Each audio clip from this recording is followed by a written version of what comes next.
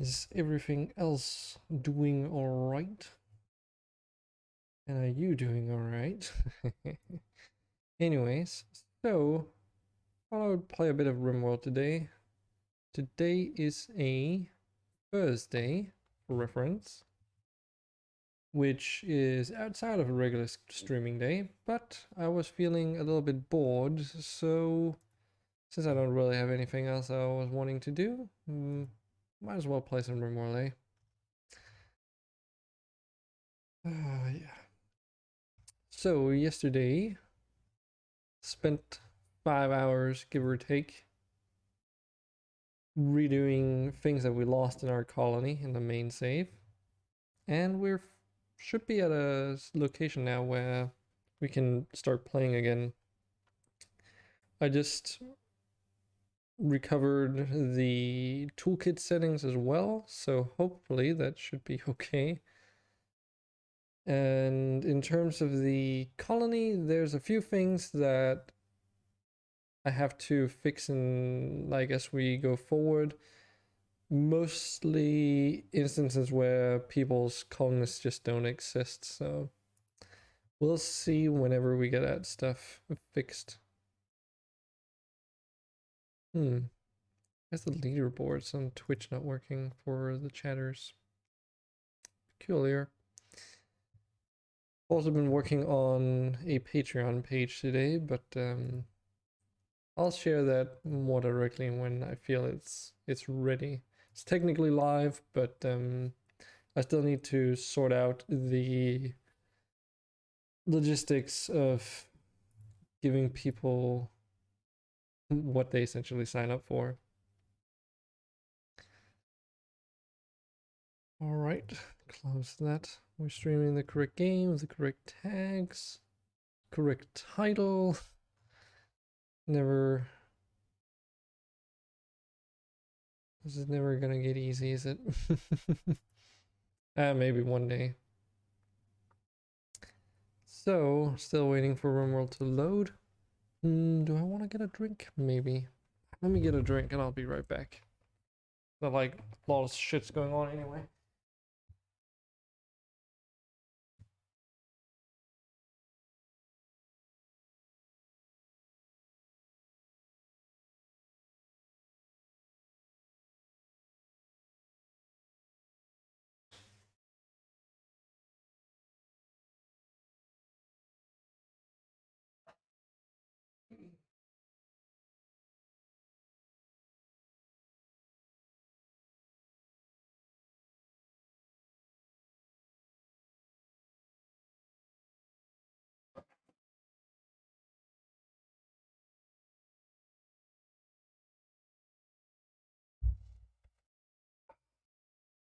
Nothing too crazy.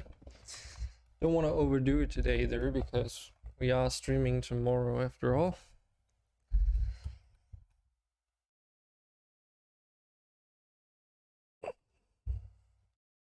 But obviously this week went by a little bit faster than normally since I was gone both Monday and Tuesday.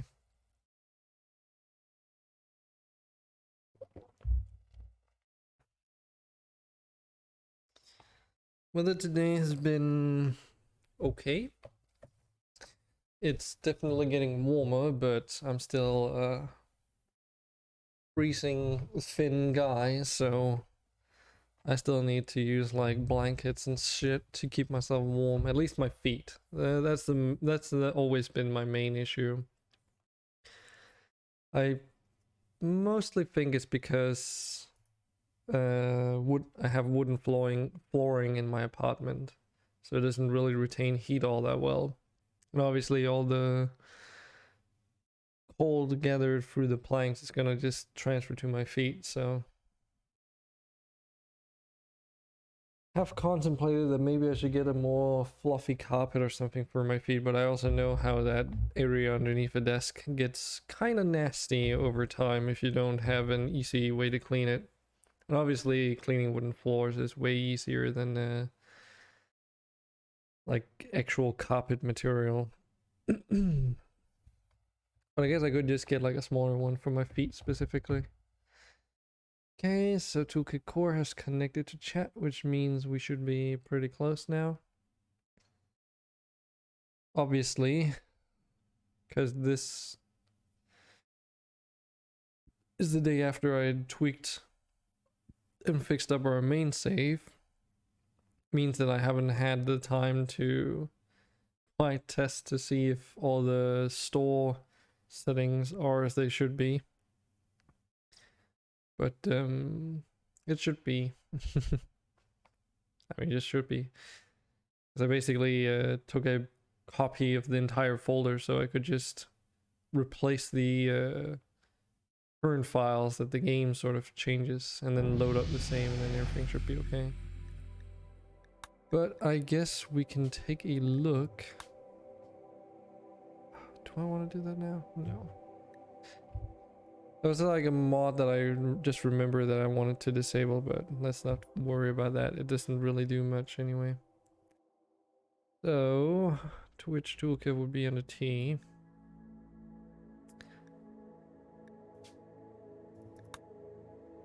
Isn't it always much easier to just... Yeah, it feels like much easier to navigate toolkit when it's like... Oh, that's because it's all the way down there. Well, it's easier to like navigate when you're in game, it feels like. So this looks more correct. All of these things weren't disabled. For one, all the prices weren't corrected. That's another issue. And a bunch of other stuff. So, that said, I really like these. Oh, you can even... Oh, that's cool. I really like the snapshot system, so you actually get an idea of what it's about. It's kind of a cool way to get an overview. And the recent events is that we've had a lot of deaths, and I know exactly and remember why. It's because of those acanthamoebas. So we'll have to figure out what to do about those, to be honest. Not entirely sure. Hopefully it'll be okay though.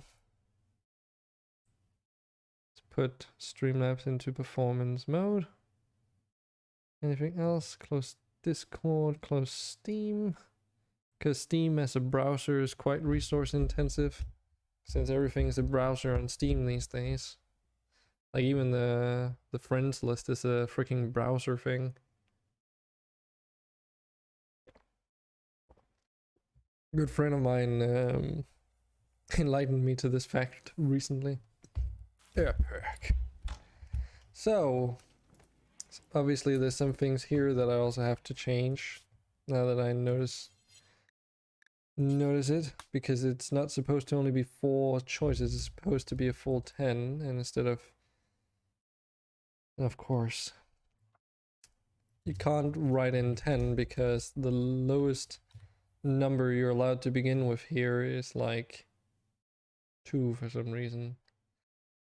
The same here, like we can't write in 120, that becomes 620 for some reason. So we'll just have to do some dumb fuckery to get around that.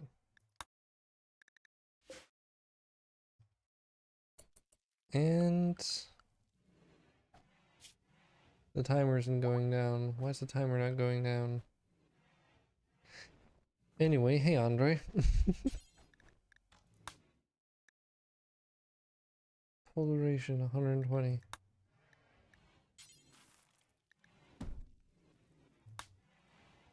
Okay, there we go. Just had to click abandon.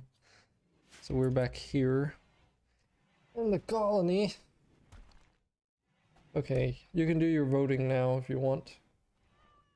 Since now the list is actually more correct to what it should be. Let's get my sound up so I can also hear the game. So Andre, how are you doing?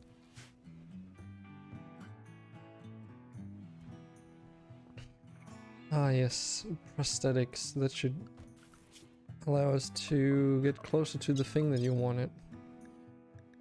It was required for brain wiring? Yes. Just remember we do need to acquire a tech print though.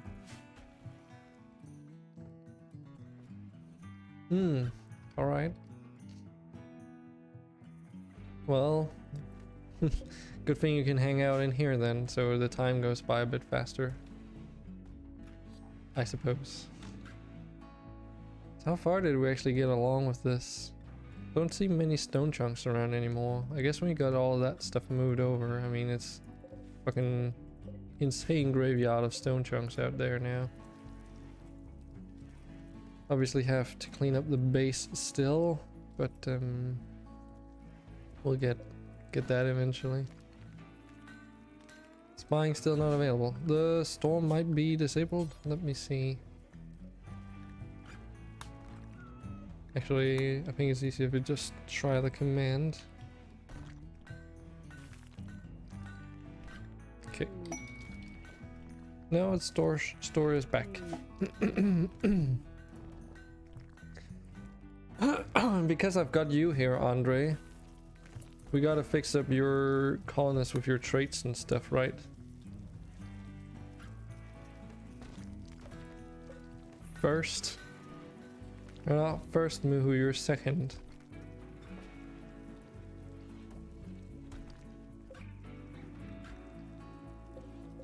But you can be the first at being second.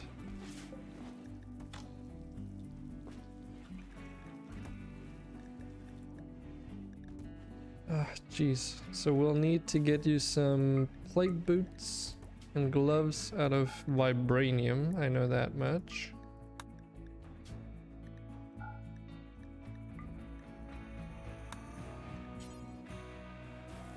Jeez. It's like a heavy vehicle driving nearby, an entire apartment shaking. Do until X. Until X. Let's just get this set up correctly.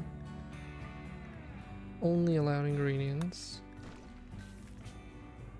Huh. Interesting.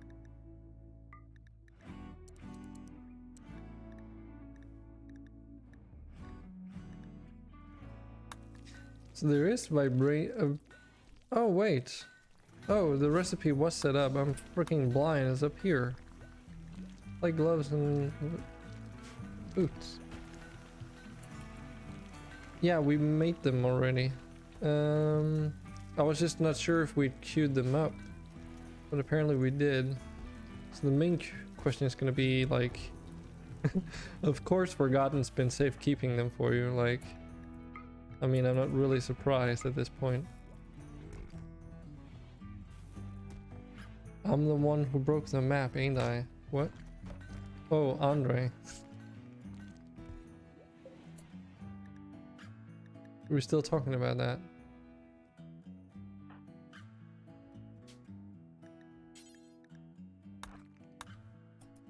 Oh, Caspar the ghost. The dead Bronto. I don't know about that.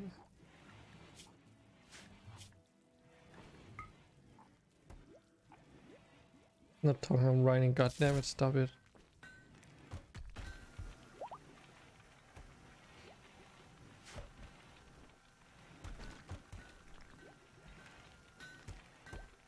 Freaking Caspar the ghost.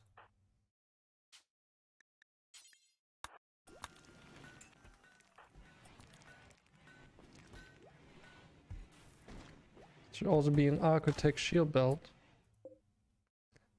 Yeah, but it wasn't a thing where you can't use it yet because technology. Because even though it's an architect shield belt, wasn't it craftable or something? Or am I misremembering that? Or, well, I guess, Because if you can buy the shield belt, it means that there's no research attached, unless we happen to have researched it.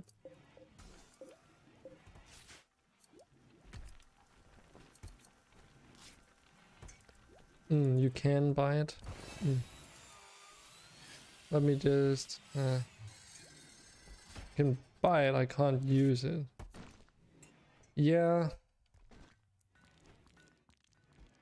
I think for those cases right now, because I would have to go in development mode to spawn them in, it's more safe for me to just give you coins instead.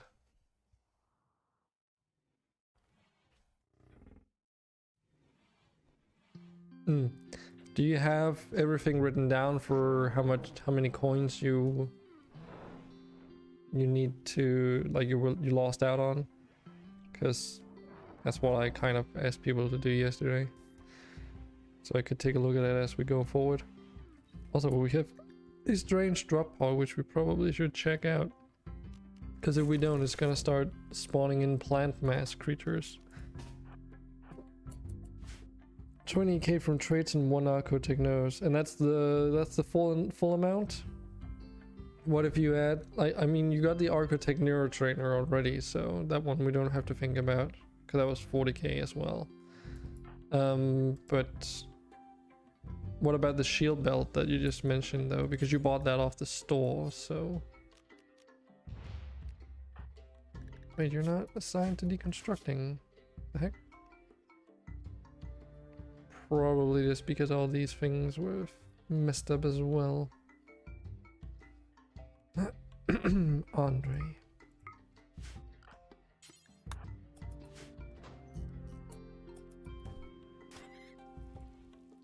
So that would be 30k.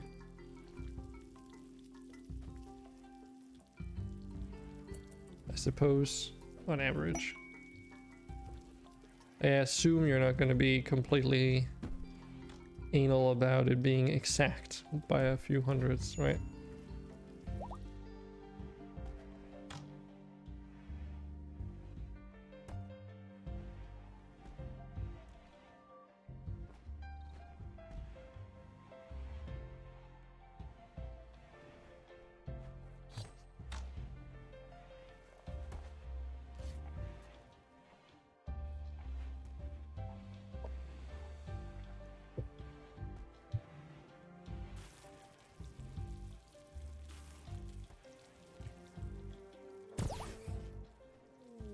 Cool.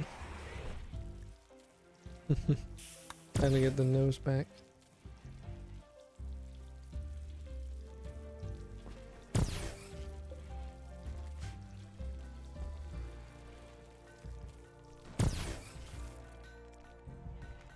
It's kind of interesting though.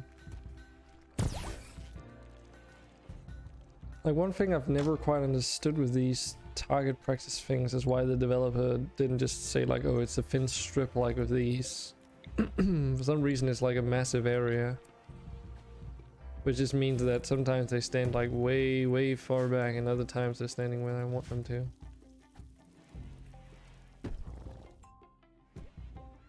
You need to allow us to use the Architect shield belt from the thingy. Oh yes, you're probably right, because it's Archotech in here.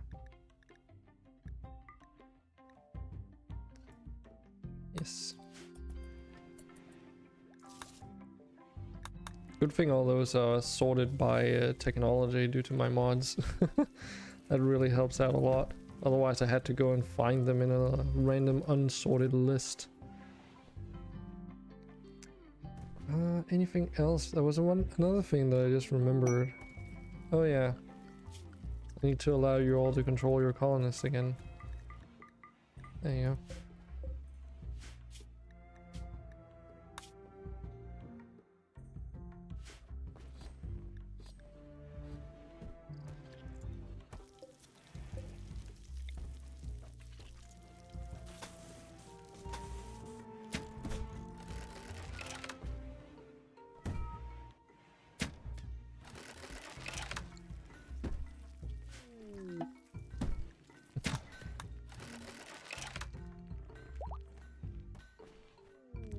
This thing is still clogged. Simple meals. Are we short on food, or is that just a gesture? Oh, it seems we have decent amounts of food. But yeah, they're not quite at the point where we're making lavish stuff yet. So is that because... No, I did Oh yeah, I just barely set it up, didn't I? Guess I'll just let you guys do your trait stuff and so forth. What about you, Muhu? Were you like, did you miss out on a lot of stuff as well that you'd like to get compensated?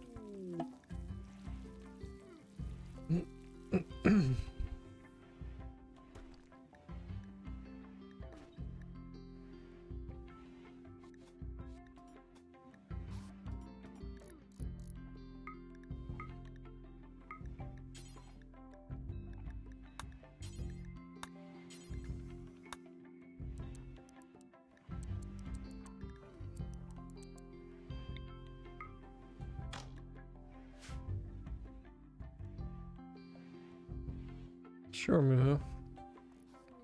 Still thought I would ask though. Because that's kind of what what I feel like, I guess. So I did also kind of forget to place all the lights that I wanted to, but it should be okay. I know they're like relatively expensive, but we should be able to manage that, no problem.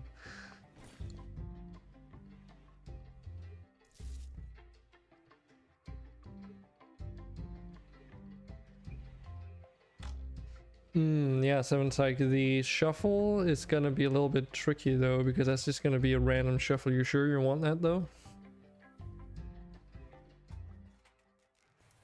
I guess you can just get the coins and then you can choose yourself. And that is everything, right?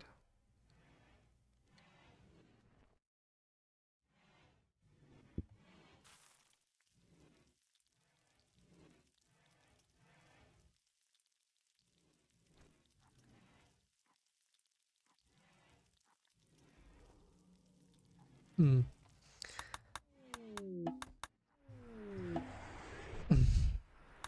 Something else also, like Andre for instance, you had those insect things added to you, but this, I don't know, do you actually have all of the ones that you're supposed to have? Because I know you had the, yeah, you don't have your crab claws, those just don't exist anymore. And my hunch is that they were just removed, just like some of the other body parts that were straight up deleted. It's part of the process. No, Andre was.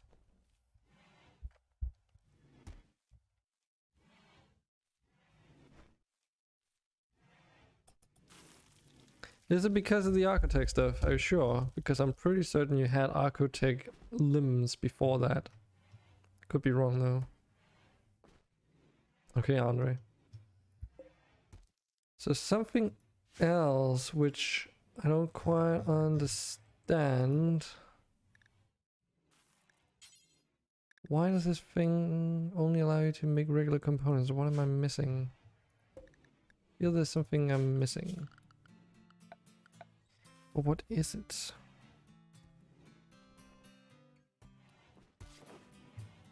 Because there's a research bench. There's this machining table, but we've got like a large one in the room right up on the other side of the wall. It's just a large version instead though. Because we should be able to make advanced components, but for some reason we're not. What gives?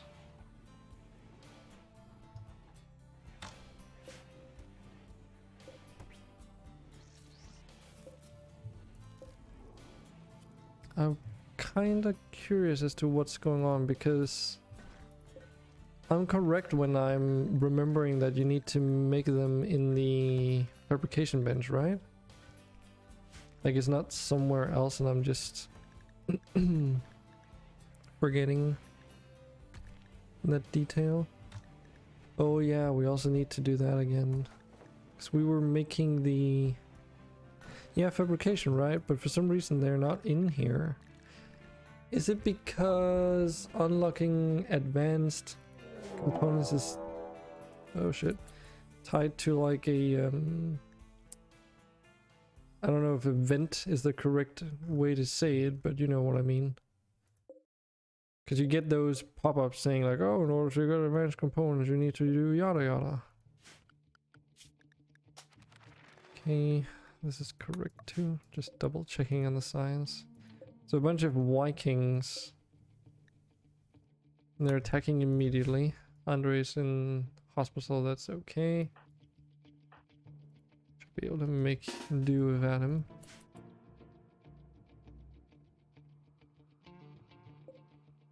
Well, let's move him all the way over there too. So they will likely just be heading all the way around though.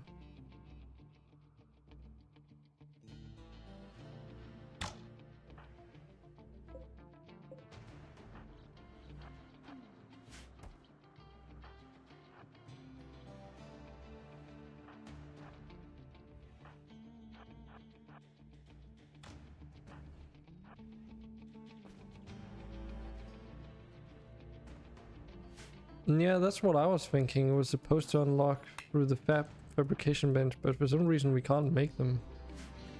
And I don't know why. It just doesn't exist in here.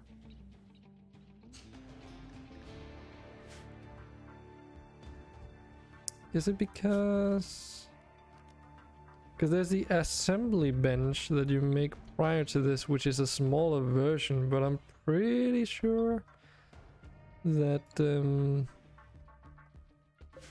one's only intended to make like regular components, right? They're attacking the freaking mechanoid things. Where's this lady going? She gonna be actually attacking the wall? Oh, she is. Interesting. Okay. Oh, it's because we don't fucking... I forgot about that. We did close that off while we were doing our maintenance.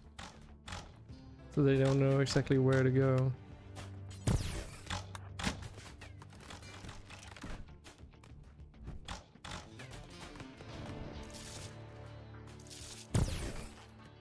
Well, Trueham's on a dragon, so she can go and do her thing.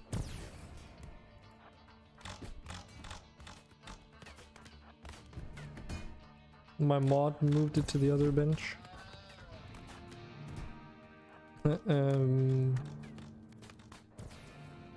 Not sure which mod you're referring to though.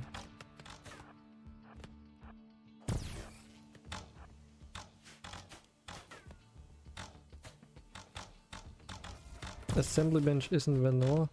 Mm-hmm.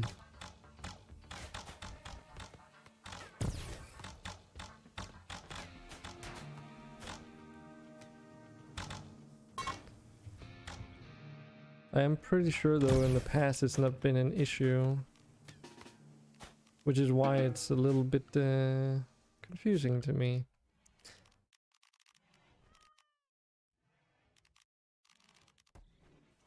Yes, this is vanilla furniture expanded production, specifically designed to make components, I suppose it says. So if we build one of these here, well, I guess we'll figure out. Yeah, and you can't move this one around, right?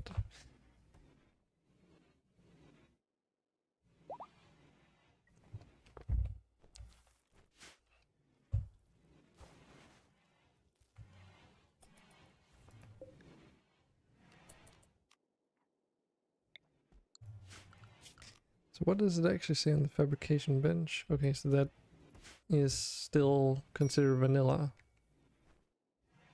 Doesn't mean that it couldn't be modified by outside things though.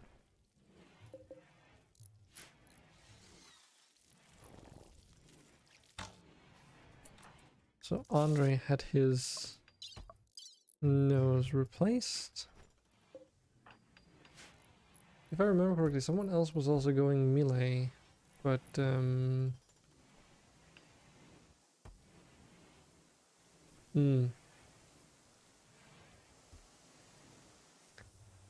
that's one of the people that we don't have right now in the colony.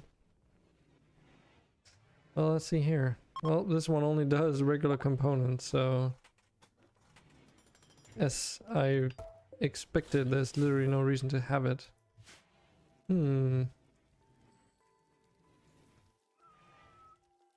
Most intriguing. I guess I'll have to Google this.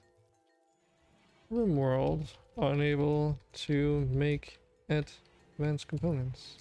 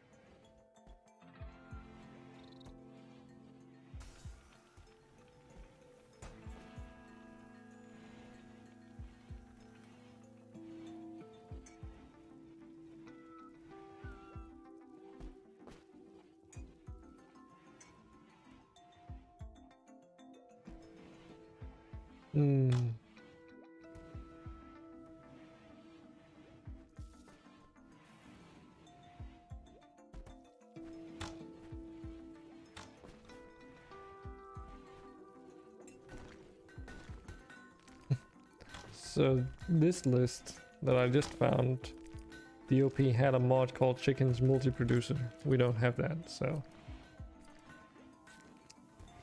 that is not the issue.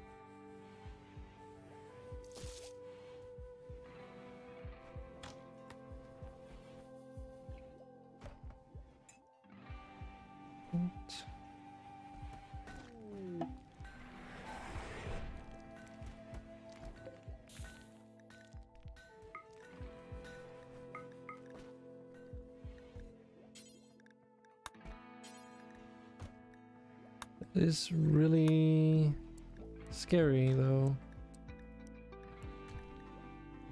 because if we can't make advanced components, jeez, how would I even figure this shit out?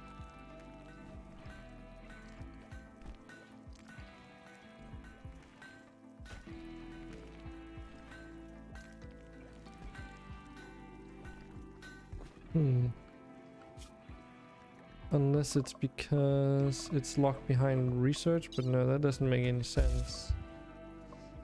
Because we were in development mode and still couldn't make them.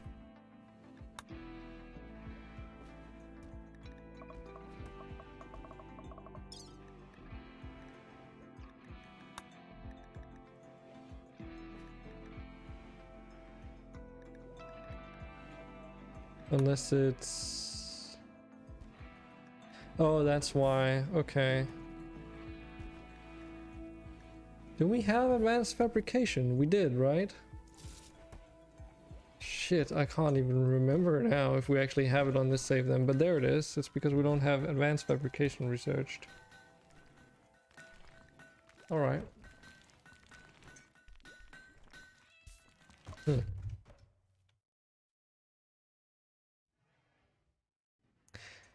Well, I guess that answers that question, so it's no one's worry at the moment.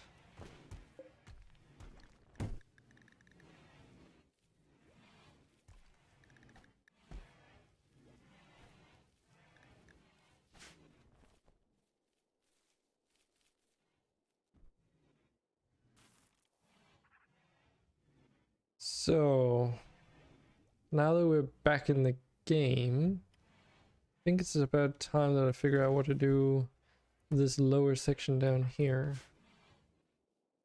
Because although we have this upper section here, all the rooms are pretty much occupied apart from a few ones here. There's 2 free here. But we're also missing like some colonists from back then. So it's gonna fill up before we know it. Well,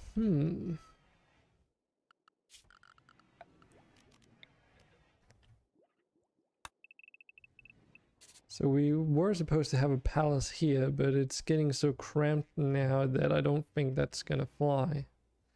So might as well just build some more houses down this way. On the opposite side of this. 1, 2, 3, 4. Let's actually give it a bit of a more like a space to be in. But I don't know if we can fit houses here, but we'll try. So it's a 5 by 6, and then a 2 wall 5 by 6. Okay, I think we're good. We might be just good. 1, 2, 3, 4, 5, 6. Yeah, so we can barely fit like. Yeah, I guess we might as well just align it with the ones up there. So that means like this instead. Or actually no, let's keep it like this. Just so that it's in line with the road here. Okay, so we did research. Which is gonna be slowly done again because all the mining stuff's not progressing, of course. Just a dragon hunting a lockjaw.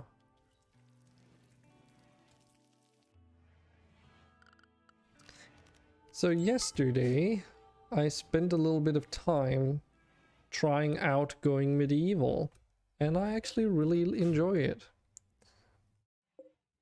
It's definitely a little bit rough around the edges on some parts, and you can tell that it needs more work, but I would say it's pretty good. More surgeries. So if you like Rimworld, there's a pretty good chance that you'll enjoy the experience of going medieval as well.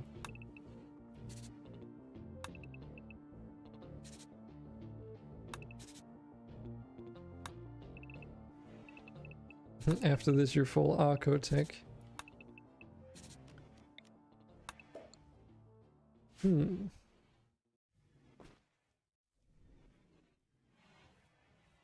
Well, at least for your body parts, I guess. You're getting rid of your antennae, though. So where do we want to put the palace then?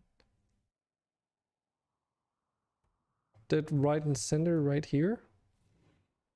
I mean, we could.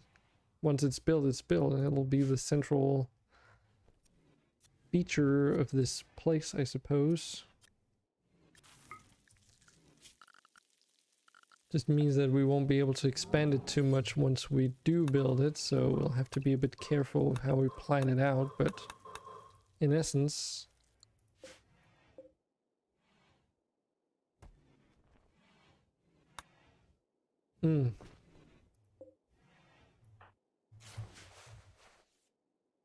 Not planning on keeping them, yeah. Yeah, remember you still have that ventricular sleeve thing around your heart as well. That you weren't entirely sure if you wanted to keep or not either. So did we make steel? Yeah, I think I set this up already. Looks pretty accurate. Might be some things on the clothing side of things that we would maybe have to look at. Make warriors tribal wear. Oh yeah, I know. We need to keep making those, unfortunately. Other ways our maps will die. Foot wraps. Tribal warrior stuff. Can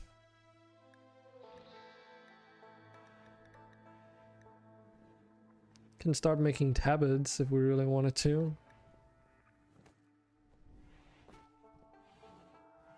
You're still thinking about it.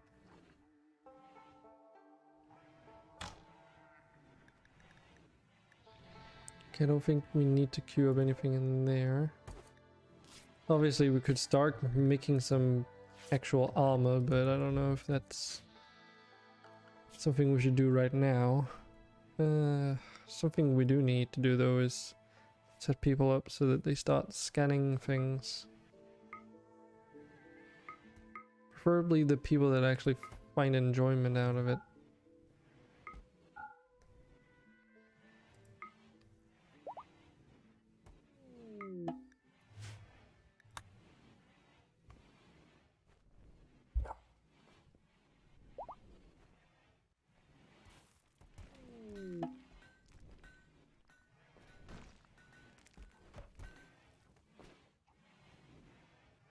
This is planned out. Well, guess while this stuff gets built, I might as well plan out what to do about the whole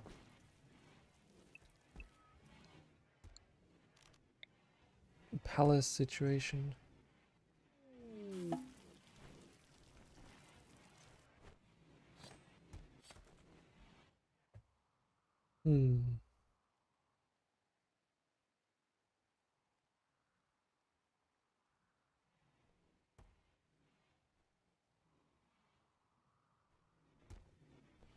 I think I have an idea, sort of.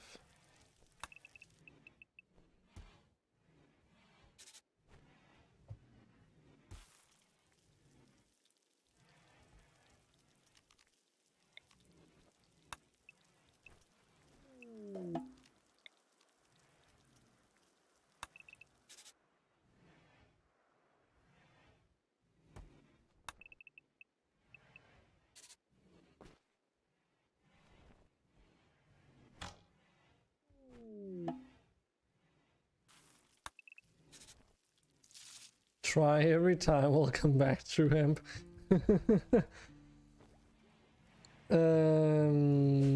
Yeah, I mean, the only mojo things we can make are these so far. We have depth weave research, so that's a thing. But I mean, if you want me to, I can queue up a mojo shirt and boots. I don't know. What your Colin is wearing right now. Just vanilla stuff. Vanilla expanded stuff. No, don't need them. Okay. Yeah, I mean, it's not like you can't wear all this stuff. It just looks really weird. The hat does at least look somewhat to scale, but the other clothing does make you look like you're just wearing a gigantic coat. Those helmets, though, are massive, even for the regular pawns, I feel.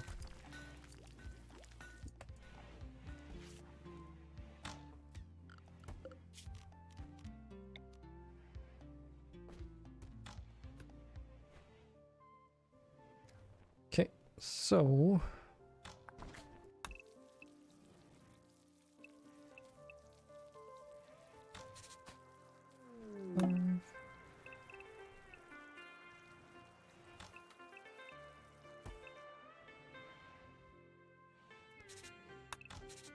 like so.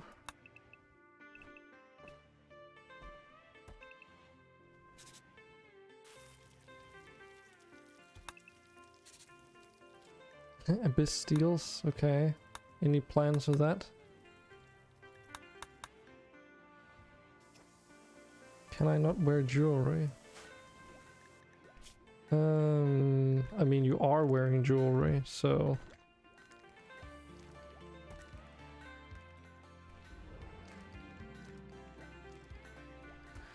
Took off your necklace.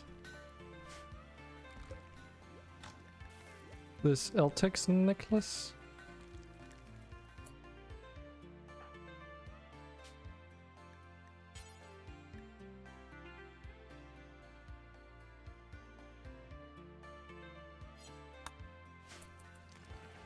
Oh, the Abyss steel stuff? It's probably just gonna look like this. So like very dark purple.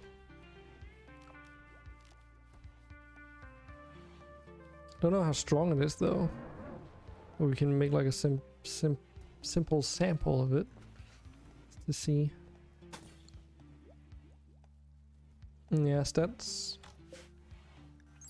Abyss Steel is pretty good, generally speaking.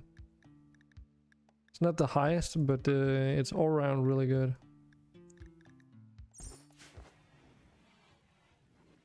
Make it around a room. So you want to make the entire palace out of Abyss Steel? Because this room's gonna be moved.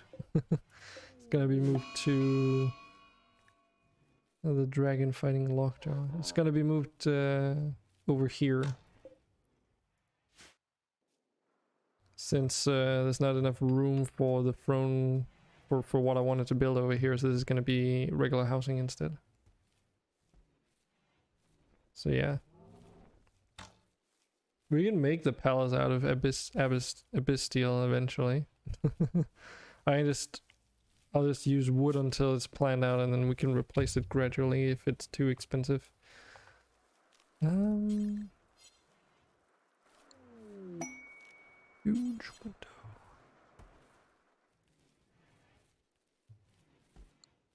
Nah. So we had like, oh, how's the other? Guess I should just reference this because it's like really wide, isn't it? Yeah. Like a 8 wide area.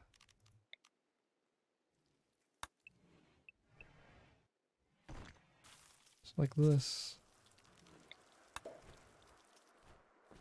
Kappa pride.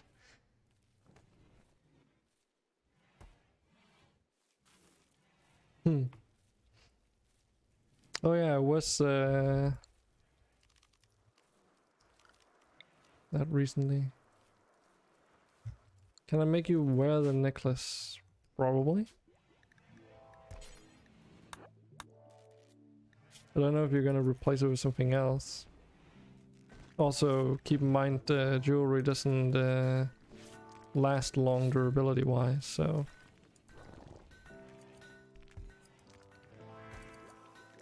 But yeah, there you go. +4 from wearing jewelry. This is what Abyss Steel looks like in rainy, slightly foggy weather. It'll just look cool. I mean, you also get mood buffs until eventually it gets to deteriorate and then it'll be a debuff. Alright.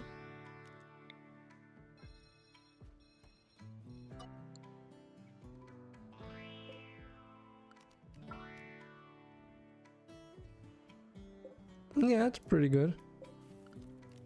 Didn't actually get to see the stats. Oh, 800. Holy shit. 840.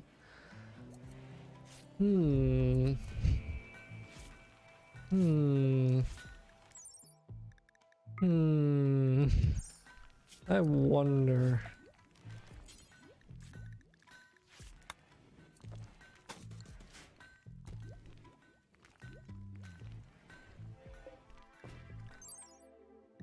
It's also got 0 flammability, but then again, I have the no burning mod, so...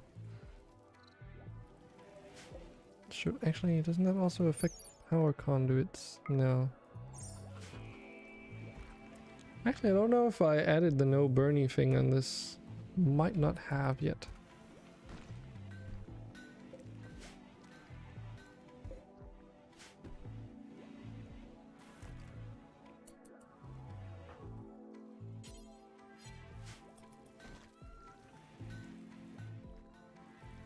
Okay, I'll just do that for a while.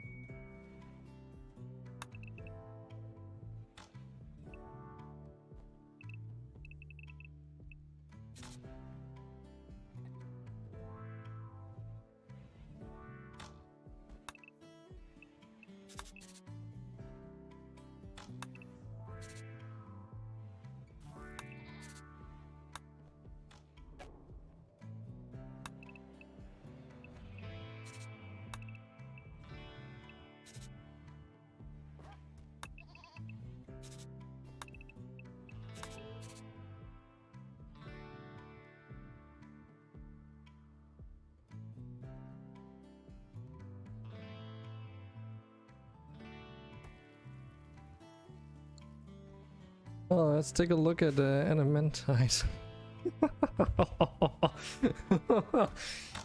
Holy shit. And that's just a wall piece. Imagine making like a gate out of that or something. Dear God. 0% flammability as well. Meditation side focus bonus, okay.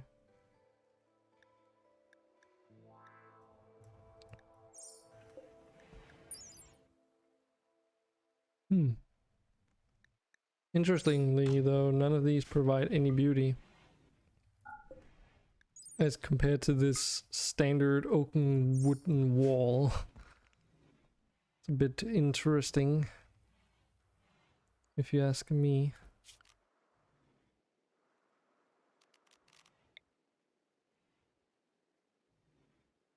Just a teensy weensy bit odd. Say it like that.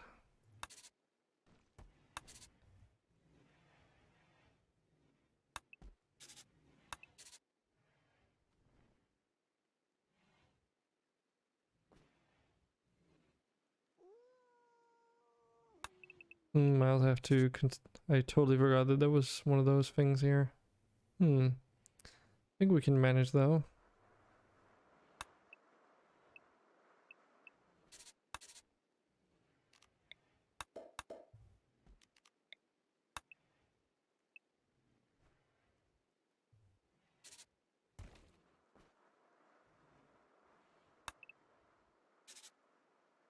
Bunch of Helixian slugs just sliding along.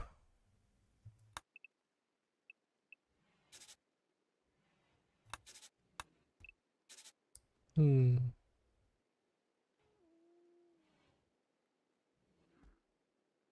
this is like what, 6 tiles deep, and this is only. Oh, this is also 6 tiles deep. Do we need a bedroom that big though?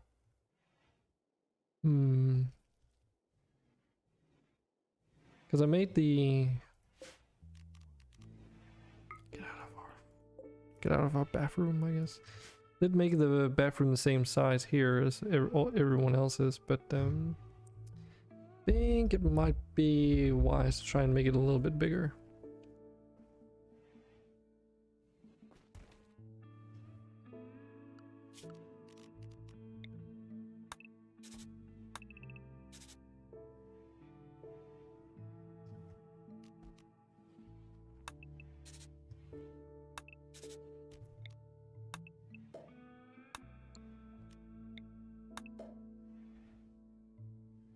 Okay, so far so good.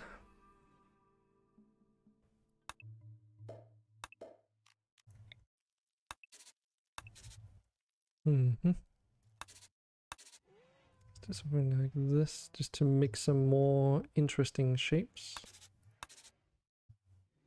Can't really see what's going on here because all the rubble stone chunks in the way. Okay, let's make our people move this stuff over.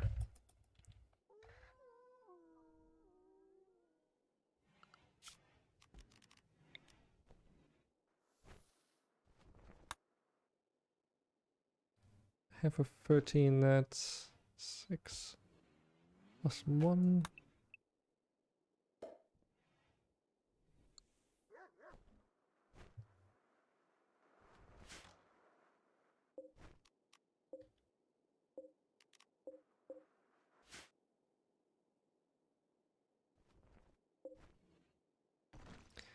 Yeah, as I expected, they are like belonging to another colony, but because they just move so damn slow, they're still around. Oh, chromium apparently.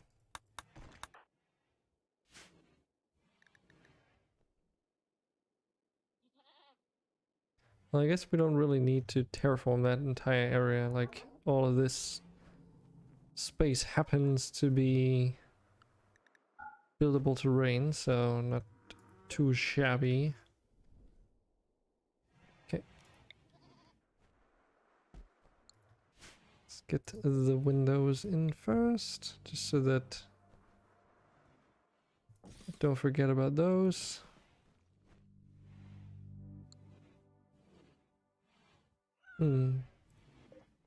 Guess we can just make 2 individual windows here. It's not like impossible.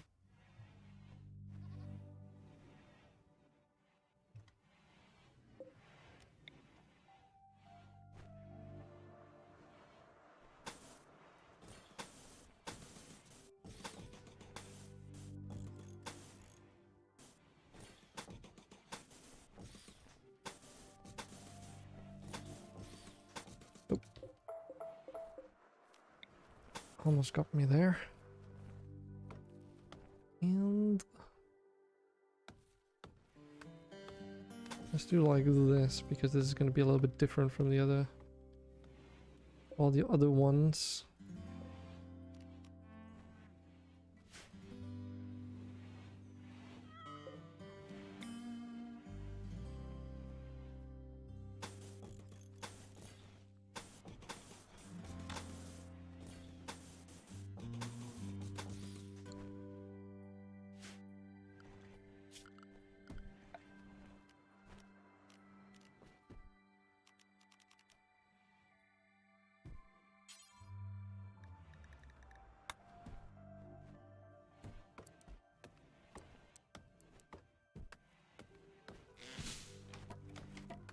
Put in something a little bit different here too.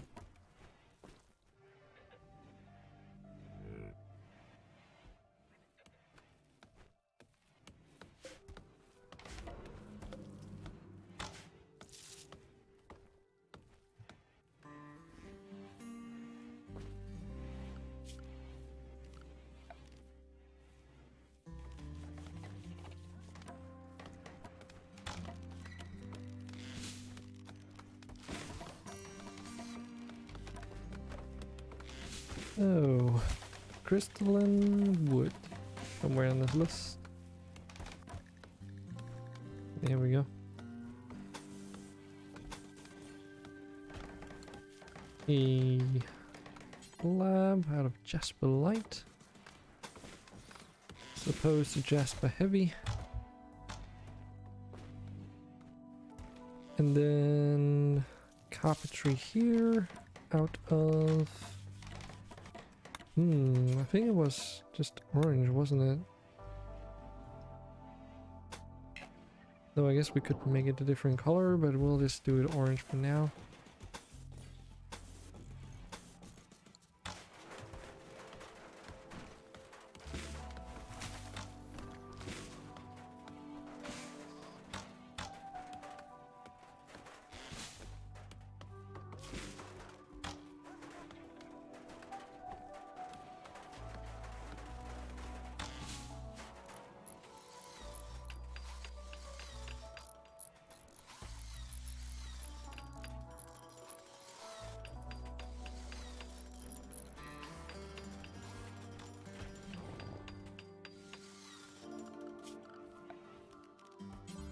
Let's set up a cleaning zone already.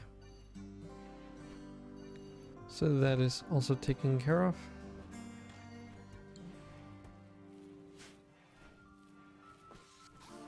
Looks a little bit weird having 2 individual windows like this side by side, but it's okay, I feel. It's better than no windows.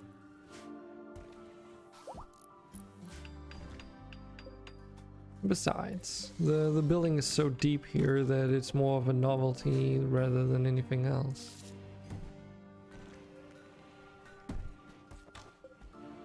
And because we have a 2 wide room here, we use the 2x2 ceiling fan. The same ceiling fan, it's just offset, so it's a 2x2 instead of a 1x1. That's the exact same thing as the other one though. Just looks a little bit different. It's really nice that they did that though.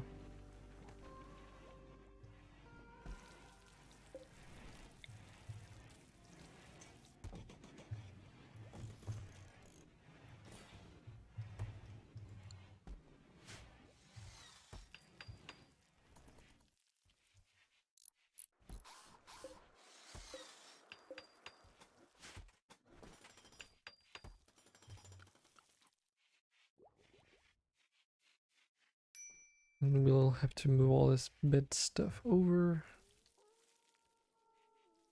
Guess we can technically already move the throne, which I just realized it's bloody 3 wide, isn't it?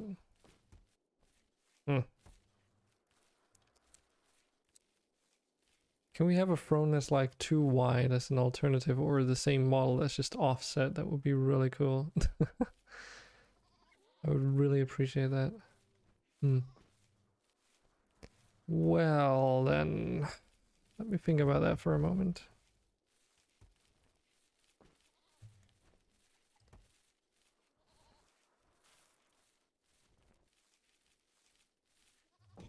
Because we can of course just move things around, you know.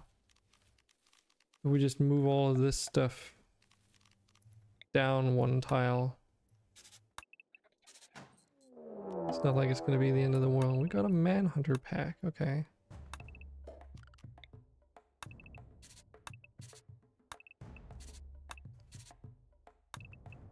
Yep.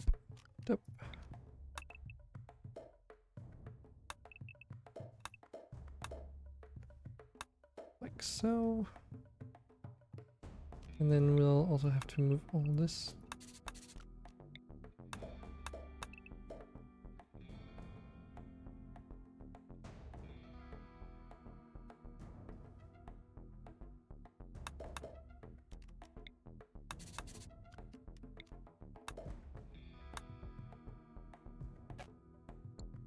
Lovely stuff. Now, manhunter. So what? Manhunting hydras. Okay. So the hydras, they have like a semi-ranged attack and they can be used as mounts, which is kind of cool.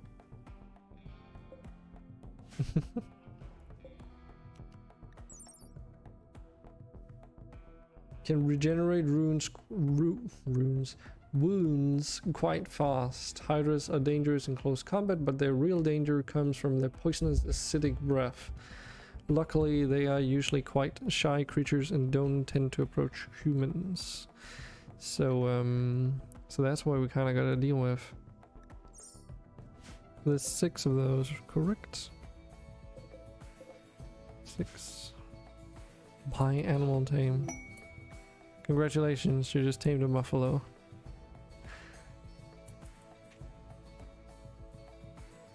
No! Add it to the collection. Need it for my collection. To be honest, Drewham, you having a night app would be cooler. Tamed a Coryphosaurus and a Lockjaw. Oh god, there's a dark beast as well. I forgot about those.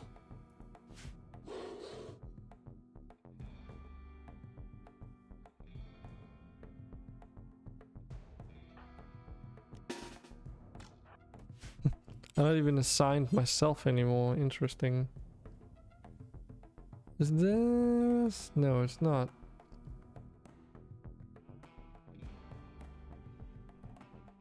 I wonder Hydra. Well, I mean, you can technically just buy one from the store, right?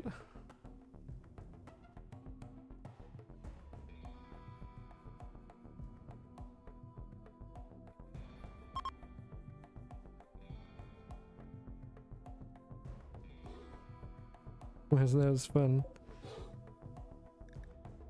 Oh, I thought I spelled it wrongly. Lernaean. Hi. They are also kind of expensive though.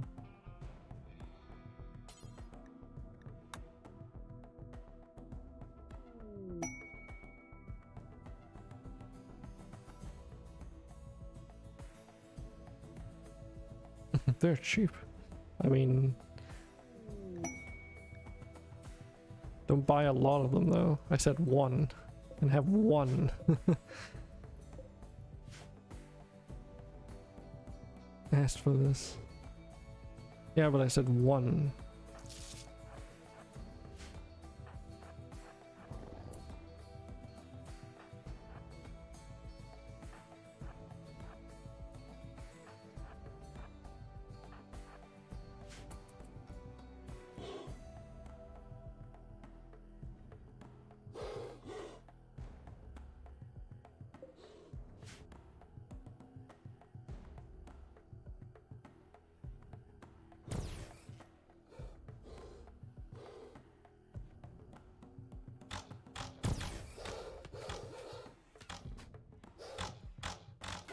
What the fuck are those? Those are hydras, Andre. Have you never seen a hydra before?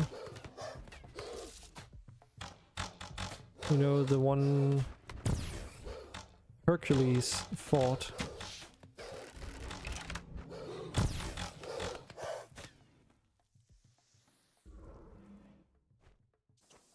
I mean, you tried fighting them, but they kind of died.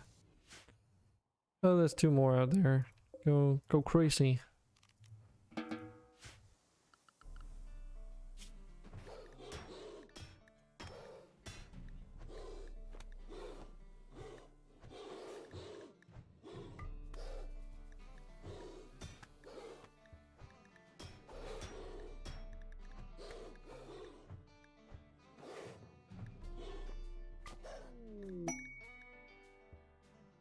Dear God, this is also before I got rid of all the fucking owl cats. God damn it. I forgot about that. Achievement unlocked. Staying ahead, kill 5 Lernean hydras.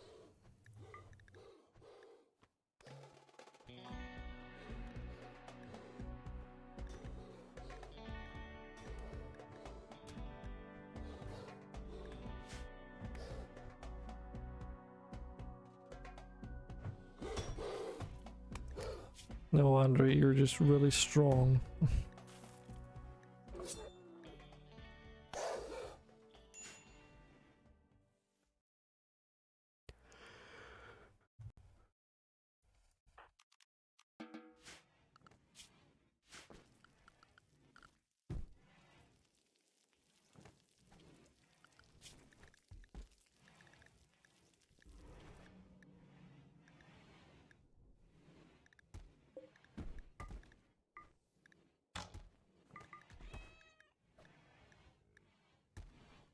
Okay, so this is what I wanted to make sure. So we have the Parasaurs.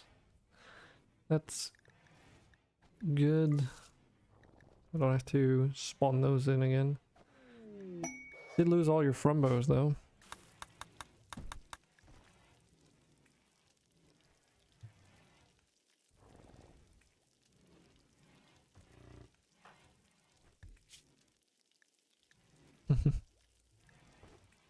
Cracks and acid burns. Okay.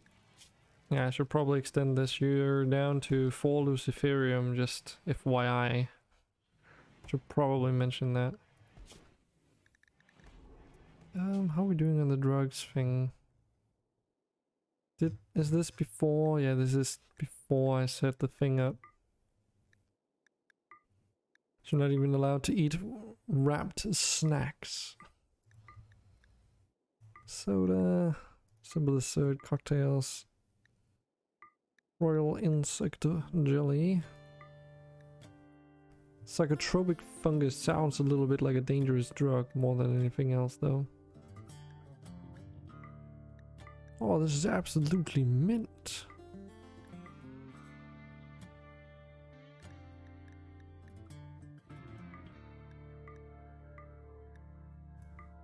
Kombucha tea, Irish coffee,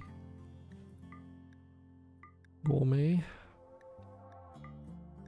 not go juice, gin is okay, fine dessert.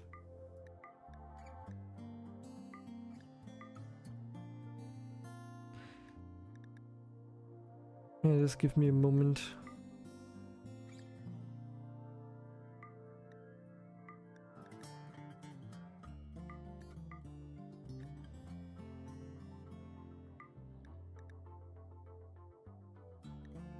Don't know how bad this cat's eye berry juice is.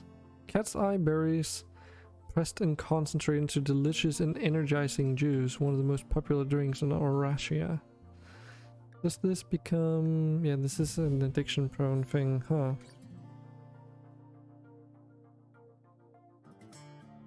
Mm, 1% chance of addiction, so... why does it say melee damage? This is a drug. The fuck?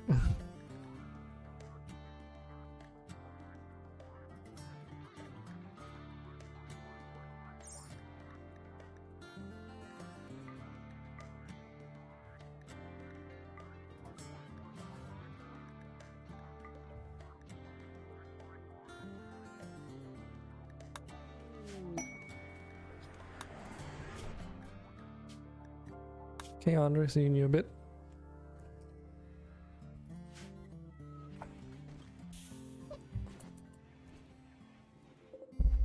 All the bones.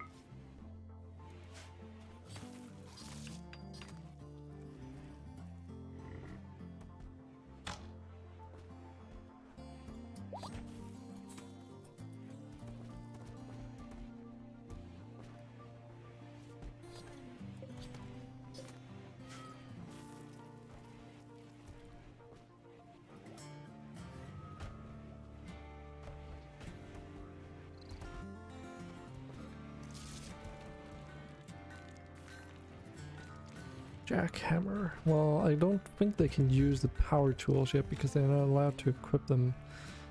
But we can set up survival packs. I know we had that set up in a trauma kit. Do until 1 for that one, and then 1 per colonist minus 1 for the survival packs. Count equipped. Unequipped. I can use any material for the survival packs, I suppose.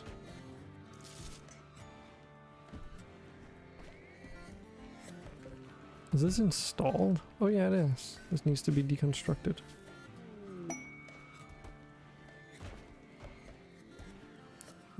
We're back to 1 million, baby. I'll have a million colony wealth again. Yeah,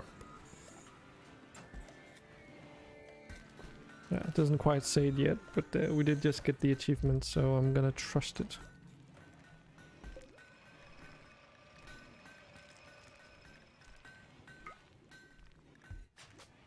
Grand statue out of solarite. And then also a grand sculpture out of solarite.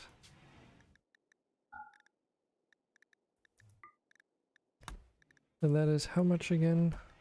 400 plus 220, so 620.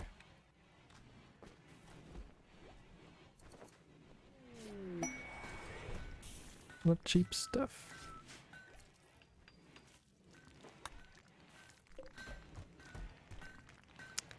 So I never tested this as well. I know we have a little bit of excess solarite. So I kinda wanna see where is it. There it is. So what happens if you make a wall out of this? Does it not light up still? Is it literally just the all item? That would be a little bit lame.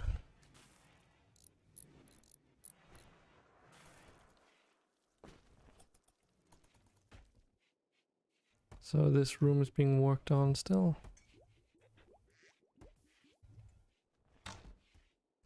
Oh yeah, we'll also need to install electricity over here, won't we? Let's do like this.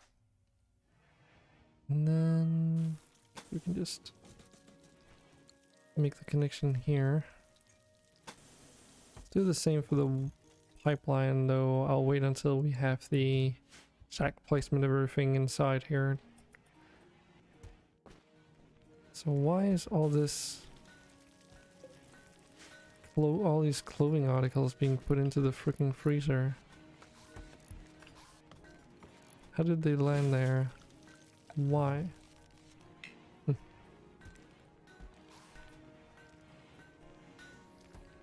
If I showed what kind of drugs we had researched, I mean, I just assigned the drug policies is all.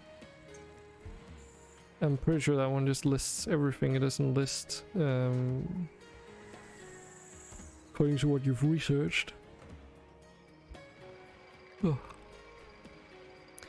Did we ever? We probably didn't. do until 1. And then... Okay, so just... do once.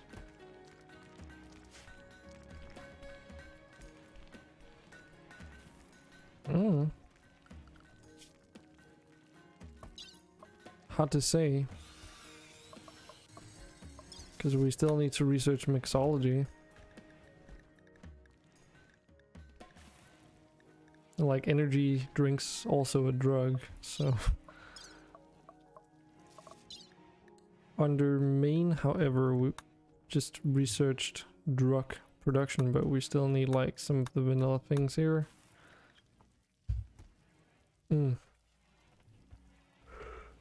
So...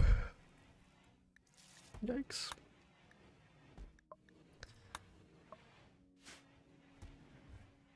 Always get so tired when eating pizza. Makes you drowsy. Wake up. I want some. Want some what? Wake up or pizza? Or just drugs in general?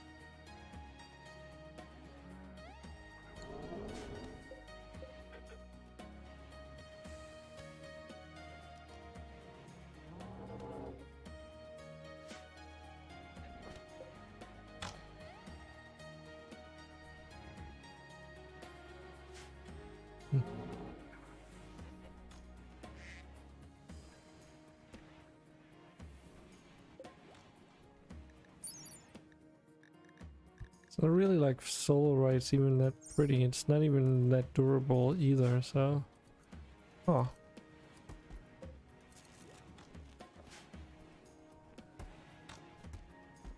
Suppose that means there's no reason to build walls out of them.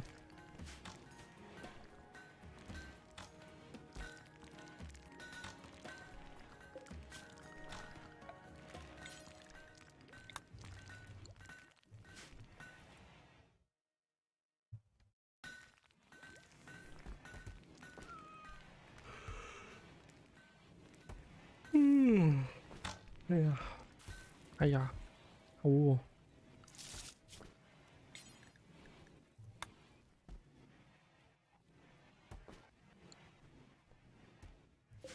These people are slowly scanning away. I want to try and discover some underground resources. That reminds me, are these... Yes, they are disabled power-wise. Pretty good.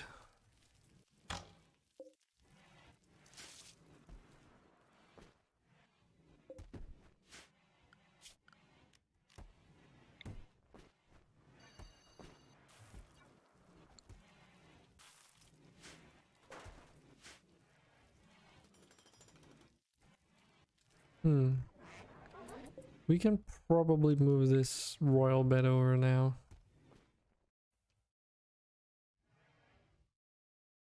There we go.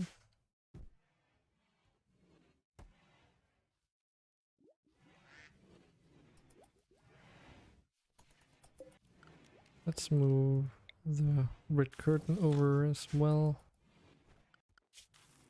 And also rip these things over.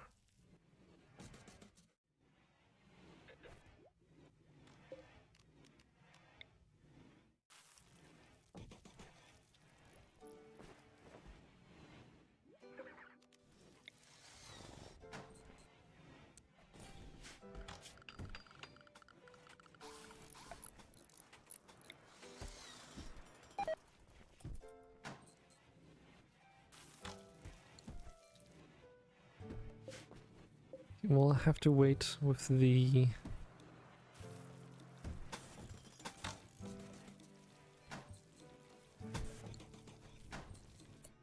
God damn it. You know that feeling when you like do some... No, that's not what I wanted. You do something and then you immediately regret. There we go.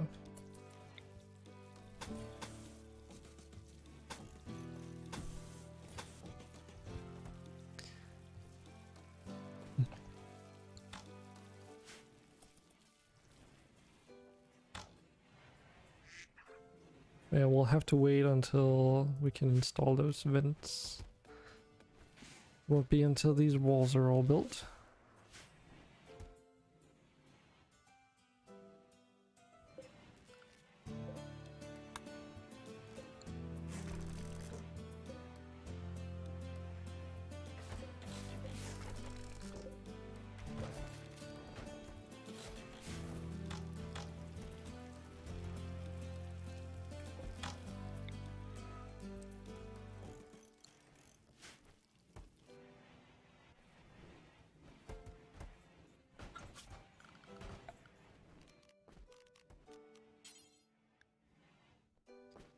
Oh yeah, we did have that, didn't we? Turquoise rune columns. Where to put them though?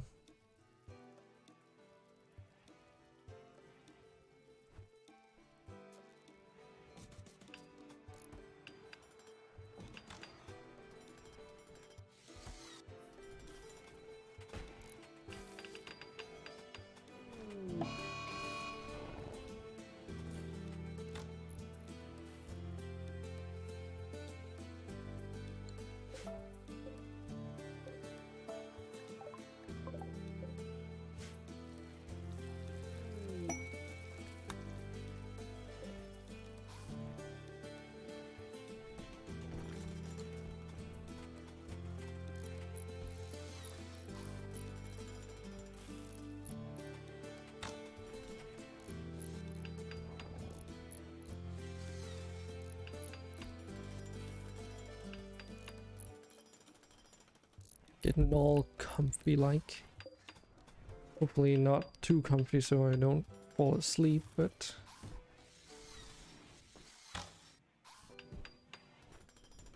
Anyway.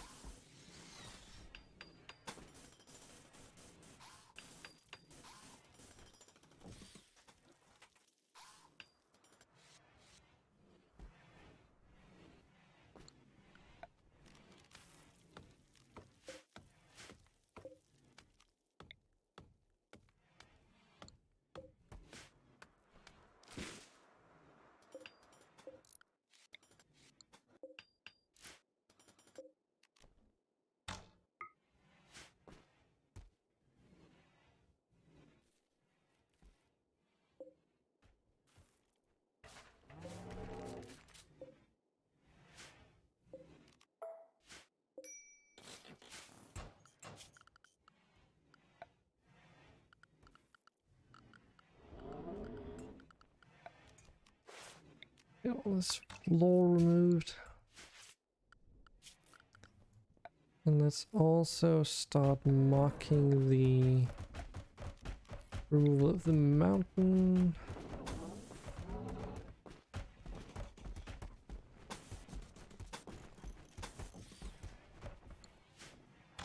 Might as well.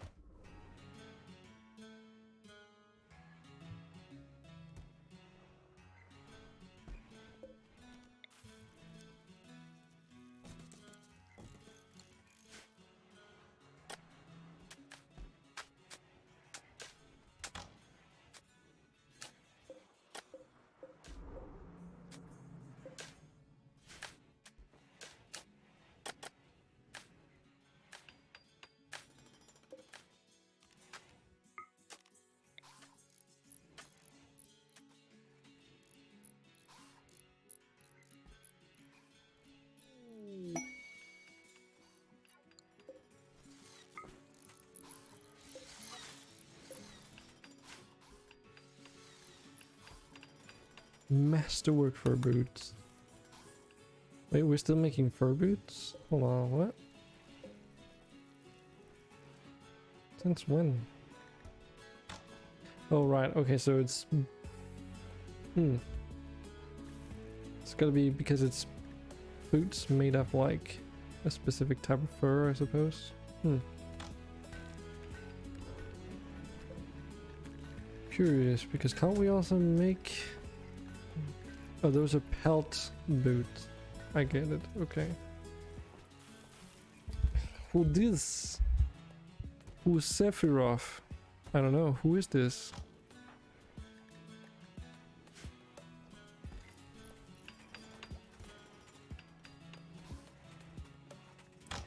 A wild dragon appeared.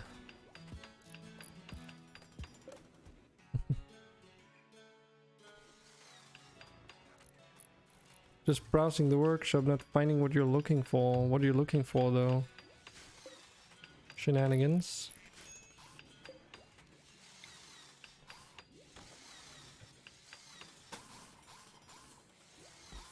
Something to manage growth zones better. Well, let me help you out, Sephiroth.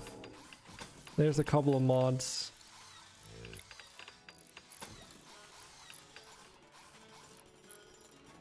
That I would like to introduce you to. So, let's see here.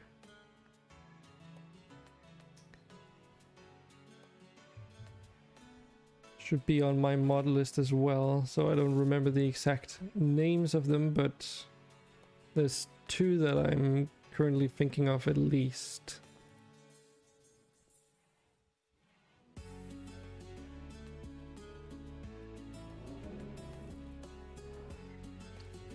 So if I remember, one is probably just called...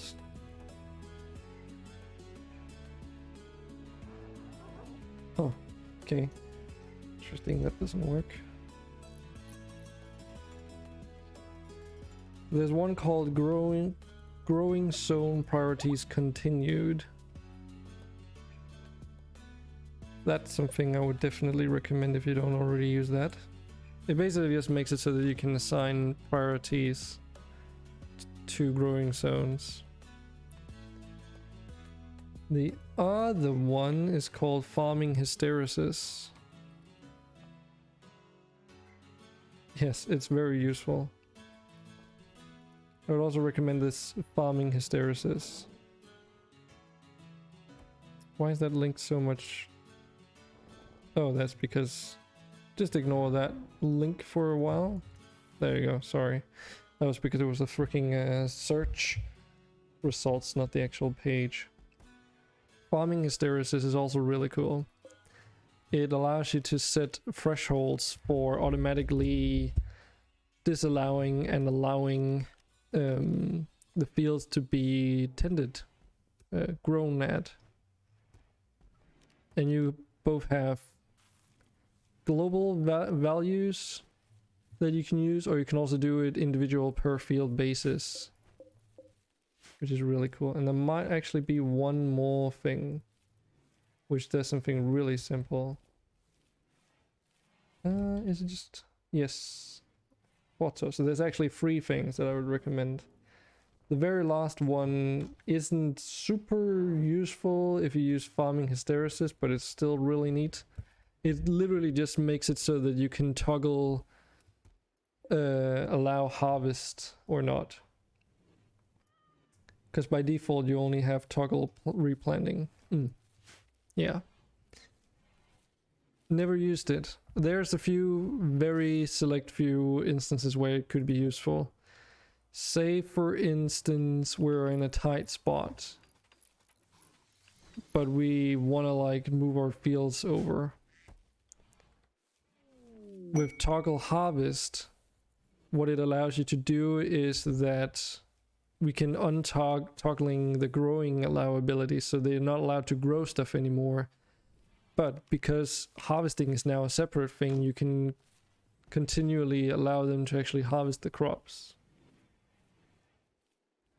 It's Since you have to restart your colony anyway, you're updating mods. Why did the Cthulhu... Did you summon Cthulhu already?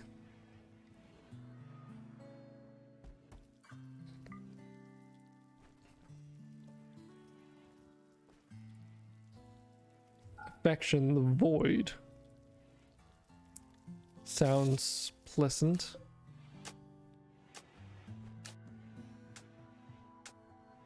They are nuts.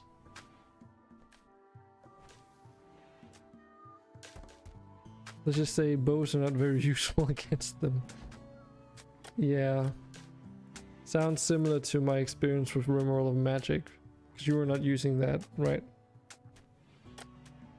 200v1. Okay. Sounds balanced. Perfectly balanced as all things should be.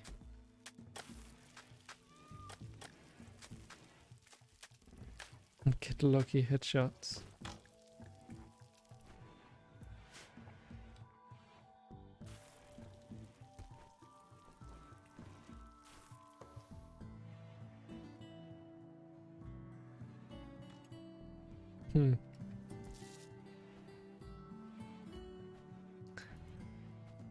But wouldn't compressed rage just mean that they are strong, even stronger?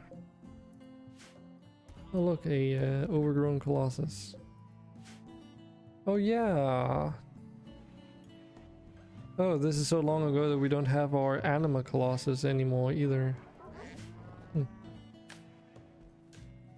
Unless they are over 50. I mean, default settings are set to 100, so... We're done fixing things. I mean... Unless there's some, like, unless there's some things on your pawn that needs changing, like, the colony is pretty much fixed, yes. Time to raid.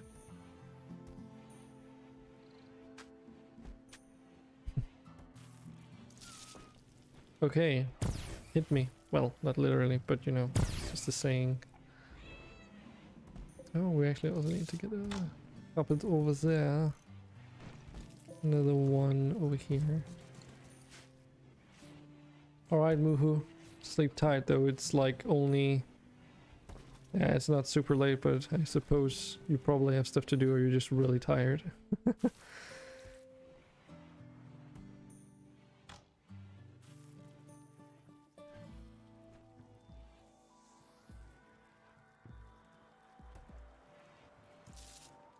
Okay, can you condense all of that into a single silver quantity? Because otherwise I'll have to look all that stuff up, which I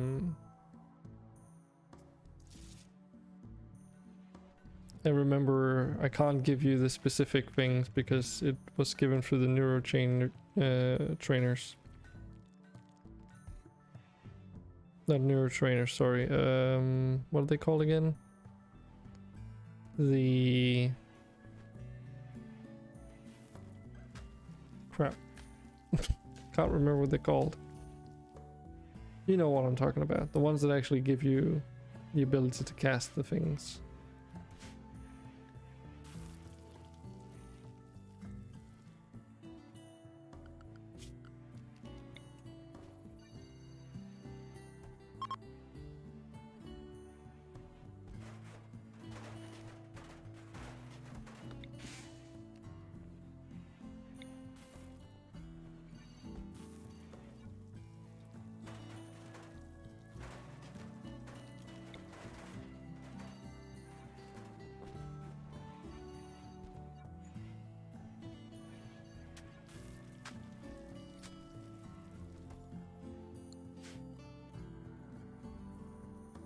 Okay, this room is almost been moved over.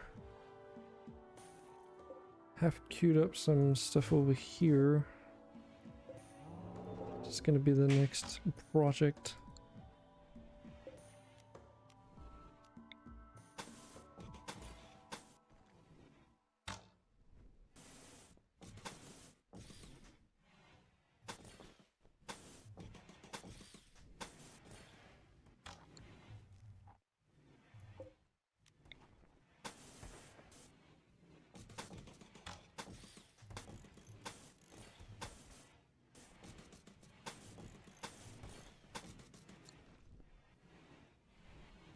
Okay, so we'll just round it off to 58,000.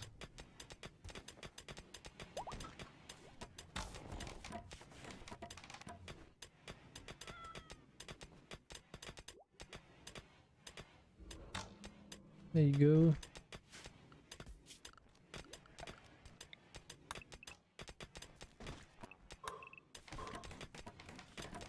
Yep.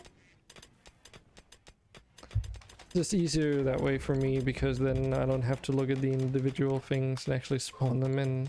Because the thing is, if I need to toggle on development mode, I need to like disallow all and everyone from actually controlling your puppeteer pawns, otherwise things just, yeah. Things might go wrong. Oh yeah, the silent neuroform, that's what it was called.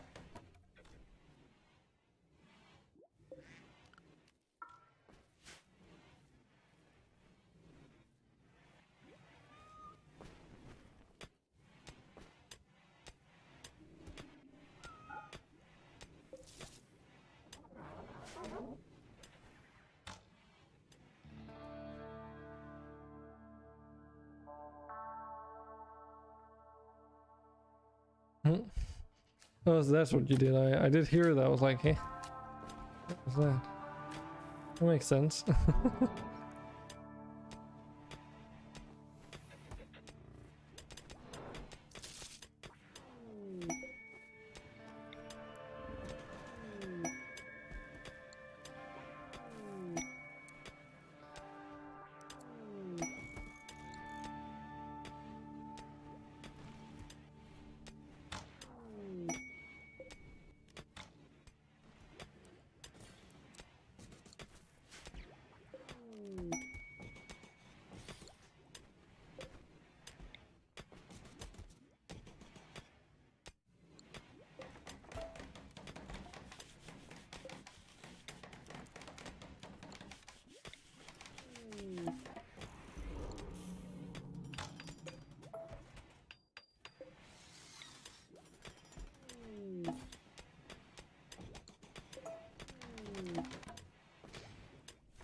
The stuffs.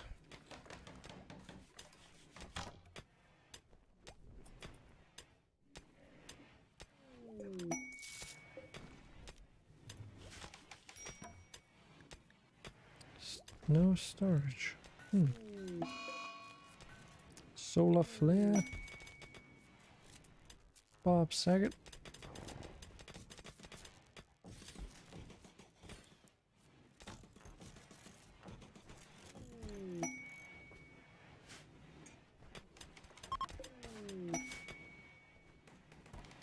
Legendary work. Legendary clothing rack. Oh my god. What a concept. Because that's really useful. I guess that's inspired creativity for you or whatever.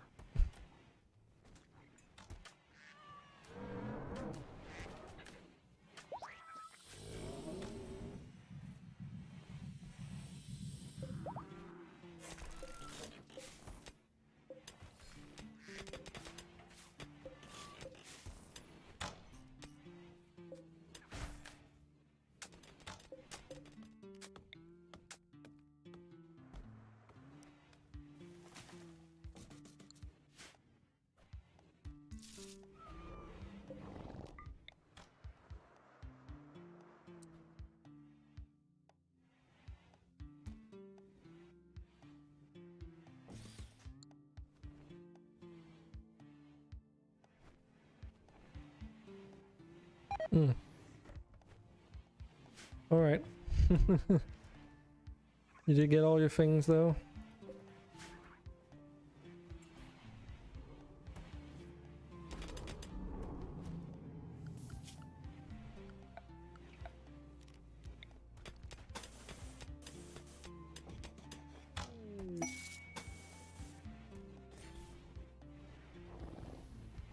We need a surgeon. We need power.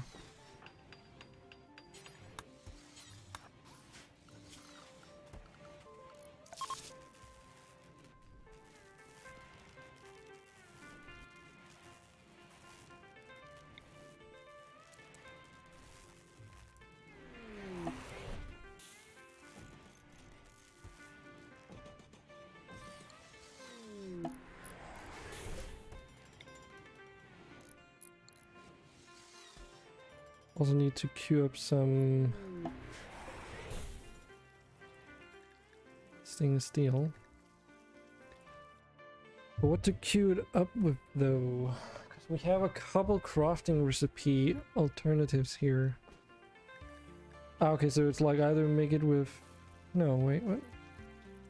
Yeah, so make it with steel and chromium? Or make it with...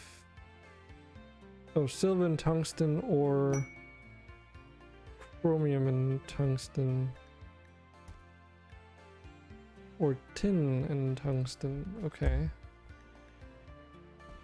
Why is it called with steel though? No, never mind. It's just called make stainless steel. Blah. So that's what you're supposed to be using chromium and tungsten for, I guess. Do one to X.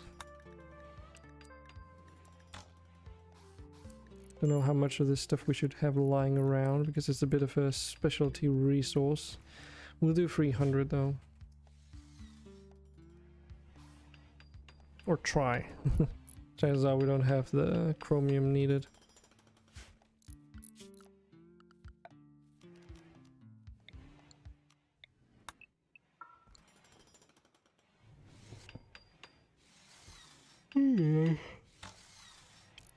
How am I this tired?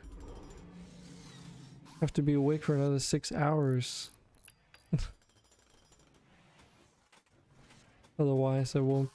Like, it'll be that situation where you go to bed because you feel tired, but as soon as you lie down, you realize that you're in fact not tired enough to actually stay asleep. So you'll wake up at like 4 hours from now and be like, fuck. You know? So apparently our bathroom is more beautiful than our main room, but I think that's got to do with the all the junk on the floor. Okay.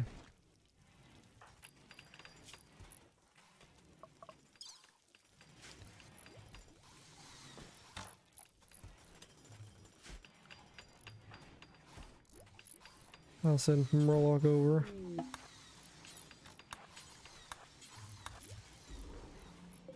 Let's get all of this frigging shit cleared.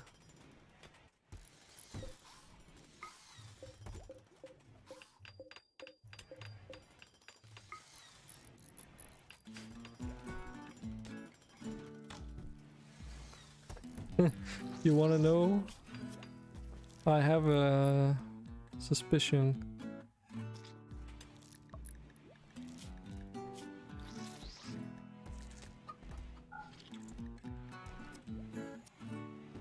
It's gonna be either the Lyranian Hydra, or it would be a Acanthamiba.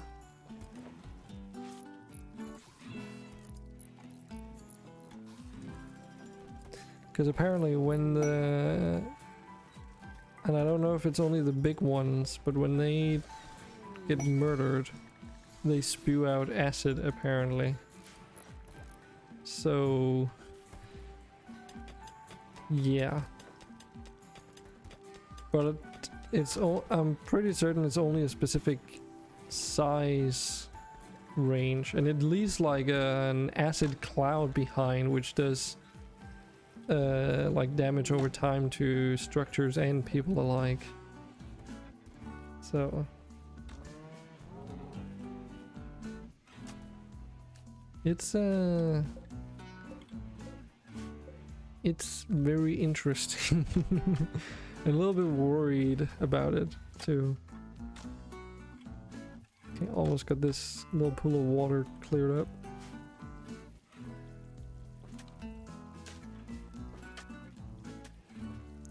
Oh shoot, I didn't even realize. Fuck. Okay. How have I not noticed this before?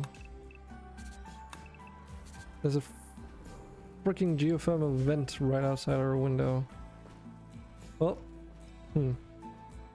that's a bit of a problem.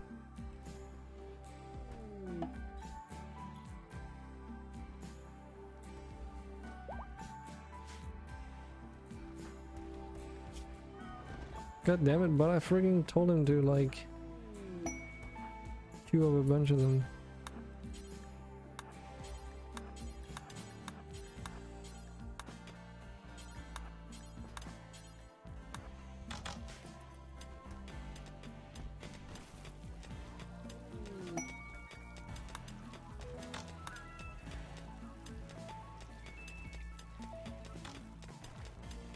God damn it, Andre.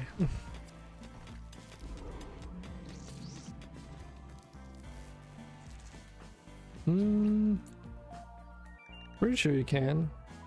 Oh, I see what you mean. Yeah, because it's queued as installing Archotech Lung rather than just generic operating. Okay.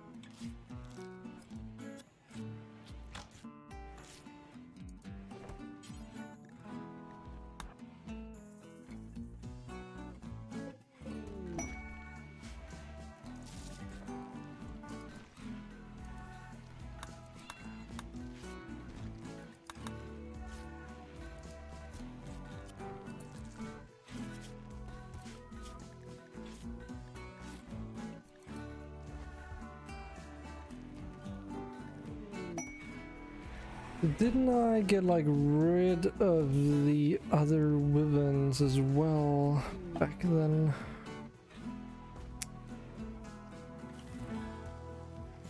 Because all I see here are female wyverns.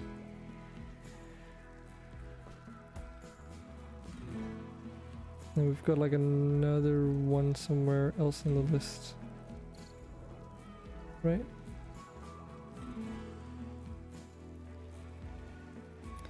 Because we lost the male wyvern at some point, but they just take like an eternity to grow up or something. I think that might be the case.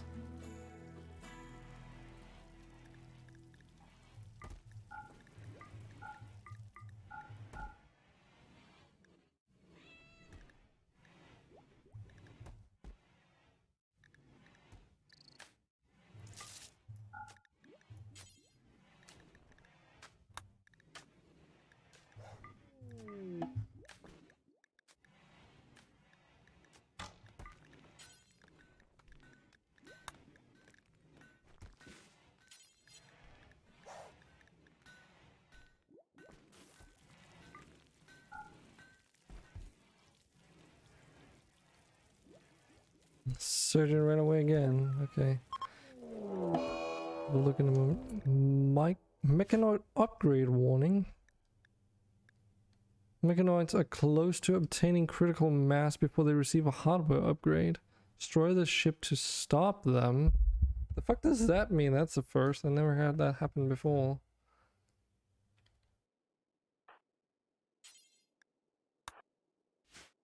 So they have landed with a troop ship on the map.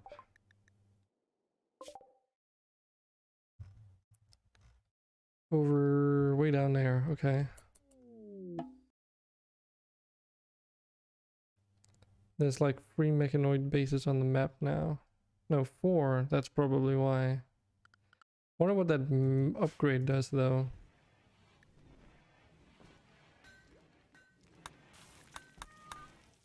100 beer. Okay. Well, that's in there now.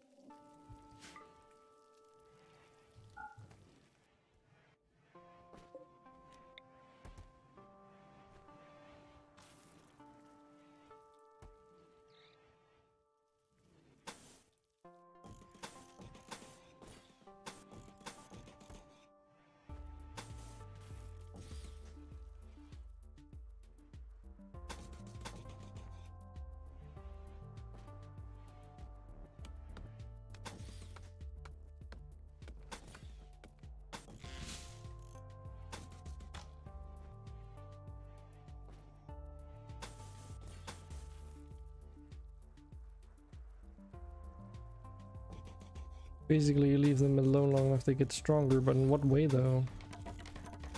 Like, is it just that the types of enemies become more severe, or is it that they just grow in like budget, or however you want to put it?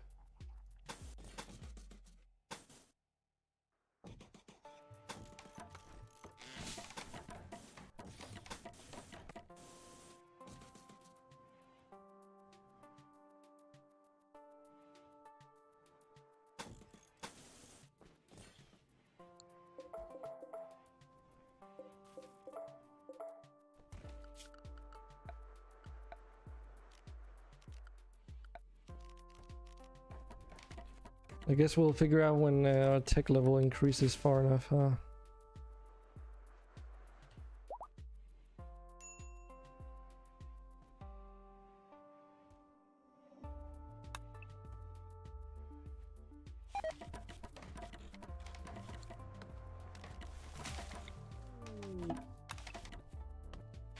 More traits.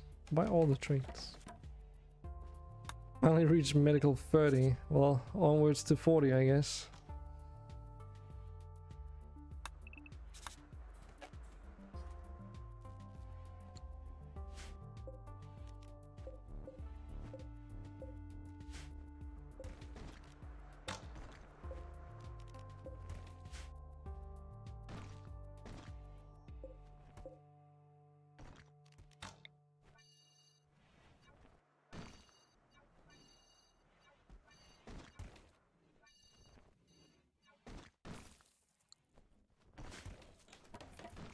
What does 65% global work speed mean? That means it gets reduced by, yeah, 35%.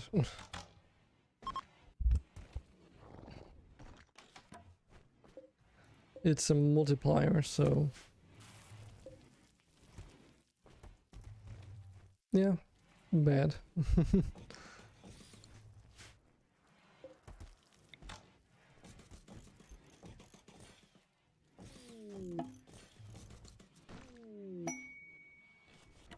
Persuasive.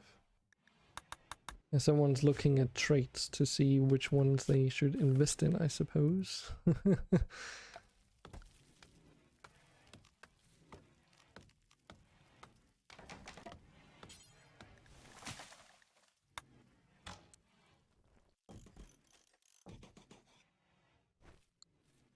So Sephiroth, did you say, were you the one who said you'd played Going Medieval or something?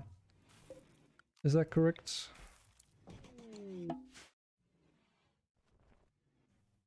Yes. Or was that to Andre's statement?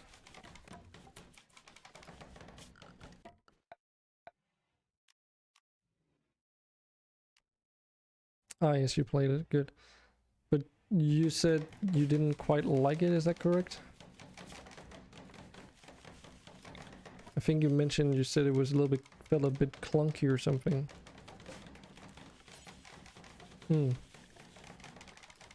Yeah, I don't know. I played it yesterday. It seems pretty good to me.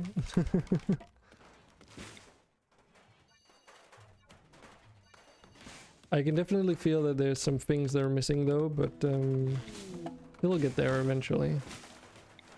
Like, for instance, not having a wild animals tab, for instance, is a bit annoying. Also, some of the sea level digging is a little bit weird because sometimes you have to build floors out so that they can actually get to the places they need to dig if you're doing something really compact. But, I mean, the game runs well. I really like the narrative elements that are built into the event system. Like, I really like that way everything gets portrayed in there. I think that's a really nice addition. It's not like, you know, like it adds gameplay or anything, but it's still feels more immersive to me. Simply didn't enjoy it, I guess.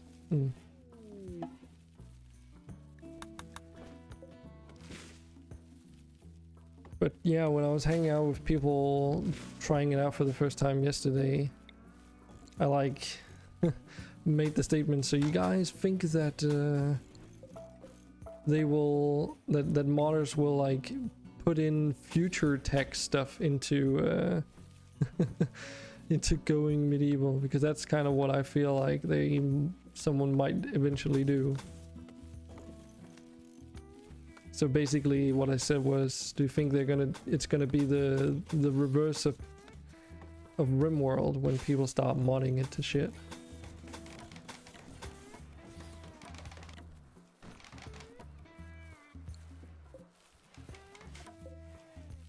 Obviously only time will tell, but still found that it was a, you know, pretty fun way to look at it.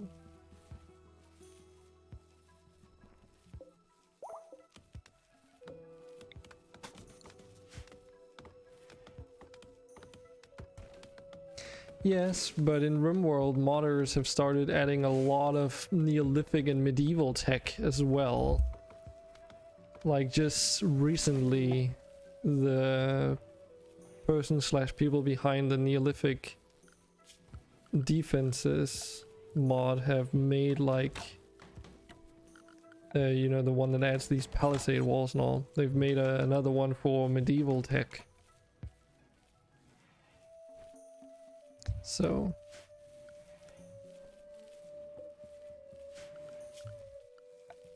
the only thing currently that indicates that would be a little bit more difficult than for Rimworld is that a lot of things seems more hard-coded for going medieval. Like for instance the what do you even call it? The designations for, you know, hunting, like all those UI elements are like fixed on screen, including there's no architect menu either, you know? Which obviously would be a little bit of a problem if you wanted to mod in new build menus and everything. But it's like really early, or relatively early still in development, so things can still change. And I wouldn't be surprised if they will.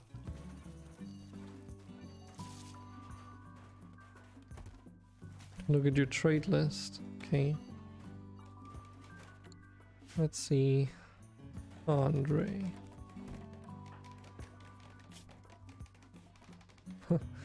Well, that's not big at all. It's not like I can't even watch all of it at one time. Oh, so is that why you bought beer? Because you bought Drunken Master?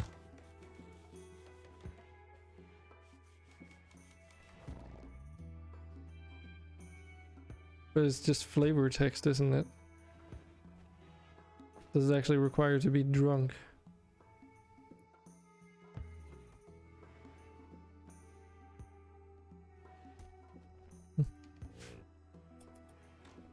No idea. Neither do I. My guess is that you don't, but guess we'll might never figure it out.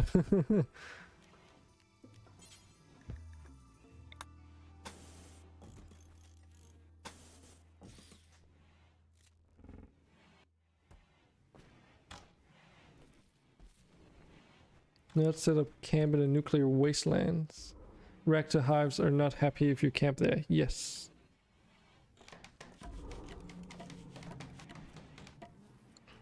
You are correct on that statement.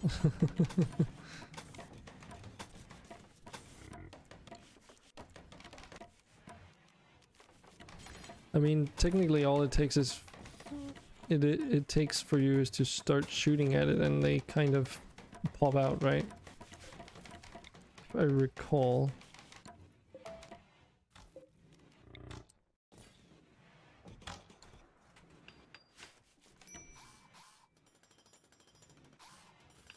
Okay, they pop out as soon as you're on the map. Yeah, I can't remember that exactly. It's been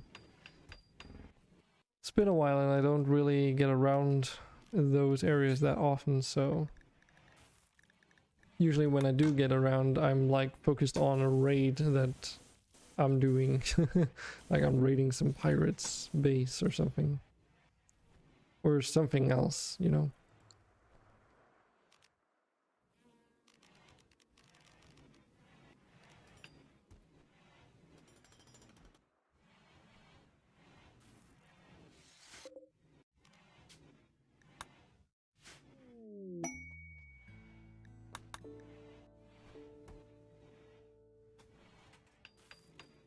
Yeah, I couldn't quite remember. It was the same thing as with the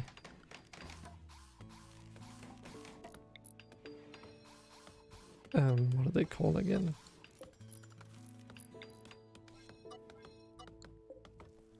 The psychic ships and stuff. Because those I'm pretty sure you have to hit before they like pop out, right?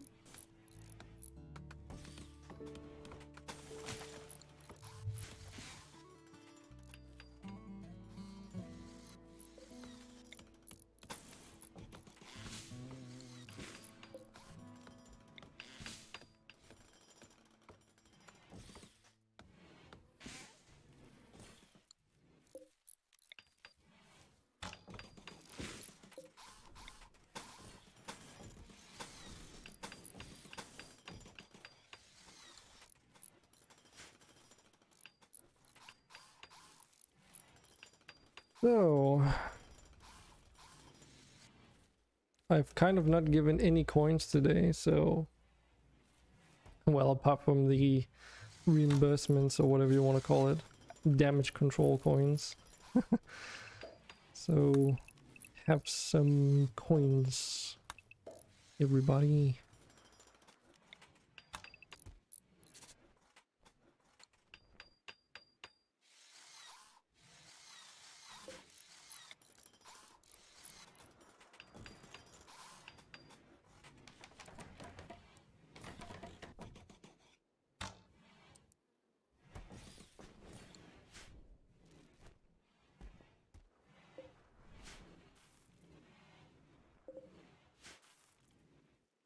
But going back to Going Medieval, there are definitely a lot of things about it that I also really, really like. I mean, I already mentioned one kind of flavor thing that I really like, but I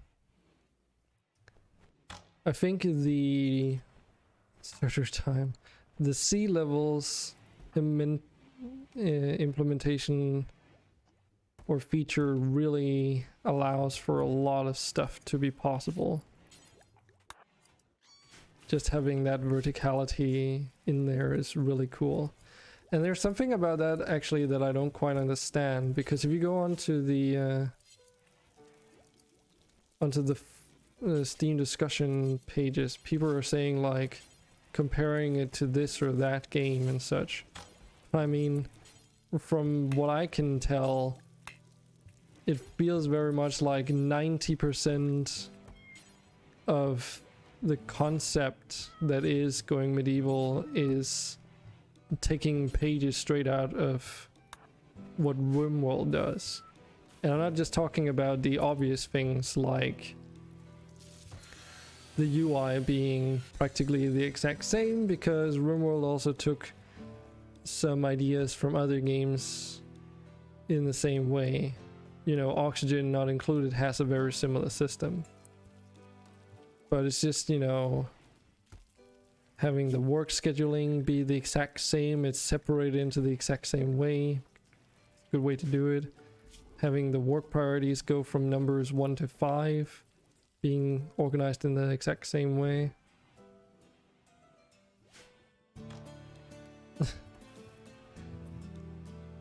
But then there's other things in there too. For instance, the cover system. So if you stand behind like a Merlon on your walls and you click on it, it'll say, just like within Rimworld in the info tab, that it provides X amount of percentage cover effectiveness, like in the exact same way. There are places where it deviates a bunch too, like for instance, for the different build materials, it's not just a retexture, it's like, for the most part, like a completely different model for like the defensive armor setups or whatever, but still. Yeah, but it's more like the way that it's presented and available in the game. It's the gameplay feel, because it's so similar to how you play Rimworld. And it could just be because I'm not familiar with other games that do it exactly the same. But it's just so many things that feel too coincidental. Because to me it feels basically like you're playing Rimworld. You just had, like, the main thing you've added is the ability to go up and down.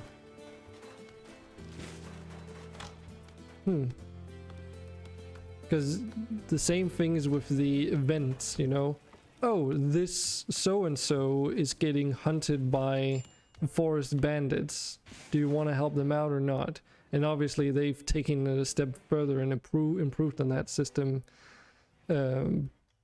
by saying, like, okay, if you don't help them out, everyone gets like a negative mood buff, debuff. But if you help them out, you still have like a good amount of time before the bandits arrive, and you know exactly how long it'll take before they arrive, because it shows you, including the fact that when they arrive, you get the option to hand over the person, like you get a second chance. I mean, all the alpha biomes are supposed to be kind of dangerous, Sephiroth, so I don't know. Probably is my answer. But yeah, I got I myself and the people in the Discord included, we were all like, this is medieval Rimworld. Like, that's the exact feeling everyone got. So, because there's just so many analogies. Only one way to find out. Oh, you mean about the superorganism thing? Yeah, good luck, man. Good luck. Good luck. Indeed.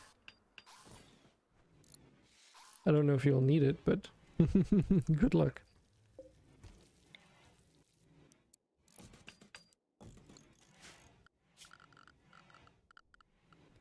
Misk, right?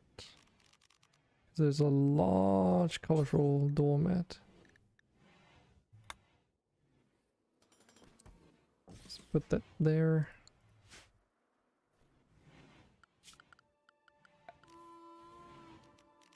I guess we can just put some bone parquet in here.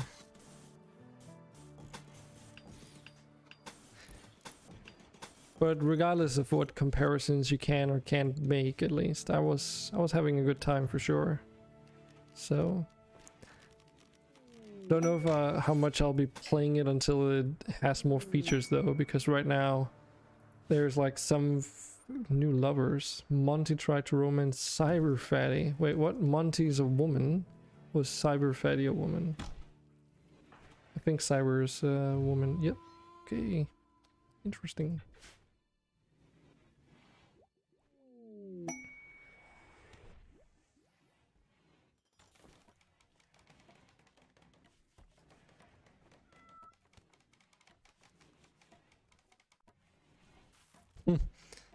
Also experienced, I guess you mean you experienced a streamer. Oh, you taught a streamer the hard way that setting wall lights to 10 points is not a good idea. It's not because you set them to 10 points, that's just the value they have. But I can't remember. Did we tweak those? No, I did not. Weren't these supposed to be like... No, because that's the default value they have. I told you love soybeans. Wait, what? The fuck, peanut? Freaking soybeans. Alright, well, put them in the freezer, I suppose. But yeah, it's like when it comes to like item prices, you know, like I've said before, if people start sabotaging it, that's when we have the problem, and that's when I'll do something to mitigate that problem. But until then, I assume that people are not going to be complete asshats about it, so.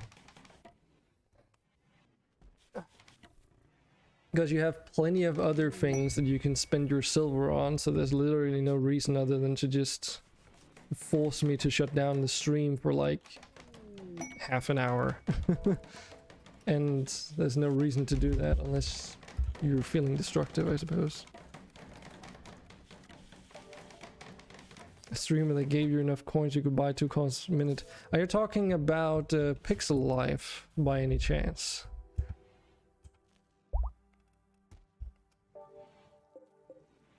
No, okay, because I know that he had a stream this last Sunday where you got 1,000 coins every 2 minutes. So, which would be able to allow you to buy an awful colonist every 2 minutes. So, what do we have in terms of research anyway? Large batteries. I thought we had that. Oh, that's a different mod, right? Yeah,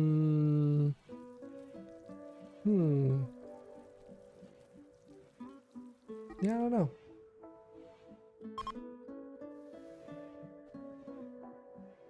I'll let you guys vote on that one.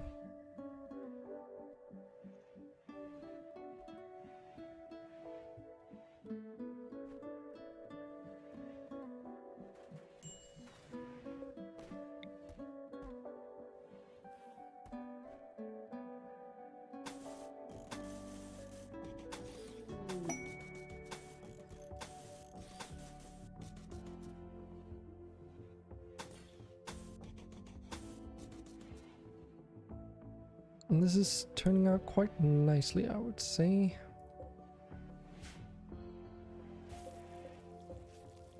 Not really much reason to build the other half here because we only have one world person in the colony at the moment, but kinda just wanted to get that done just for completeness sakes.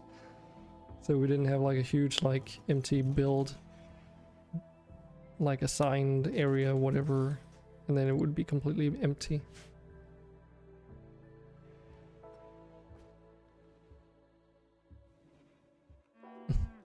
Did you just bought a bunch of fire wasps? Okay. Doesn't that mean that I now need to kill a bunch of fire wasps, basically? Also, we need to get rid of these owl cats.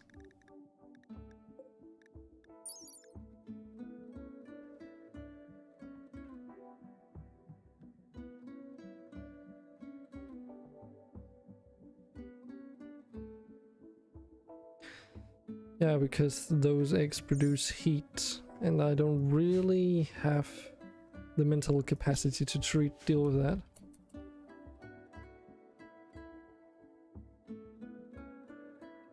Well, don't just buy things that I will be forced to kill, then.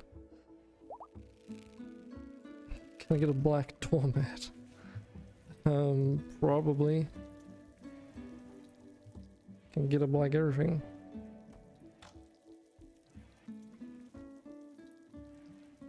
Also something fun called an arcolope. Not settling in that area is eye cancer. Okay.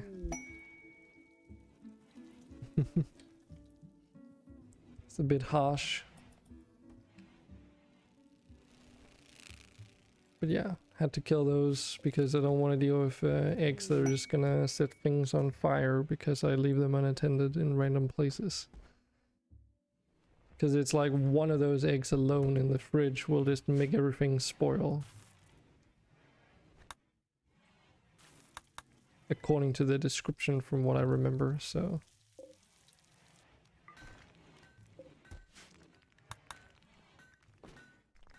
Imagine different shades of neon green. I mean, that's kind of what I expected a slime overrun biome to be like.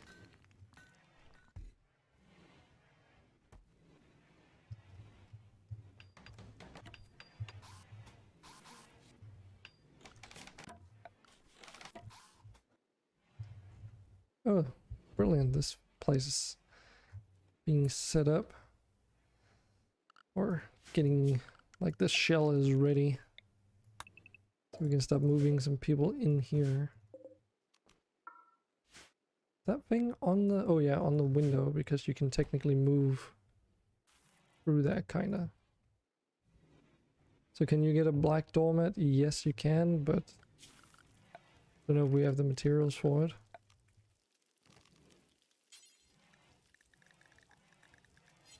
Have to be a leather doormat though. There.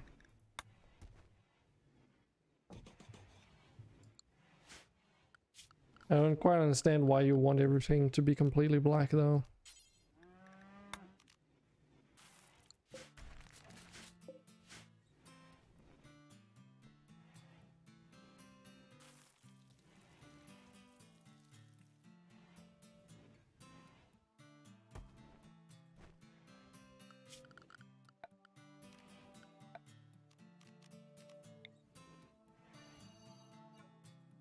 Because I like it. Yes, but that still doesn't mean that I get why though.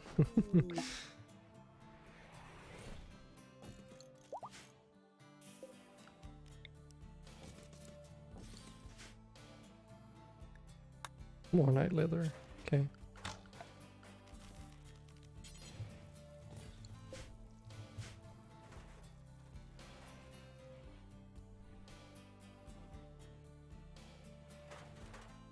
Okay. So maybe it's about time we move Sephiroth's shit over.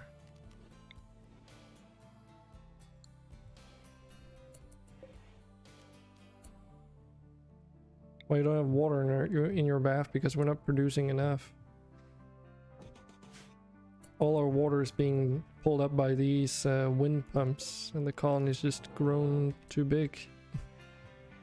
Can try and build some more, but I don't know if it's going to be significant enough of a difference. But yeah, when the weather isn't appropriate, then obviously these don't work. So though we can store water in the water towers, there's just a limit on how fast we can get it out from the ground. So also we only have 2 at the moment. Why do we only have 2 though? Probably make more than that. Probably get around building one there. Build a valve here. And just connect it through there.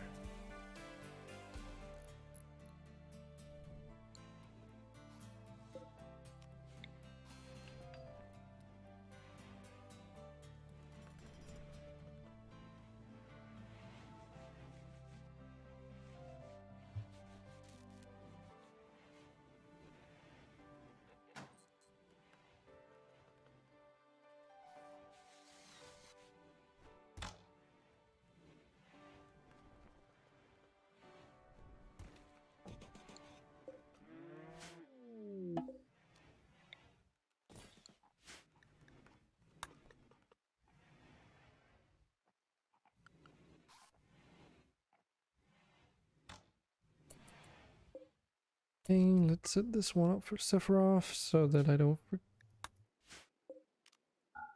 forget.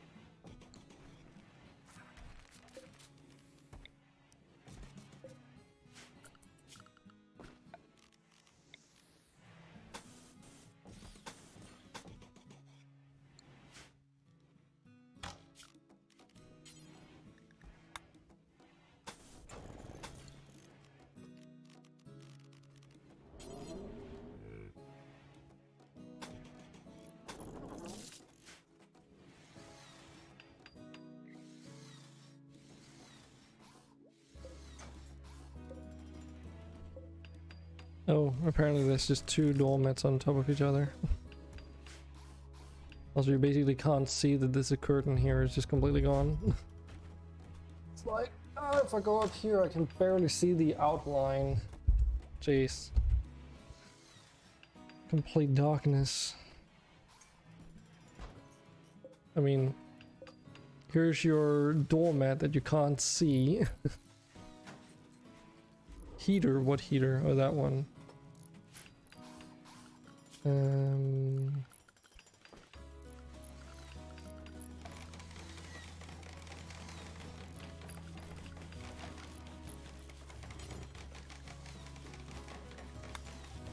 There's titanium. There's Imperador, but there's, if you buy obsidian, you could also make it out of obsidian, of course. Which might be darker if you really care that much. Burp it up, I suppose.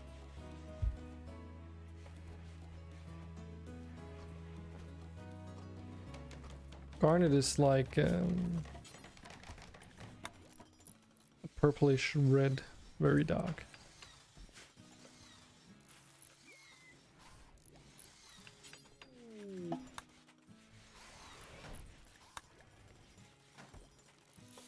Looks cool. Okay.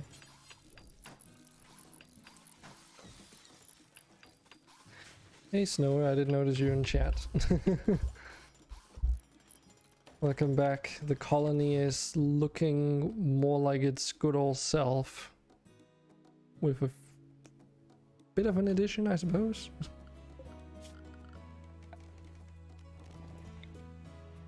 So hopefully everything should be smooth sailing from here.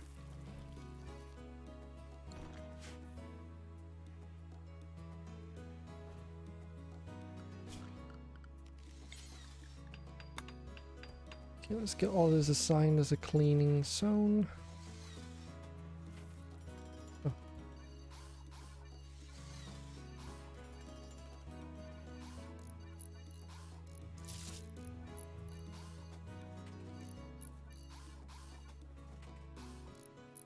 All right, Andre.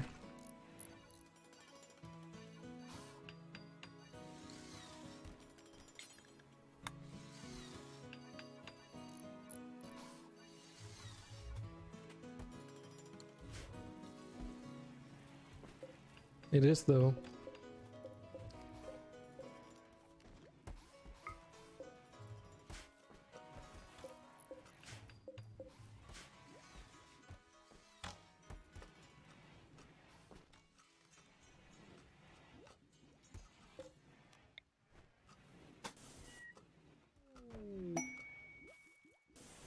Colonists will still use ones that are not your personal bathrooms if it's closer. They still do that.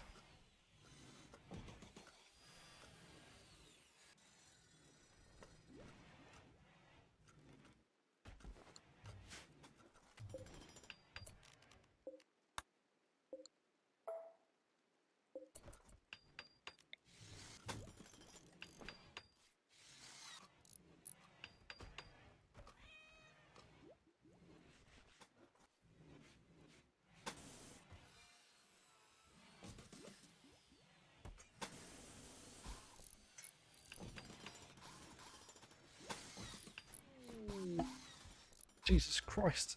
Ow. That kind of hurt.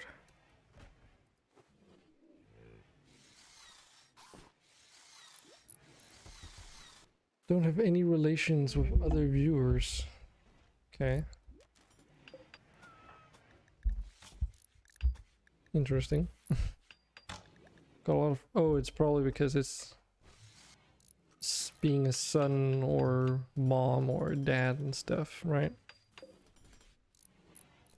That's probably what it means with relations.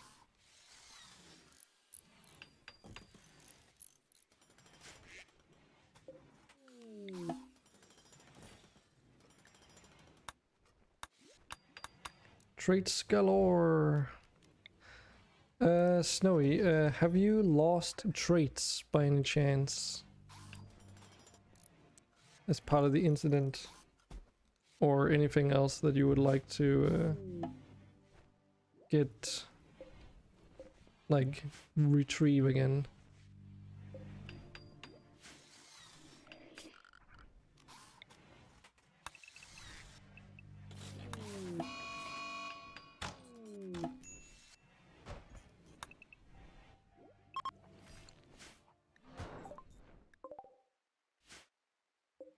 Overgrown Colossus tried to fight a Wyvern, or, well, it definitely lost.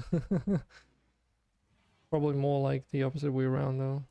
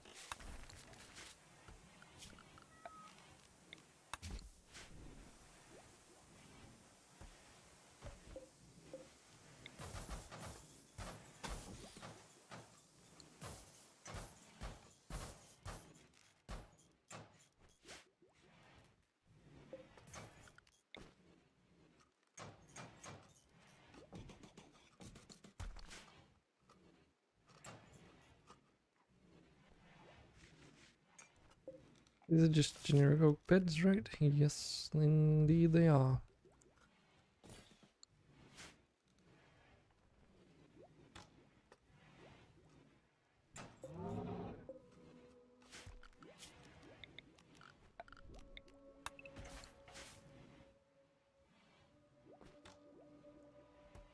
You may have been lurking a while. You're saying that because of all the traits you just bought.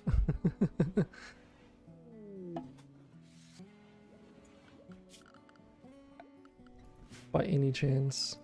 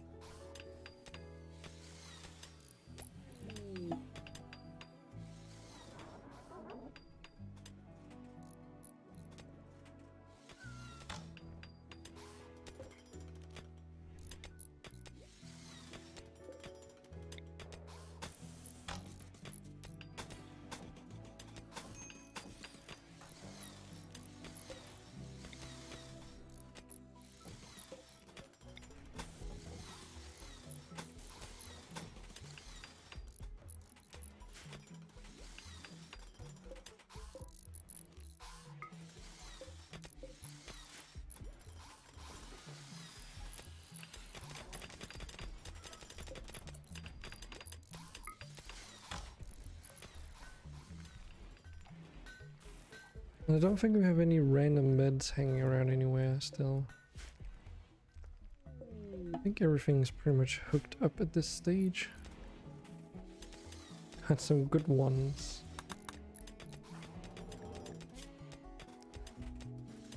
Yeah, those are pretty good.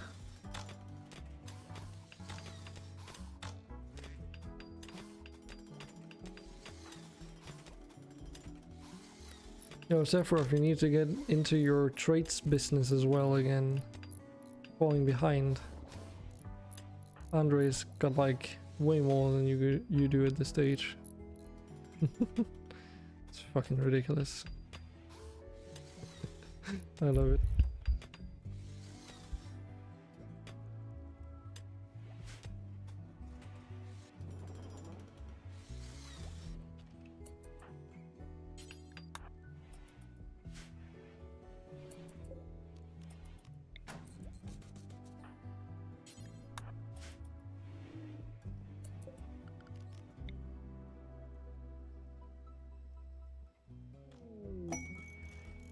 Shelter for nobles. I guess that might be a good reason to build another nobility housing for when we gotta do those quests. What's the max? What max? There is no max. Order breaker, Pasoda Motor Sword. KLK, a geoman of the Broken Dominion, wants to stay for 24 days with 9 court allies. We can't house that many, god damn it. Don't have enough excess rooms. We need to build a barracks for this kind of shit. And we need to keep the mood above 30% too. Fun, yes. Indeed. Andre's melee skill is at 34 now. It's pretty crazy. Sephiroth's got level 30 medical, so that's pretty insane too. My own pawn has like 27 shooting. I'll tap on them and they'll die.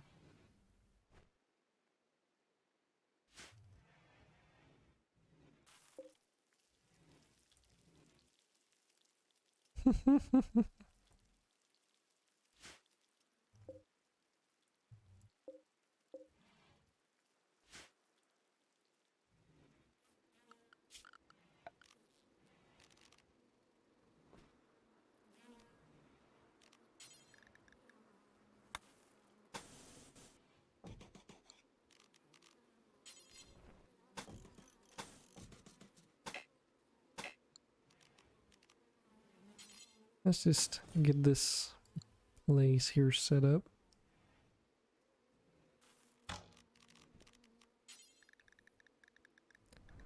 Just so that there is actually a floor and stuff.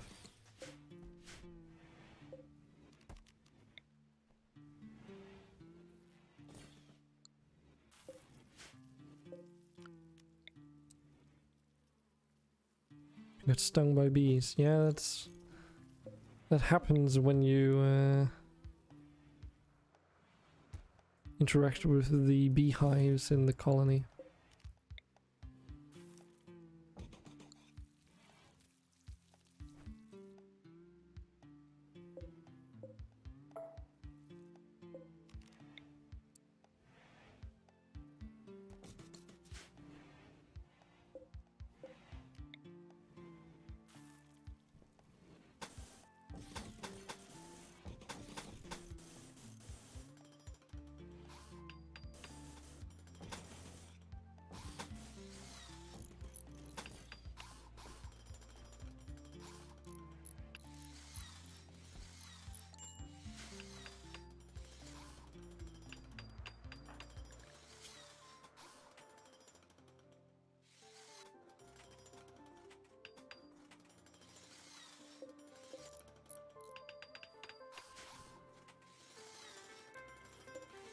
I mean, they do provide us with honey so that we can make mead, of which we have almost 2,000 now. Jeez.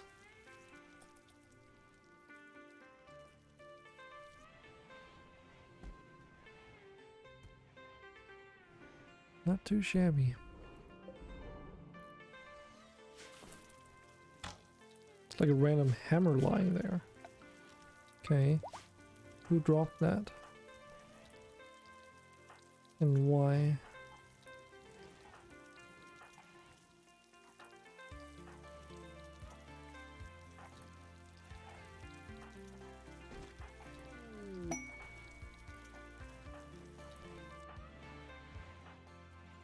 Probably because of a fist fight, but you never know.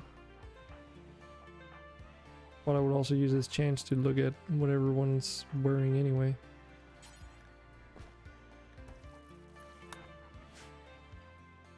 I want to fight something now. Okay, well. Ripper Hound. We already have one of those. Don't we? Or was that a different? That was a different type. So we have a Ripper Hound. It was something else we had.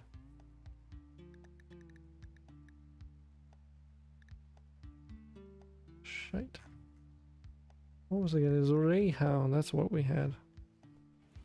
Ripper Hounds are a bit similar sounding, but yeah, it's not quite the same. They can be used to haul stuff, but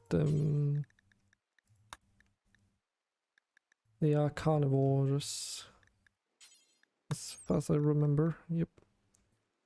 Were created as a purely biological defense against insectoids, a genetically engineered species bred for hunting and defeating them.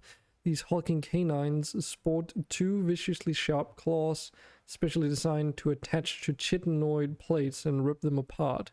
Despite their fearsome appearance, Ripper Hounds can be extremely affectionate and loyal, and they love to be pet by those they trust. So it's like an attack animal. Oh, welcome back, Pokegamer. A wild Pokegamer appears. Skip Hound. God fucking damn it. This looks like some electric beast. You have been lurking for a while, alright. It's fair enough. So, what does it see? Wait, that's a Thunder Beast. This is a Skip Hound.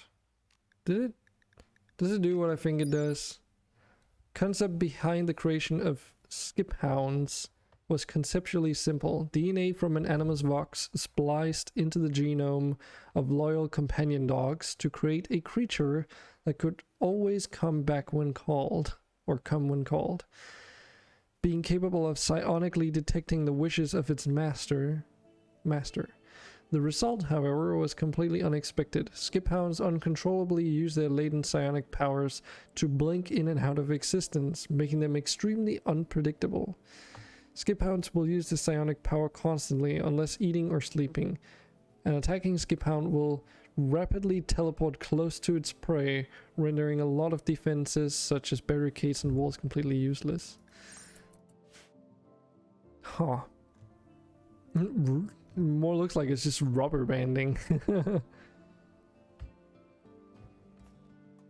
how are you doing today, Pokegamer? Jeez, these are freaking random. Hope you're having a great time. I think there's a cave in there. I don't know what makes me say that, but I think so.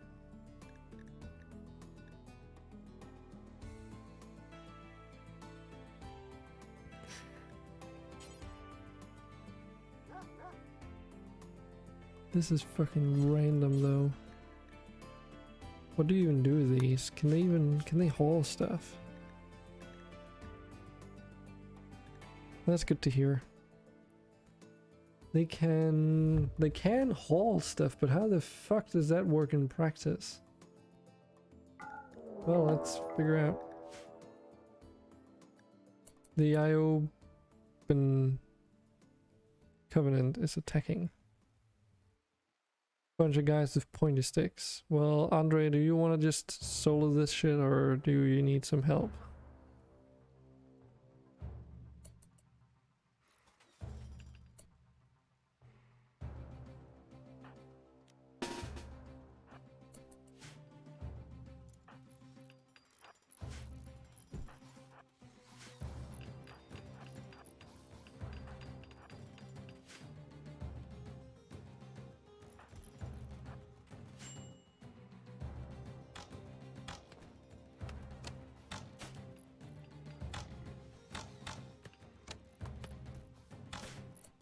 Is that the energy shield from Onyako Brumbo that I'm seeing here? Does that mean if you mount Franos, you get an energy shield? Or is it just the creature itself? Probably just the creature itself.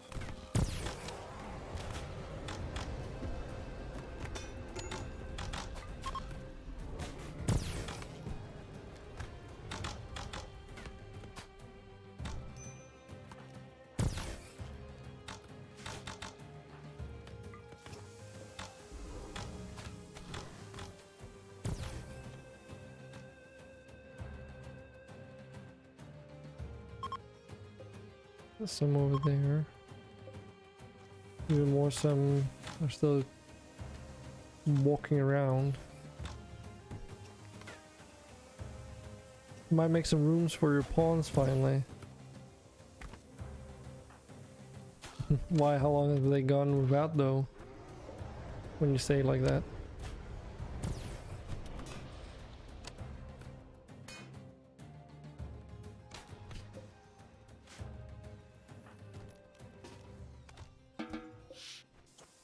At least 3 weeks.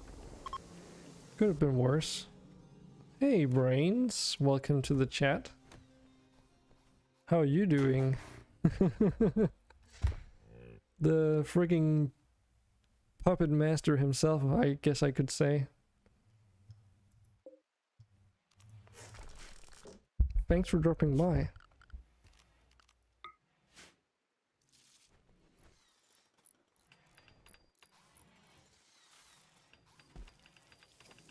You're doing good. Take you off the front row you don't like. I mean, if you undraft, can't you do it yourself? You just dismount, right? There we go.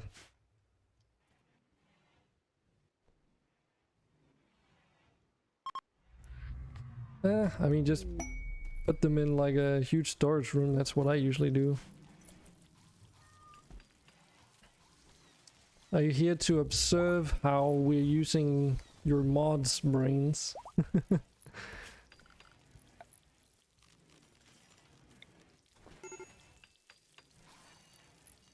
This is a 3x7 if I remember correctly. 3x7? So we could technically make like a parking lot here for these.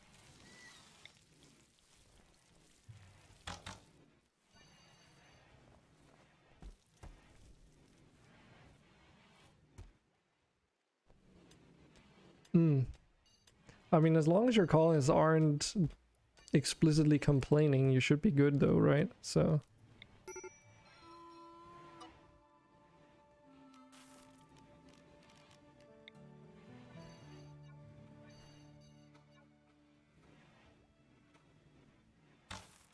yeah, your plan. Make mods, watch people play them, improve, repeat. That sounds like a pretty standard programmer way of thinking. And I guess you have the luxury to go and see it in action and interact with the people in question too. So in case some of you guys in chat don't know who Brains is, he's a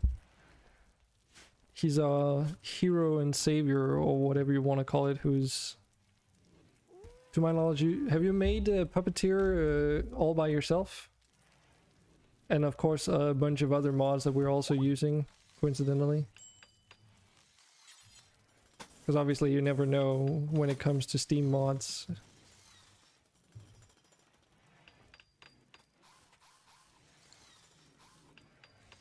Well, PokeGamer, you should be pretty good for quite a while then. Especially depending on your mod setup, you can get away with a lot usually. Yeah, and Harmony, yeah. Yeah, I saw that you were like the offer on Harmony, which is like pretty crazy. Still need to figure out how to make use of it myself, actually. Yeah, so this guy is basically like, he's pretty important to the modding community, I guess you could say. A lot of things just wouldn't be working as they are without him. Okay. Oh.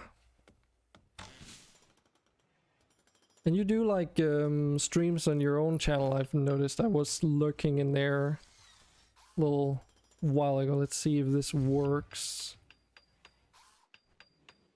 I've only recently gotten my shoutouts to work. There we go. So if you're interested in also getting, because you're modding on stream, right? Like I saw you in, I think it was a Visual Studio working on something. So go and check him out if you're into that kind of stuff. or just curious to see what goes into it. Okay, from time to time. Yeah, I guess a guy like you also needs to take a break once in a while.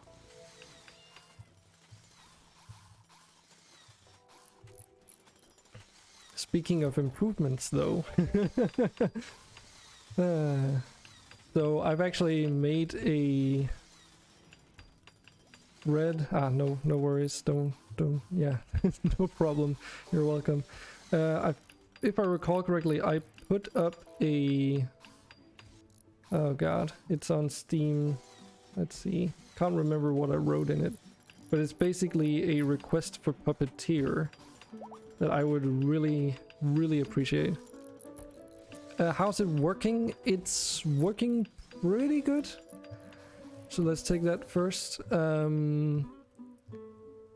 We have quite a lot of people that are using the web client or whatever you call it simultaneously. Why are you getting hunted? God damn it, Snorkelfolk.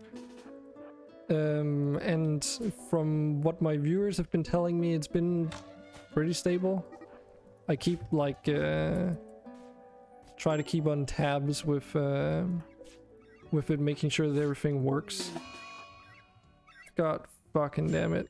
Someone wants to buy Snorkelfolk a revive, because I couldn't do that fast enough. What happened here? Hold on.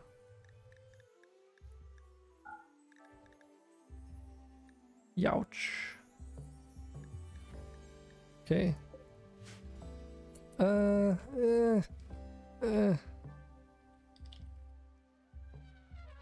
don't think this Snorkelfolk will be happy if I don't buy a revive for them. But yeah, there's a few things that don't integrate too well with Puppeteer, but it's usually stuff like simple sidearms, for instance, doesn't quite work with it.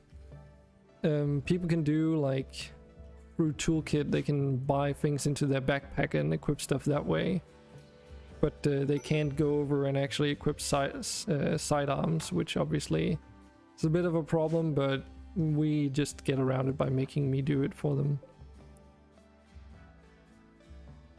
You can kill them alone. Calm down, Andre. I don't even think they're attacking anymore. They were just hunting him for food. But unless Trueham or someone else has anything to say, you can feel free to go and hunt them down. What else? There's also something where, like, you know, if a player needs to move their colonist all across the map, those situations I usually tend to move people around. Like Andre's pawn is a melee only build, but we've kind of gotten around that by adding the search and destroy mod. It helps out immensely, because then you can just toggle that. The main thing that we had at one point though was that if we take Andre here as an example again, he has all these Arco Tech replacements that he's bought with Toolkit, and we were using the Puppeteer revival system in the beginning, but where is it again? There, your resurrection portal. But we decided to remove it because every time Andre would die, because it happened, did it only happen? I think it happened once. He died and got revived through the portal. But when he did, he lost all of his Arcotech implants and what else? Yeah, actually just all his Arcotech implants. It also removed his drug dependencies. And because of that, we decided to not use the resurrection portal and just rely on the toolkit's ability to revive pawns instead, and then use the resurrection sickness as a, what you want to call it, like there's a word for it. not caveat, but as like the downside, if you will.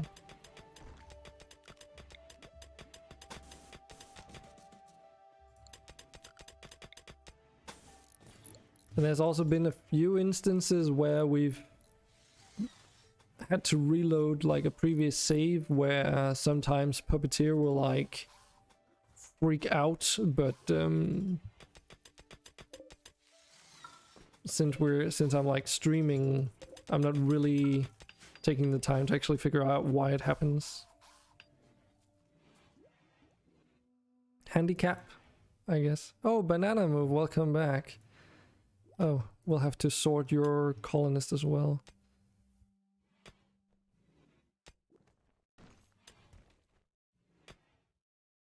I mean, Archotech limbs should be standard, but like he loses all his Archotech stuff, like his arms, his legs, all of those get reverted back to standard vanilla arms and legs, I suppose. Which, when it happened, that was when we'd first encountered the medieval faction, and he got killed because he tried to 1v free a bunch of knights.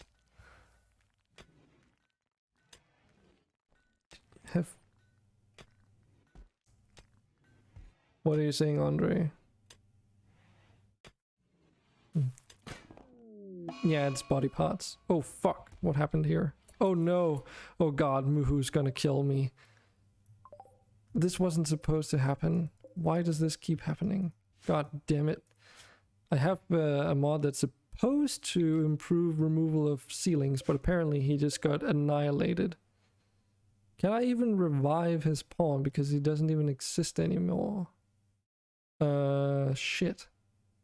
Well, Muhu's gonna kill me. Hold on. What the mod is we're talking about called exactly?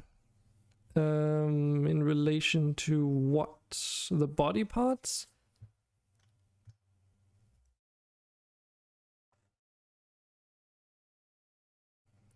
Sephiroth is correct though. Some of them are modded, some of the body parts, but it doesn't seem to matter from what we experienced though. The one failing the resurrection.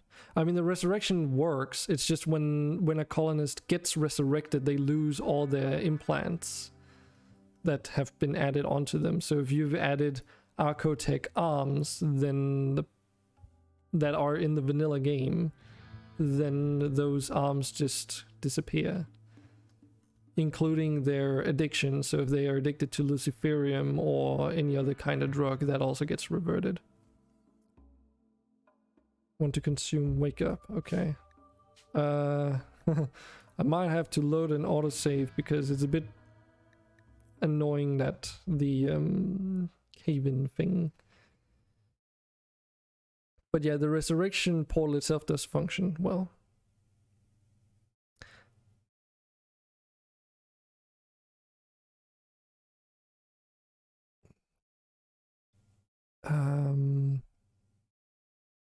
But it's not a mod though.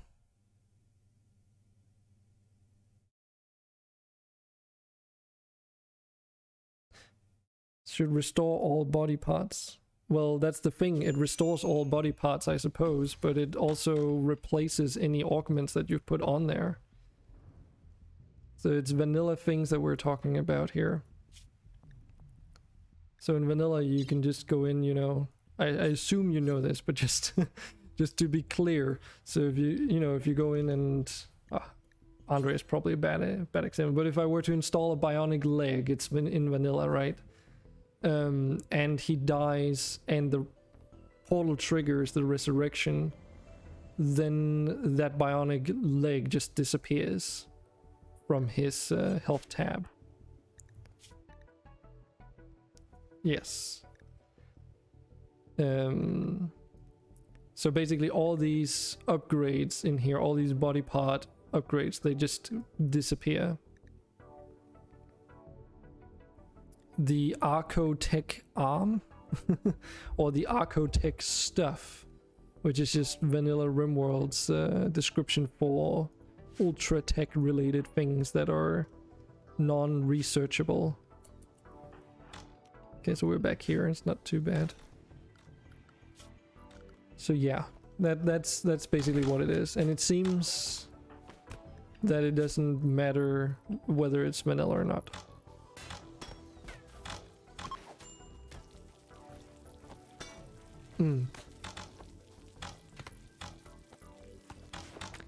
So yeah, if you're just restoring the body part, I assume that could be why. Because if you're restoring the body parts, then it reverts them back to a regular arm, leg, eyeball, etc., I suppose. But you obviously know that way better than I do.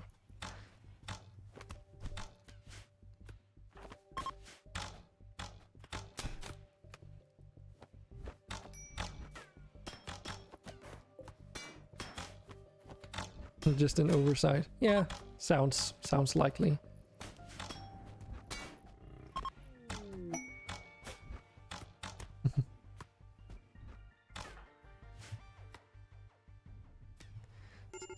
On a separate note though, so going back to the thing I actually wanted to also cover, because I didn't make a post on Puppeteer on the workshop, but I don't know if you've had the time to see it, of course. But let's see here. Let's see. So yeah, I wrote a little thing in the discussion for like a feature request, if you will. And I'm just curious to hear what your thoughts on it are. Since you're here, I might as well ask you. Because one thing that, as a streamer, and I've talked with people in chat here as well, and other streamers about this too. Something that's a bit of concern, I suppose, is that over time, when you get viewers in here and everyone starts buying their pawns,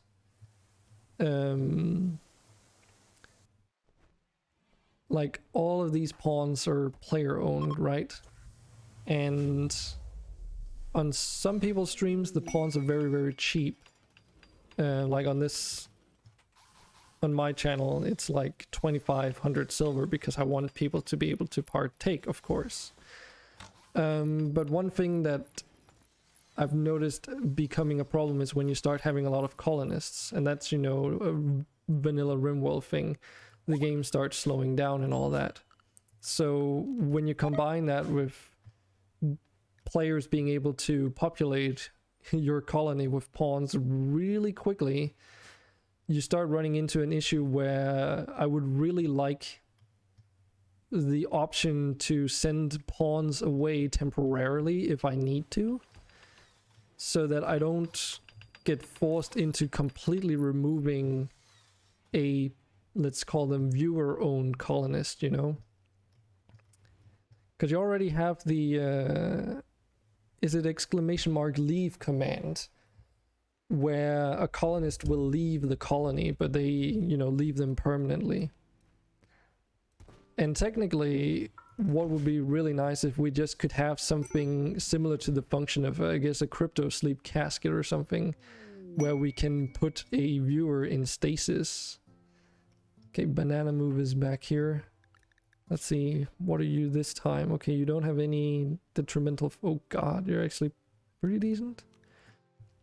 Sorry about that. We had a little accident a couple of days that we're recovering from, but how do you join? If you do a lookup race, those are all the different races. And then... can't you just expel them? You mean banish them, right? Yes, I could just banish them, but that removes them permanently, right? And that's not... I mean, it solves the issue, but then if the viewer returns, then their progress is gone, and that doesn't really work too well. Yes, banana, I can do that. Give me a moment.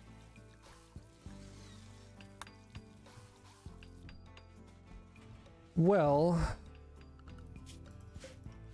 what would be kind of nice, and I don't know if Rimworld allows for this, but when you do !leave, it could be really cool if players could just go back and do an !join when they return, so that you can actually store colonists off grid somehow. Because, you know, you don't get access to crypto sleep caskets until you're in the end game.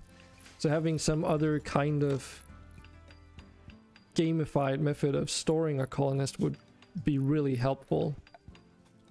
So that, for instance, if I'm noticing Forgotten here, he hasn't been on since he bought his colonist, well, then if we start getting really populated, I could then have the option to send him away temporarily, but if the viewer returns, then he still exists somewhere to rejoin, and then we can switch people in and out. And I talked with other people about it, and yes, from a story point of view in terms of the game, it doesn't really make sense, but from a streamer's point of view, it makes complete sense. And that's both something other viewers have said, other streamers have said, and viewers as well. So I hope that explains it a little bit. Yeah, so if you want to buy an Arasan, it's ! Is it buy pawn space the race name or something? Can't remember.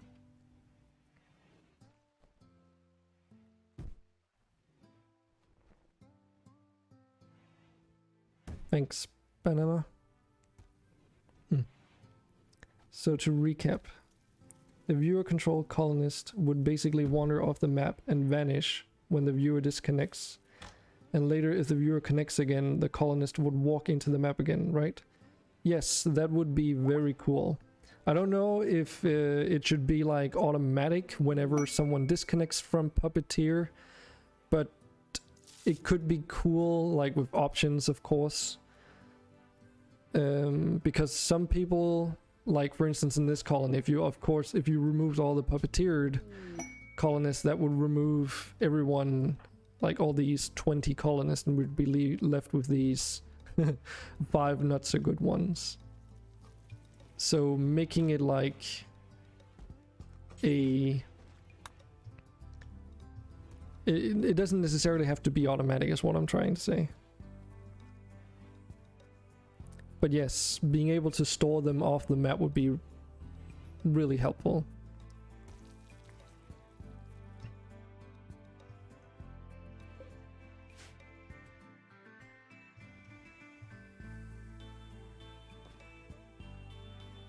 So let's take a look at PokeGamer here. Oh god, okay. I have a feeling the Arasans, they start with more traits than normal.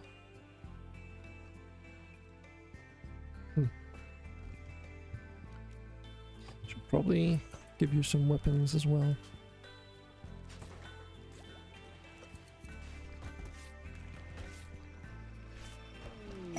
Yeah, exactly. That's a good point too, because obviously if someone reconnects to Puppeteer for whatever reason or loses temporary connection, it would also just be really disruptive if they just randomly leave and join like that.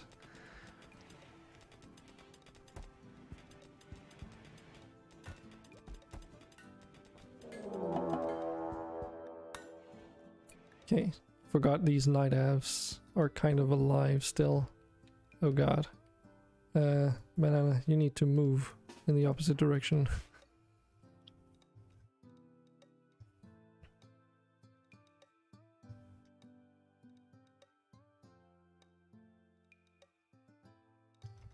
But it could also just be like you already have your resurrection portal too, so alternatively, if it's not supposed to be like a command-based thing, if you could make it like an interaction-based thing with a world object, that would also be pretty good, because then if like it would be nice as the player to have control over who leaves and who doesn't as well, so it's not completely automatic.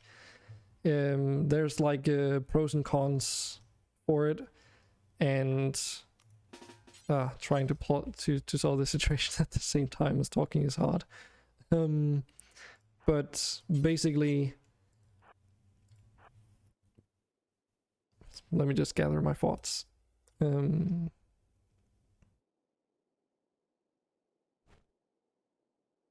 Yeah, so you could either have it happen automatically or by player choice, exactly. Because some players would probably also like the option to say have a colony running where people that want to join, they do an active, like they join in, and then when they're not actively puppeteering, they automatically leave. Because that would also allow you to have a colony with a bunch of standard non-puppeteered pawns simultaneously without it getting overcrowded. Can't remember if I wrote that down as well, but like an extension to this could also just be gating how many puppeteered pawns can actually join in on the map at any given point in time, but that's probably a bit that's not really as crucial. And I can also imagine it sound like, just thinking about that, it opens up some new problems. So because then what would happen when someone buys a new colonist, for instance? So that's a completely different topic.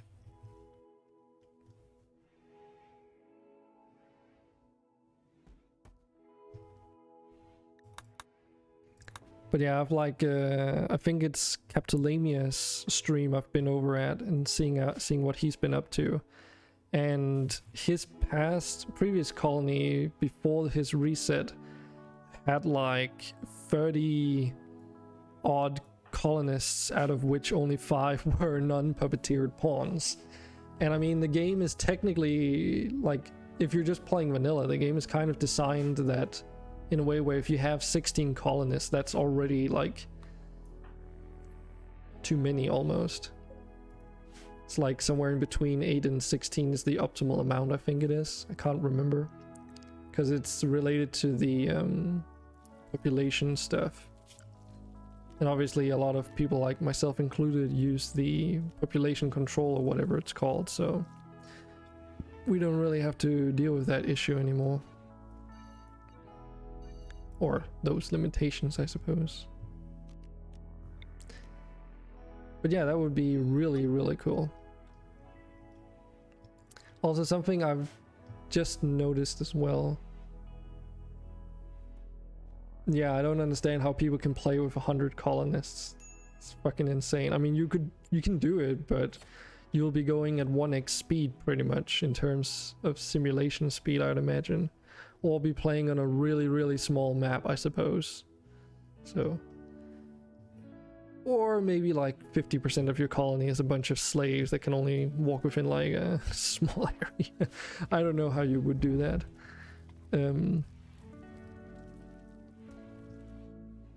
It's like I've seen, I think Capitolamia got raided at some point in it, like an RTS. Yeah, I suppose that makes sense.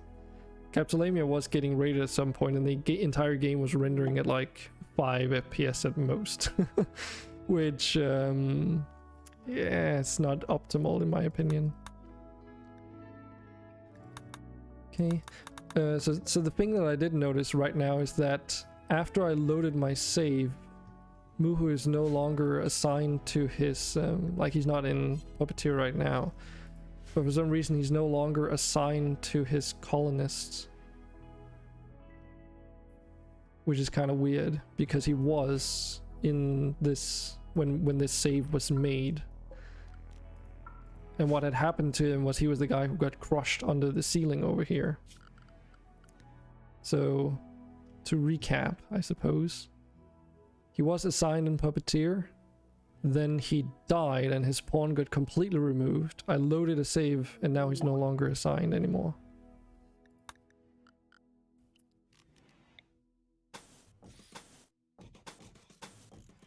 And that does sound like a bit of a bug. Simon is not bound to the game. Okay. Interesting. So what does that mean exactly?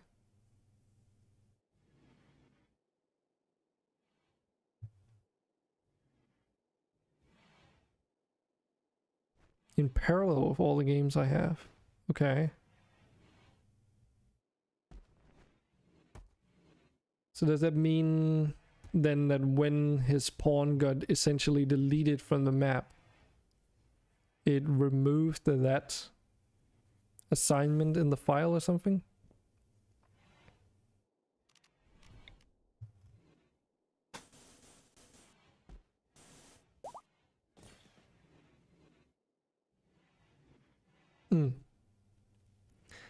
Yes, that's what I assumed is what you meant. But is that because you get unassigned if your pawn gets completely annihilated? Because he wasn't just killed from the cave-in, like his... Like there was no carcass either. There was no Muhu left to revive, so to speak, which is why I had to reload the save. Which reminds me. Ah, okay, that makes sense. Yeah, that's a bit of a tricky one to... There's not really much you can do there then. It's not the end of the world. After all, chat engagement is also a nice thing to have. So... Also, it's been an hour. So everyone can get 1,000 coins. Andre, you're not being my reminder today. What are you doing?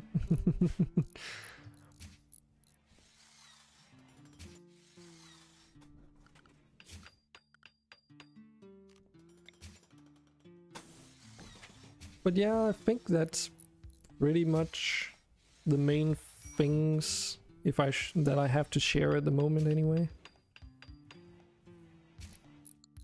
Can't recall if there's anything else.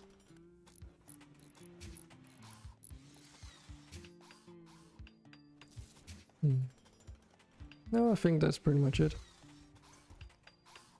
Otherwise, chat, you're welcome to help me remember if there's something I've talked about in the past that I haven't covered. Because I know a lot of you are kind of regulars here at this point.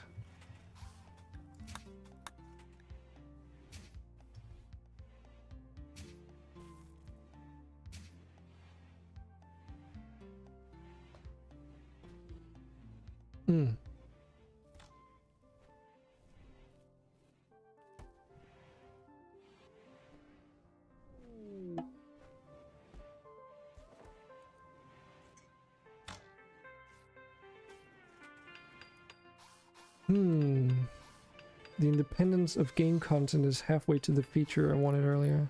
To store a colonist of the viewer and have it added to the game when the viewer connects.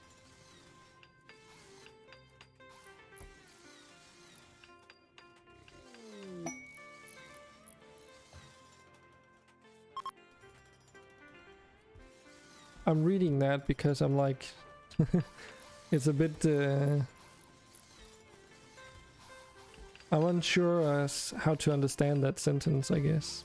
I'm not entirely sure what you mean the independence of game with the independence of game content.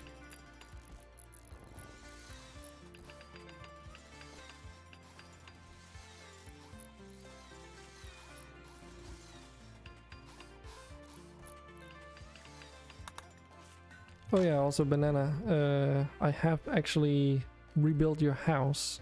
So it exists in its original form, in its almost original, actually possibly very much original location.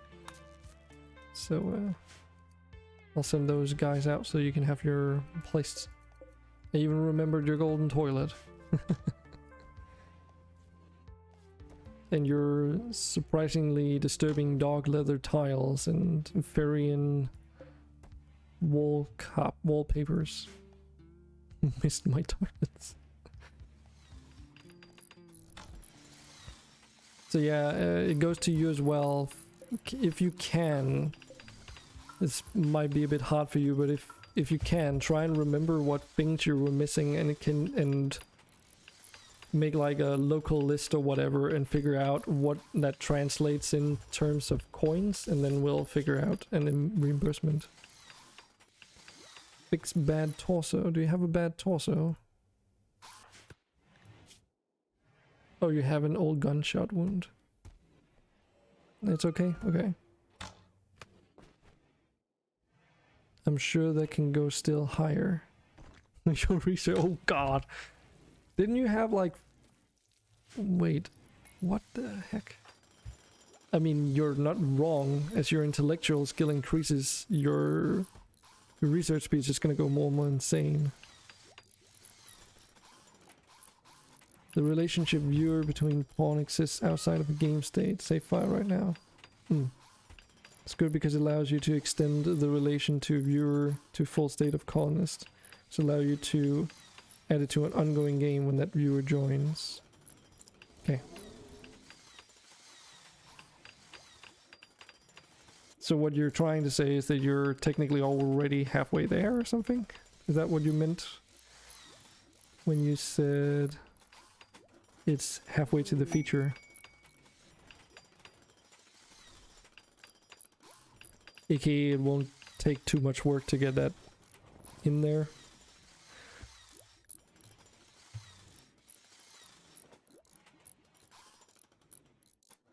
You got it. Hey. Yeah, I can't remember if you had anything else in your room, but it's citronal. Citronal. Wow. That's a freaking citrus fruit, isn't it? Citrin. Citrin? I don't know how to pronounce it.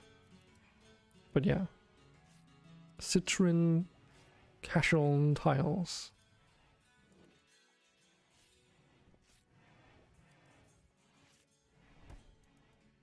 So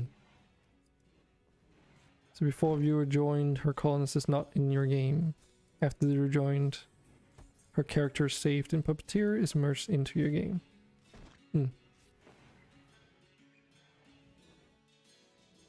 Wonder how that... How does that work with mods, though? If it's being saved outside like that. Because obviously there's stuff like your traits and such. Well, those can also be modded, I suppose.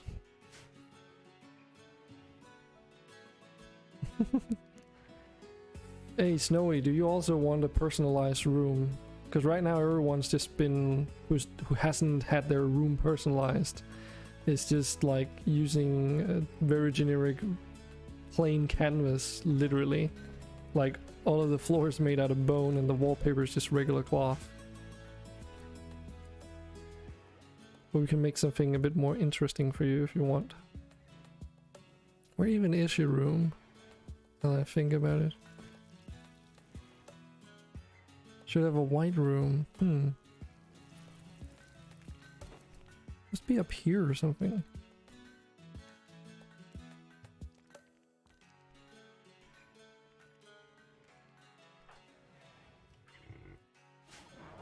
Where the heck is Snowy's room?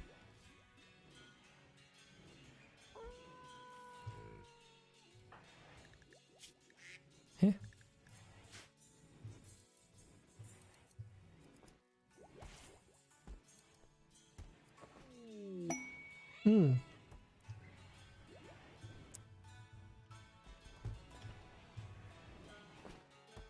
Just like a save file, yeah. Cause takes up an XML node in that save file. This node's content could exist in its own Puppeteer XML file. But what I was curious about is like, you know, streamers and actually just anyone playing Rimworld tend to like add mods to ongoing saves. Well, I guess it's mostly a problem if you start removing stuff. Which I assume then... because then it could be that you have a remotely stored colonist that has a, let's say like a body part or whatever replaced with something from a mod. But then for some reason that mod was removed in between them being in the colony and not. And then they rejoin, but then in the file it says that they should spawn in with this thing that doesn't exist. You're right, you can load a save file and throw some errors but still sort of works. It depends on what things we're talking about. I mean, usually like if you have like an entire structure that no longer exists, or assets that it's trying to load that no longer exists. It can just remove a lot of stuff from the game to the point where like colonists aren't loading in visually amongst other elements, which is why they always say like you should remove, you know, if I wanted to remove the Vikings mod, or actually a better example, we removed the vanilla expanded beards mod recently, and as a safety precaution I removed the barbers table because it's added in with that mod, because you never know how these things get sorted out. Can load plus merge then fine, else the colonists cannot join back. Yeah, I mean that is the simplest solution. I suppose. There is the mod called simple generic item that tries to mitigate this loading issue too by replacing anything that fails to load properly. It gets replaced with like a generic material item that then, if an item consists of that material in the world, it just disappears after a couple seconds of loading the game. Because that way the problematic item gets replaced dynamically when you need it, or if you need it, and then automatically gets cleaned up. It does, I've tried it though, and it doesn't quite work that well always, because sometimes I manage to get like perfectly generic items that would stay forever, but you know, what can you do?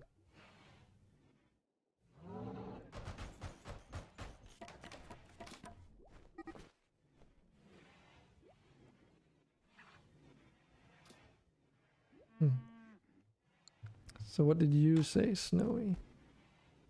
Your room is nice enough. If I come up with something, then I can change it. Smaller red rooms. Smaller red rooms. Oh, you're staying in the freaking cave down here. I see. I see. We need to get you moved up here then.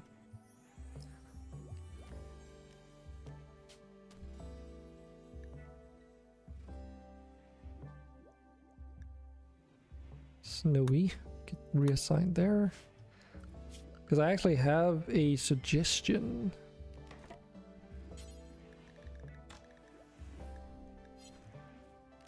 For what we could do with your room.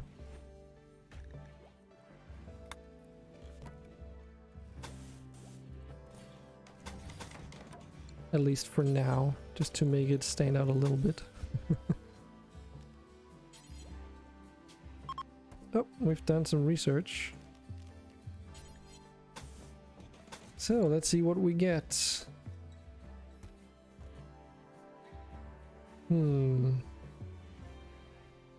It's a lot of industrial tech stuff, I feel.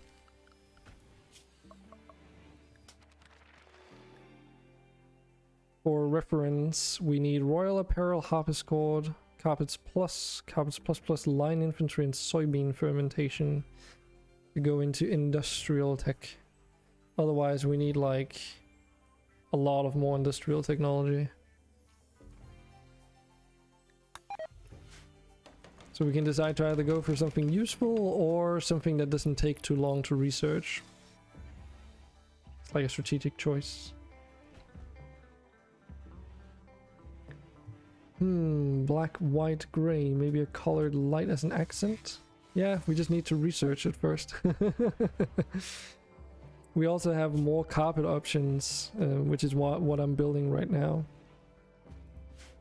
And for reference, this is the other flowery carpet thing, or whatever you want to call it. There are two more, but they are not as good quality-wise. But not really like it matters at the end of the day. I think we have more than enough opportunities for gaining positive mood buffs at this stage. Jeez. And Sephiroth's also just being like a good chap and sharing his positivity with his psychic what was it called again? Psychic harmonizer here.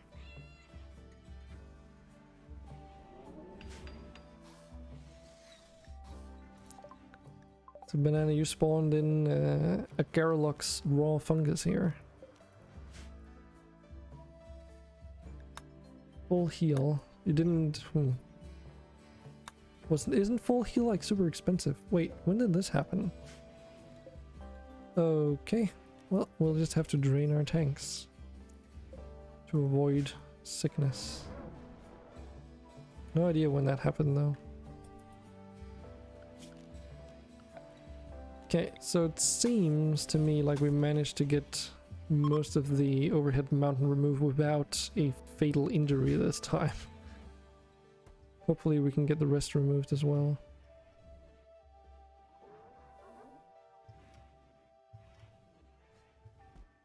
And the palace is looking mighty fine. We just need to put some floor in here, but what to choose?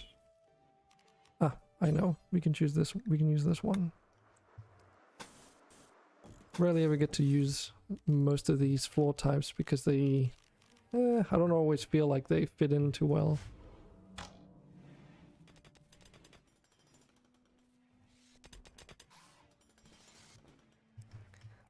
Also, what was his name? Crap. We had someone who lived up in the room here before, and he had, or they had like a weapon that they bought, a plasma rifle or something, I think it was. Probably for the better that it's not there anymore, because that at least avoids people from trying to continuously use it, even though I tell them that they shouldn't.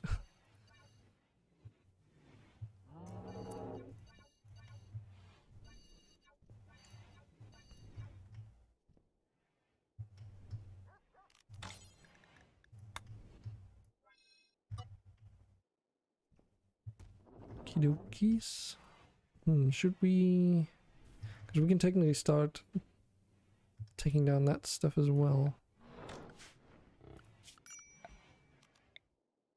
Okay, that's just regular roofing.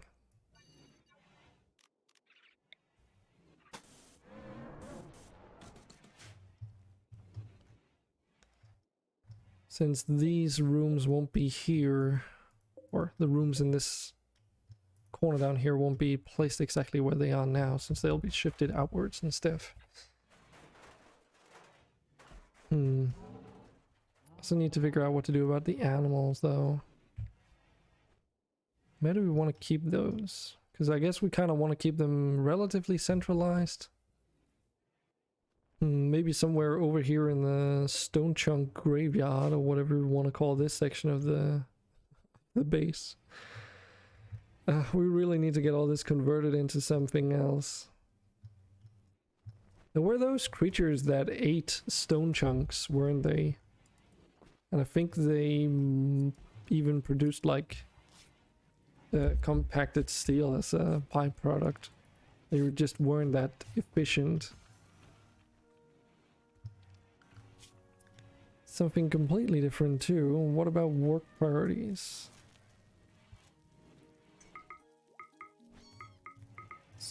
Let's take a look at this. And okay, Gamer, you have your thing set up, it seems. That's good, then I don't have to worry about it.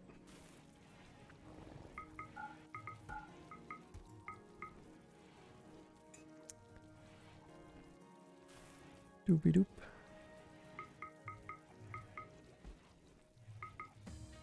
Well, Banana, you kind of just have a bunch of burning passions that we can make use of, so it's probably best if we do that.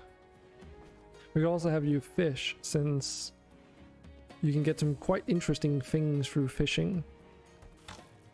Since it's like the loot, like with the loot boxes, you can pull up all kinds of wacky items. For better or for worse. But I had to remove the Dice of Fortunes mod though, because as cool as it was theoretically to be able to generate vanilla events expanded events and stuff that Toolkit normally doesn't enable us to yet. It was just too problematic with the way the mod was structured. Like the fucking what were they calling in the black dice, the doomsday dice or whatever. Those were absolutely terrifying, because that's how we ended in an ice age after all. And based on the fact that Banana only rolled, wasn't it you, Banana, that bought them, or was it someone else? At any rate, someone rolled them only once, and then it put us in a like year-long plus ice age. That got me thinking that maybe it wasn't the best idea. Either that, or I would have to have removed the black dice, but then you could get them other ways. So, it was you, yeah. I mean, in theory, it was a cool idea because it doesn't, like, when you generate events through items, it doesn't care what the naming convention is after all. It wasn't the treasure box. Yeah, that was the main reason why I also removed them, because I knew that we could get them through trades, but then when I noticed that they would also pop out from the loot boxes, it's like a loot box in a loot box. That's when it got really scary. Speaking of loot boxes though, I really wish that that mod was configurable, because last time you generated like how many of the Psycast trainer thingies? What were they called again? I know you bought ones recently, Sephiroth. But yeah. Those things, man. Those things. So, Banana, you are currently wielding a dragon horn as a weapon. Many like 10. Styling Canoe Reformer, thank you. Those, yeah. I mean, you opened a large golden chest and there you had like 6 neuroformers. Like, what? That doesn't seem quite right. But oh well. Yeah, bro, meteorite. And Pokegamer, you have absolutely no weapons. Let's get you equipped with a crossbow as well. And we're getting attacked by a terrifying hive.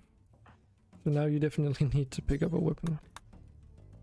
Or the terrifying hive faction. That's 5 enemies there. Not too bad. Oof, aren't those like super tanky? What does the description say for the Megapede again?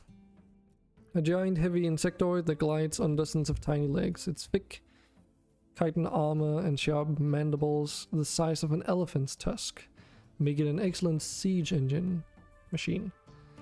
Due to being extremely slow, they're somewhat vulnerable to hit and run tactics. Yo, Andre, do you think you can... I don't know. Actually, what are the stats like on these? Only 25% penetration. But then again, if you were to try and melee those, it might be a problem.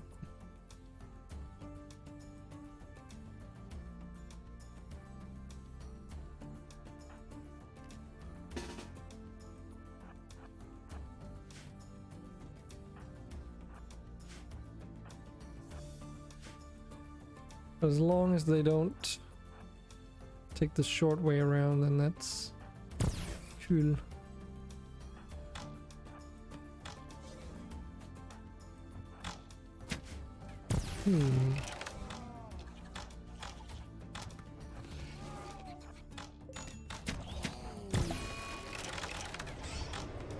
Okay, our Panther just got wrecked.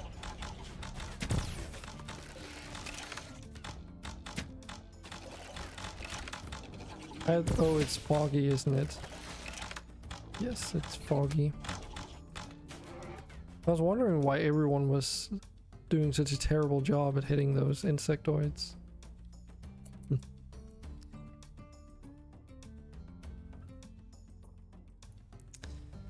So something I did just consider though, Brains, by the way, regarding the whole getting a returning colonists out to Puppeteer, is it only works when you have assigned a colonist though, right? Because obviously if the colonist isn't assigned to someone, then you can't, like, it doesn't know who it belongs to anymore, right? Isn't that how it works? I assume.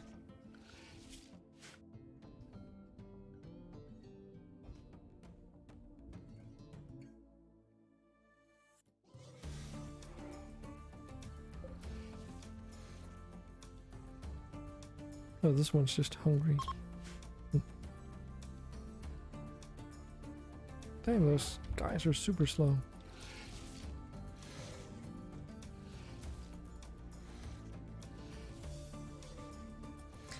If you're still here, Brains, of course. I don't know. Or if you're at least listening, I suppose.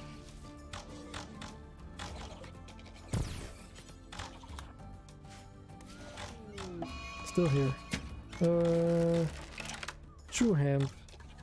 I wasn't referring to you, but okay, it's good to see that you're still here as well. If I need anything, yes, $1 million would be nice, thank you. If you could please just send that over to my PayPal by the end of today, that would be great.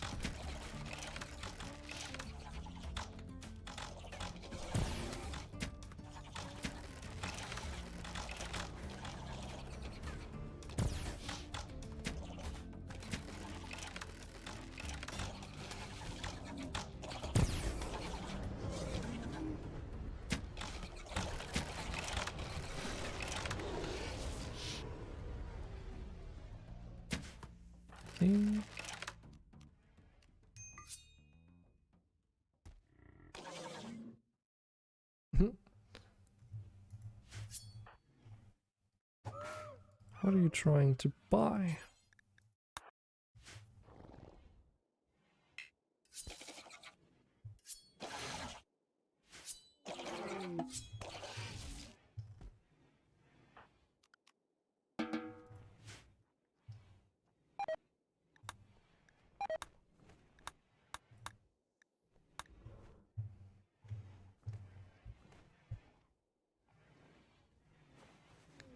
By the way, our room has been moved over here now, so the palace is looking mighty fine.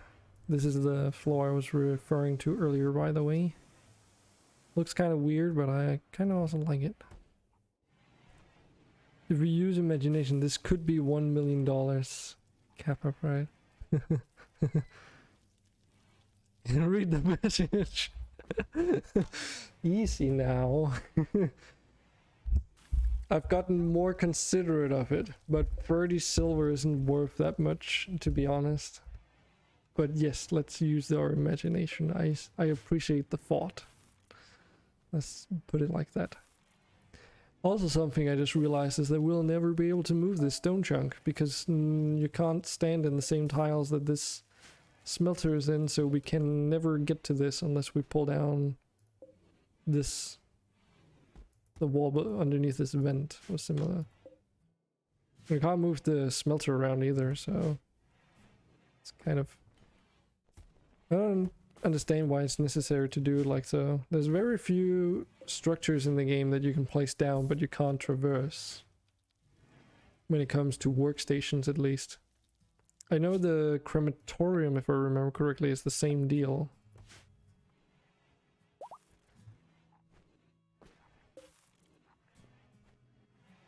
Remember vertical usage.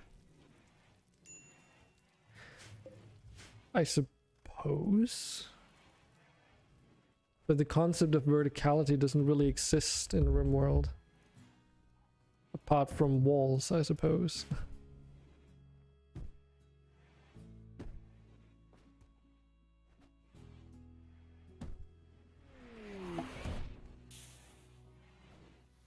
Cage brushes. Alright.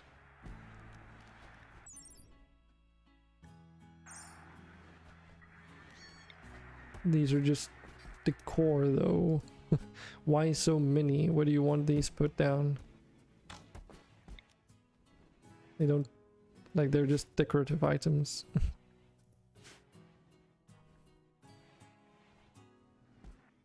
I guess they could reach over if I broke this one.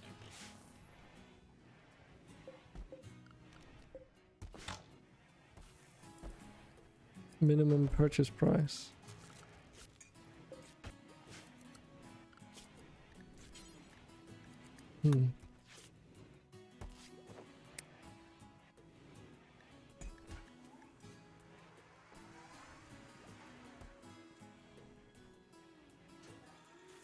So I wonder what they would be under.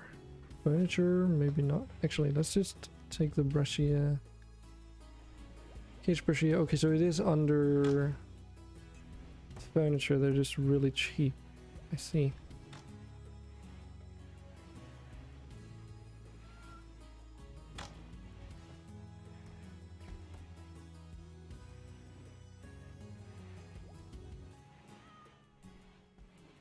Those are the wall lights. Which we should have more colors because I enabled that in the config. If I recall. Weren't those brushes like 16 coins or something though?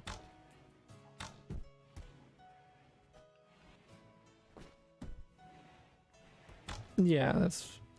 I think most people tend to buy stuff in the store out of curiosity. So 16 coins is what it was. Just wanted to see if there was similar... Yeah, it's just like sitting here for itself. No.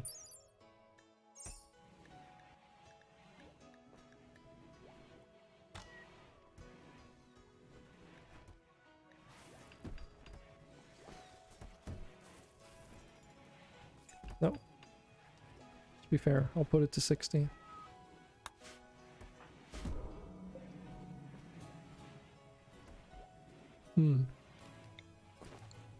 It's also like when it comes to props, we technically have access to this whole library of stuff here if we want to. Which at a glance doesn't look like much, but if I click in on this anvil, it becomes a drop down of just all kinds of things. So if we wanted a green cargo container or a gray cargo container, we can make those. All of this stuff is just purely decorational though, and you cannot buy it in the store. It gets removed by default. Arcturian scales, those are really cool. Oh, for fuck's sake.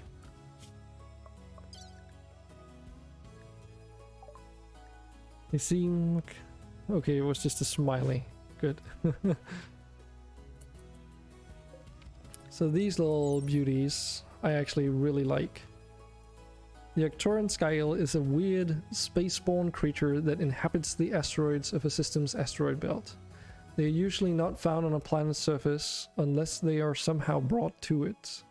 The body of a scale is surprisingly light, and they have no problem flying through a terrestrial atmosphere. They also have electricity-based defense mechanisms and a faint regenerative ability. Scales require very little sustenance, and they can be trained as simple if somewhat affectionate pets. As a floating creature, scales ignore terrain movement cost. So basically, the takeaway is also, if you look in here, the primary role is a paralyzing shock troop, or secondary role regenerating shock troop. So the general takeaway from these scales is that they are fast moving, terrain ignoring, paralyzing small creatures that also happen to regenerate themselves rather easily. So because their body size is small, they're harder to hit as well, which means that they're excellent. Like, they will fly up to a mechanoid and just straight up stun them. And it works on non-mechanoid things too, if I recall, so... If I recall. I think it does. Because it's not like a EMP grenade, it's like straight up a paralyzation effect. A little bit similar to the feral discs. And so forth. Okay, so we got some more research options. Soybean fermentation was one thing that we needed. For tech advancing. Early gunsmithing is industrial.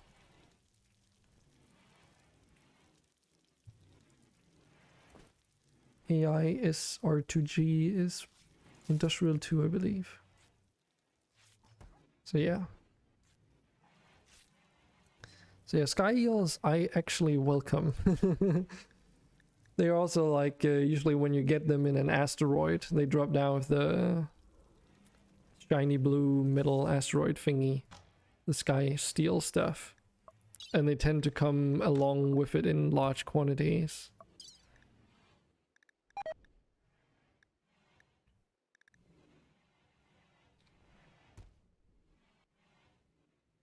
So let's do something like this.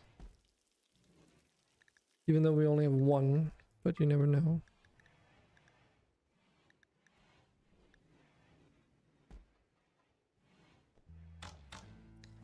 I would probably set these to grazing, I think.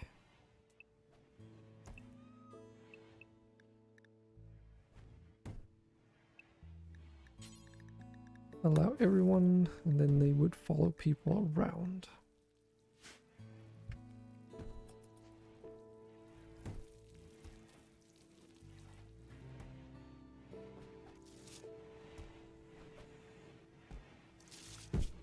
So, although I did rebuild a recreational room, maybe now's the time to also take a rough-plated monitor. Okay. So that wasn't bought by anyone, I suppose? No. So here's another animal of curiosity from the animal section. So this is just a giant lizard. Rough-plated monitor. Monitor lizard. Is a large monitor lizard adapted to life in extreme conditions. Their whole body and metabolism are adapted to environments of higher than normal acidity, thriving around acidic volcanic lakes with a water pH of 2 to 3. This immunity to acid allows them to prey on other creatures that use acid to deter predators. AKA, I suppose, the acanthamoebas, maybe? The rough-plated monitor lays eggs that have a tendency to suddenly explode in a dangerous blast of acid when hatching, though. These are also considered a shock troop. I will be slaughtering this one, though. Because although the creatures that have eggs that do really wacky shit is cool, it's also a little bit hard to manage if you're not careful and, you know, totally focused on the game. But yeah, unfortunately I will have to just install these banana and disassemble them if you don't have any plans with them, because I don't think they do anything. It might be different because it's vanilla expanded stuff.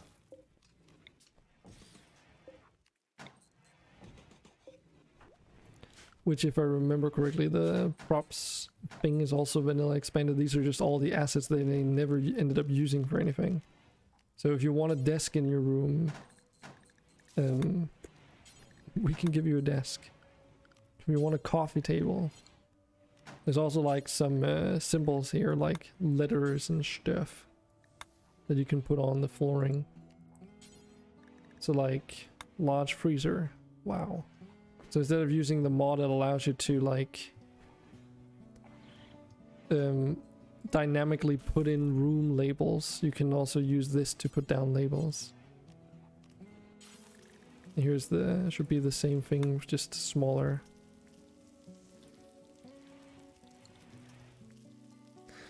Prophet is in here. I hope he comes into chat so that we can get his pawn reinstated.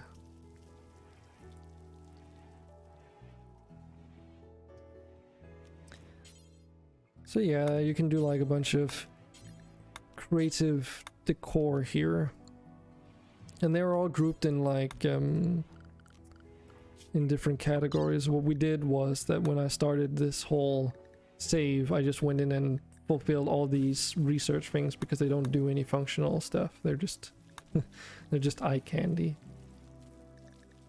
Well, we'll probably mess with this in this colony if we ever get to the point of just wanting to decorate things in between doing other stuff.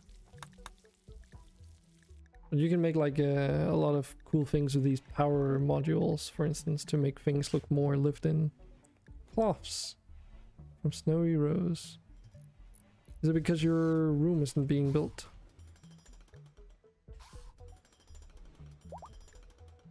Or I guess it is being built by Sephiroth here. It's going really fast. But yeah, a little lovely flower petal-y design. We can do some fancy stuff with this eventually if you have a good idea.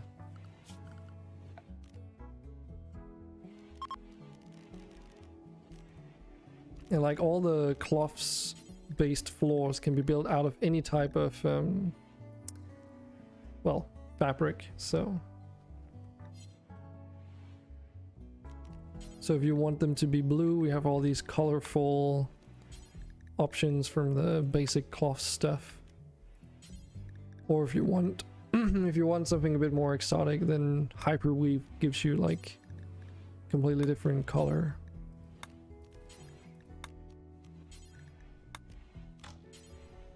Sky Steel Weave. Oh yes. Obviously getting some of these legitimately will be a little bit tricky. Jade Scale Fancy Carpet. So yeah, there's some options here. Maybe a dark gray border. I can do that. Amopeka. Hello. How are you doing today? My main moderator is here today. How are you doing, Kevin? It's been a while. Slightly darker than white color. You're doing great. How about me? I'm doing pretty fine. Had a bit of a disaster a couple days ago. Do a test square. Yeah, the question is though, what would you consider slightly darker? So this is cloth, of course. I think sheep's wool is actually even more white. But we don't have any sheep though.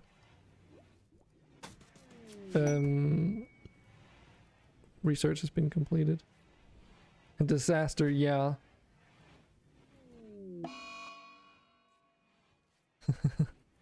Okay, let's take this research first and I'll try and cover that in a second.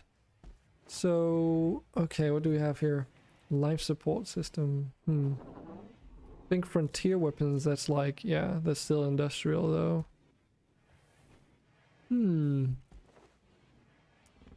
Electric pumps is for Dub's bad hygiene. It would essentially allow us to make pumps that are, instead of using windmills, which we are currently doing, we would be using electricity to pump water out of the water wells instead. Life support is also pretty cool. It allows you to, if we hook this up to a bed and you lose a heart, for instance, then the life support system will keep you alive until you get a, like, either run, like, it works together with the, what's it called?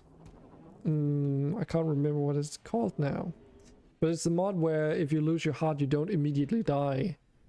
Like in generally, if you lose a crucial component, and life support just makes it so that, well, it puts you on life support, so you don't have that timer anymore where it's like, oh, your brain is dying from oxygen deprivation because you're missing both your lungs, for instance. Then instead the life support system keeps you alive.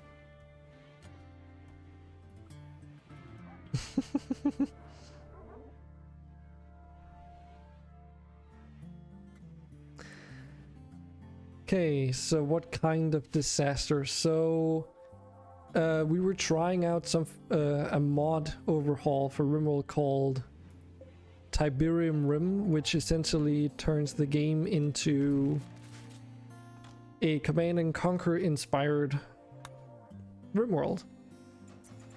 So think harvesting of Tiberium, laser weapons, that kind of stuff. Mostly it's around, like, focused on the harvesting of and processing of Tiberium. But when I did that, I had the brilliant idea to rename. When we got to choose the name of our colony, I decided to name it the exact same as our main save. And to give you an idea of why that's a problem, when you save your game, the default name for your save file becomes that of your colony name. And you cannot have two saves with the same name. So if you use the same name and have an existing save, then the existing save gets overwritten. And I didn't quite think for 2 seconds at some point when we were messing with Tiberium Rim and accidentally overwrote our main save.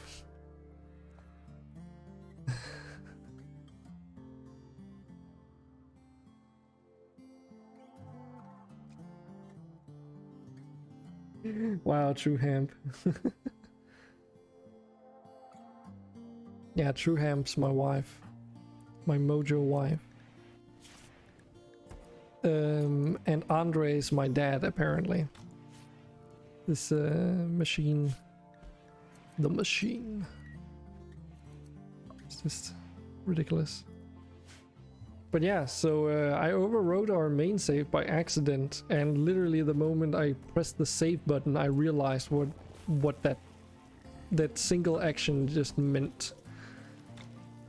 And I could just immediately see, like, oh fuck, this is gonna take like a million years to redo all this stuff. Fortunately though, I had another save that was 18 hours behind or something, so we did have a restored point. But oh man.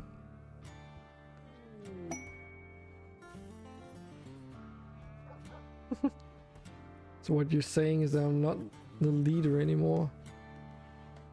Well, Kevin, you know, you can't really claim the role as moderator if you're not moderating.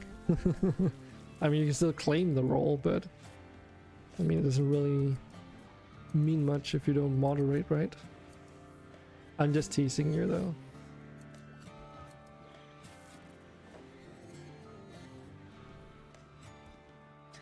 But yeah, so that whole thing happened, which, yeah, meant that yesterday we did a 5-hour plus stream where I was literally just going through in development mode and recreating everything how it used to be. Oh, hey Andre, you want to go on a jousting tournament? You might win 2,400 silver or whatever, or accidentally kill all the competition again. There you go. We're back in action. The Rim Sprite spent a total of 2 years researching. Okay, interesting. So Andre, you want to go on an adventure?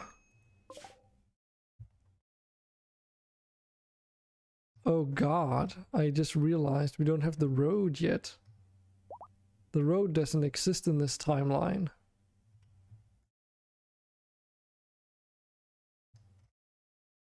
Have I given coins the past 2 hours? 3 hours in I did, so not the past hour.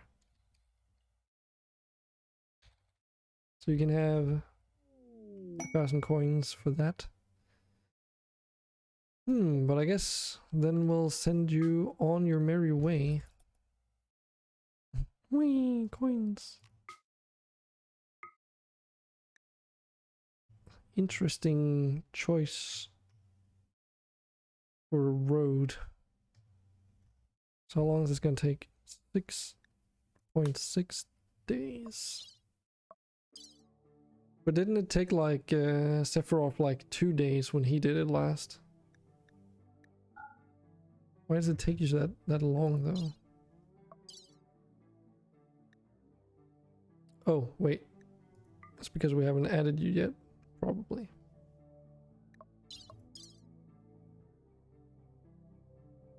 I like money. Let's see me be too good again. Yeah, exactly. It has to be, it can't, it can't be right that it's because you're too good. Like, that's just fucked then, because then you'll never be able to win these melee tournaments. So package survivable meals. 10 would fuel you for 6 point something days, so you'd need a little bit more than that. Why does it take you that long though? Is it because we had the road build last time? Probably. Should probably build a road building kit. Because Sephiroth is a special child, that's why. No, it's just because it's Sephiroth. Well, I guess that's basically the same, isn't it?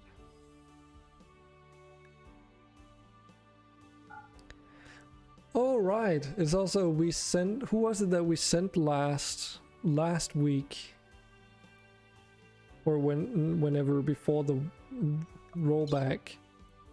It was a Warforged because they don't need to sleep, they don't need to eat, they don't need to drink or anything, so they could just like run all the way across, do the thing, and be home before breakfast almost. You also need some Lucy. But you also, see, this is the thing about you, Andre, because you've added all these fucking dependencies. Now I need to add like deep blue serum for like your character and Luciferium, and do you have other things that I need to worry about too? Deep blue, Luciferium. Okay, I think that's all you need. Can't upgrade yourself anymore.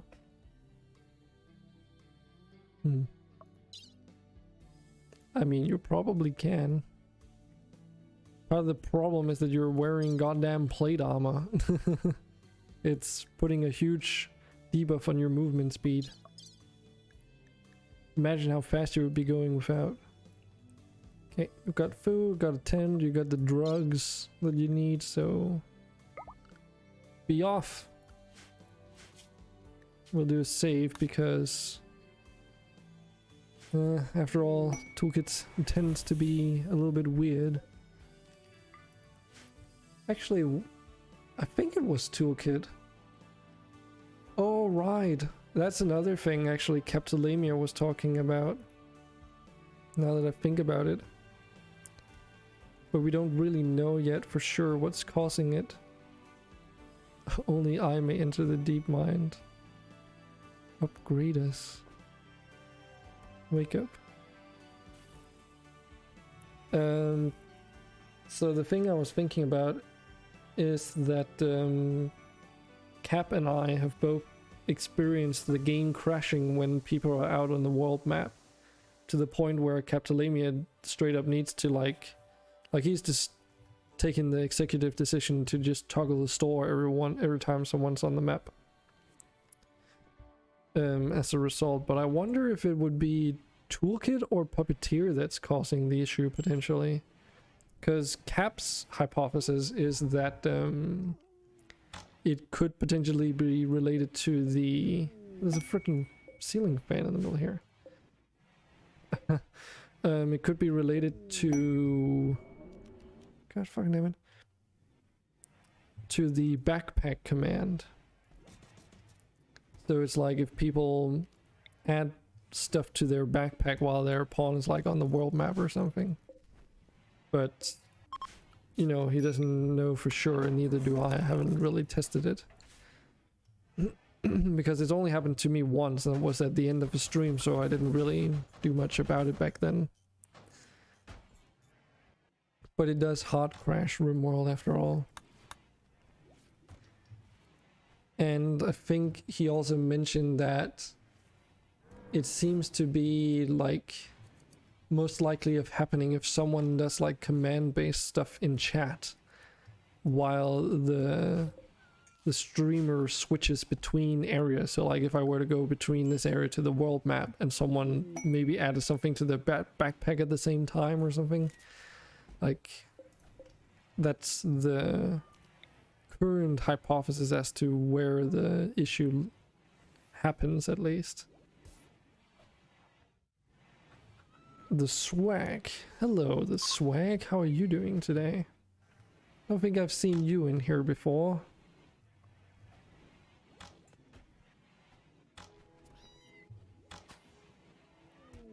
Be gone, fuck. Now, Andre, be nice.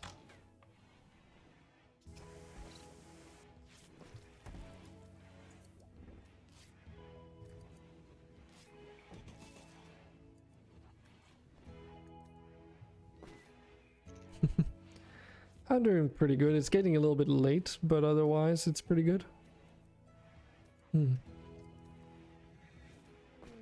Pretty new here. Yeah, a lot of, not a lot, but some people actually, I've started noticing, will be like lurking in chat for like a very long time before they show themselves, which is perfectly fine. So that's why I'm asking though. Because sometimes I ask and people, when they pop in, say like, oh, I do that. Yeah, exactly. And then they say like, oh yeah, actually I've been here for like a very long time. And then all of a sudden I see like, okay, they actually have like tens of thousands of coins. Thinking about buying this game, okay? And why are you thinking and not buying the game?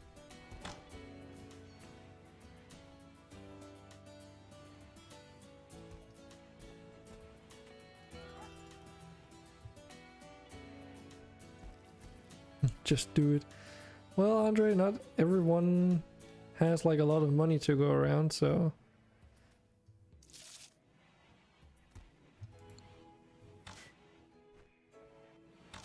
don't let your dreams be dreams.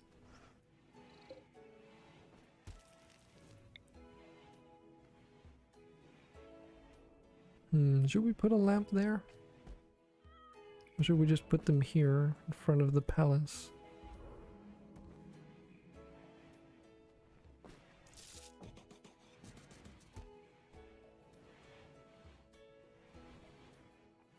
I like games that tell me what to do. Can't imagine not having money. I mean, technically I don't have much to go around myself, at least. I've got just enough to keep everything rolling and make investments, but only very small investments at a time. That's also because I'm a cheap bastard and I don't invest in a lot of clothes and other things that people tend to consider stuff that you should buy on a relatively regular basis, so.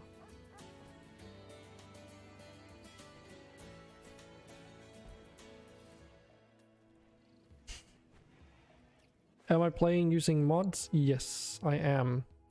Lots and lots of mods. Essentially, Rimworld, in my opinion, like you can play it without mods, but there's little to no reason to not be playing with mods.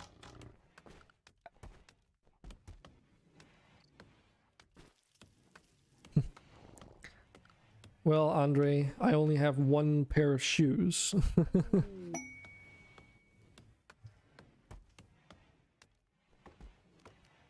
I also only have one rain-proof or retardant jacket and then one winter jacket.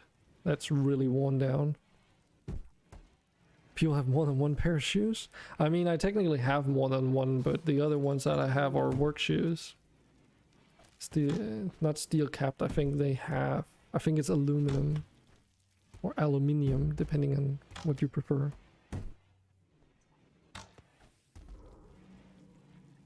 I only use one pair of pants though when I go out. That's because I spend a lot of time indoors and I have like some other kinds of homeware pants that I wear here. Fire starting spree, Rourke, okay. I really don't want to have him around anymore. Bionic replacements, okay. Medicinal deep blue for those who care about that stuff. Abyss tech engineering for those that care about that. Oh yeah, you can't use it anyway. Moisture pump.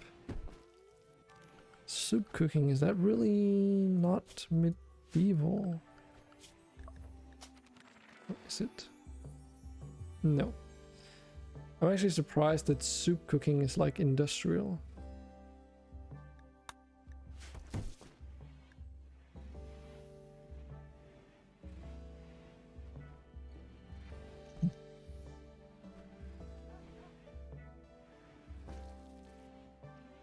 Code 7! But you know, Trueham, you have to actually increase our tech level to like spacer tech most likely before you can even make use of that stuff.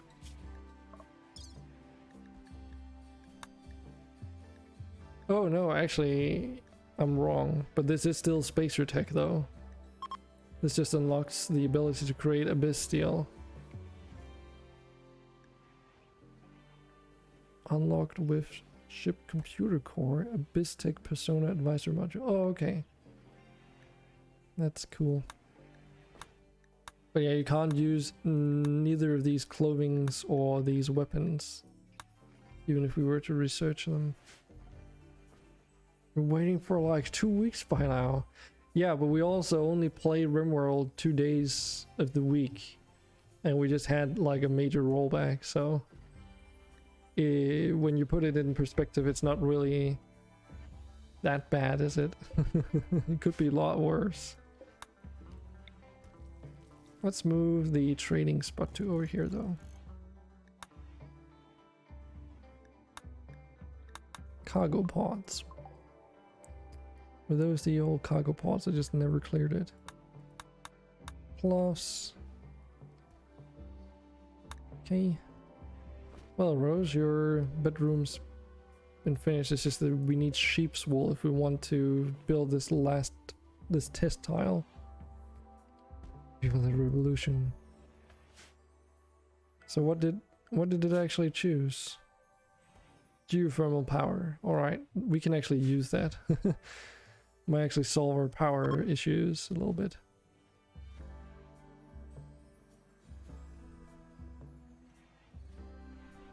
How social are you? Andre, you're out on the map. Doesn't really matter how social you are, but sure. Basically not, because you can't socialize while on the world map. Doesn't list your things. So how is this freaking toilet still clogged? I swear, I feel like no, this is not the toilet, this is the freaking sink. No water capacity. Okay, it's not clogged. Never mind. It's just... Wait, I thought contaminated high disease risk. Is that... Oh. I'm a freaking dumbass. That's why I didn't build a fucking water well down here. It's because that's where we have our sewage outlet. Oops. So yeah, people have been bathing in pool water. Ugh, that's kind of nasty.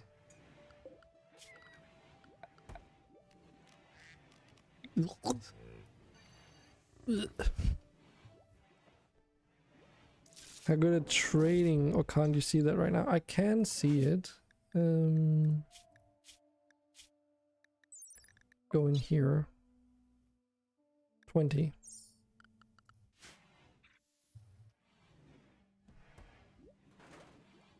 Sneakers are your go-to shoes.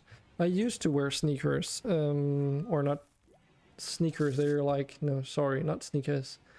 I used to use like it's a sports shoe hybrid with like everyday shoes. The fuck?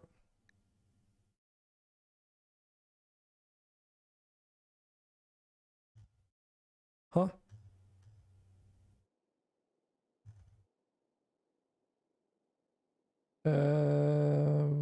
Banana? What?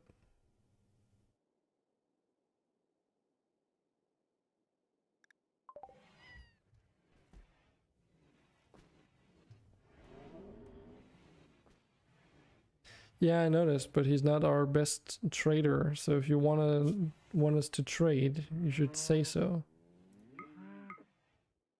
That way I can send Sephiroth over.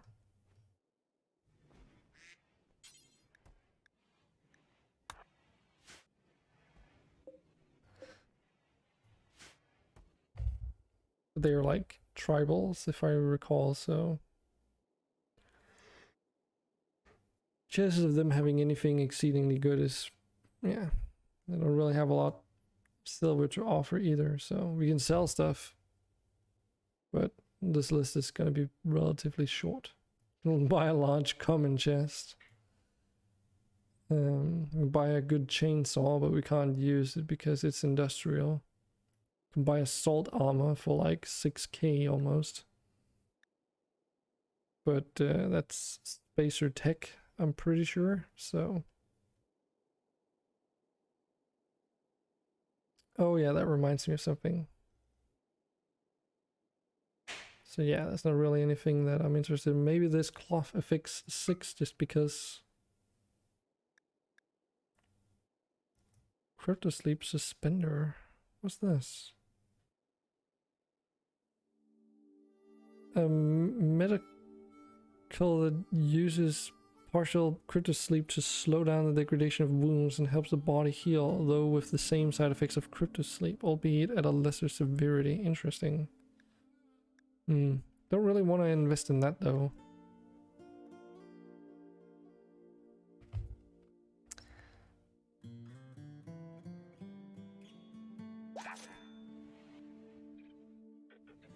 But yeah, something I was thinking about, Rose, is that apart from the fact that we can make these floors out of like woolen floors or textile floors, I suppose, we can also, if we get the research done for carpets plus... No, wait, that's not the one. Where the frick is it? It's not standard weaving either. Did we actually research it then? Hold on. No, I think this is the... yeah, this is the research. No, sorry. I was just getting it confused with the doormats. Wall mats. So what this is instead... These carpet types are like actual carpets that you put on top, similar to the ones from Vanilla Furniture Expanded Art, except these have like predetermined sizes and are made in the not tailor bench, of course it's in here, right? Yep, we can make these small rugs, large rugs, and grand rugs, which of course they have predetermined patterns and designs and what, and then we can change the color based off the material. The other carpets from Carpets Plus though are placed in a similar way that they're put on top of stuff.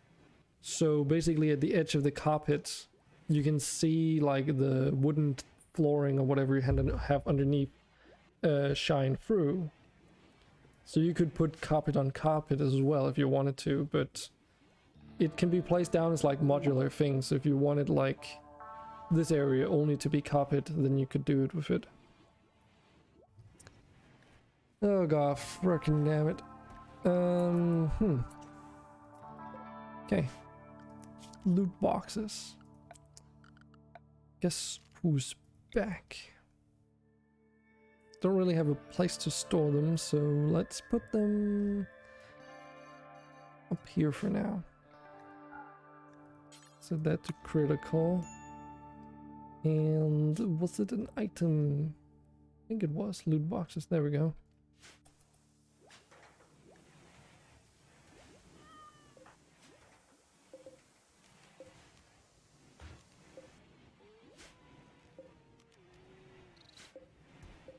Oh, there is a frigging stone there.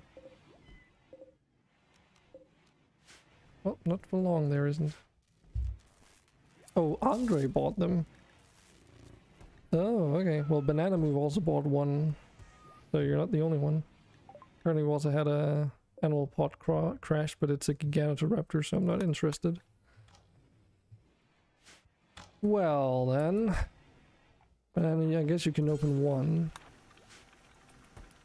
Well, let's see if these chests are still as broken wealth-wise as they were last time we had Banana open like a bunch of these.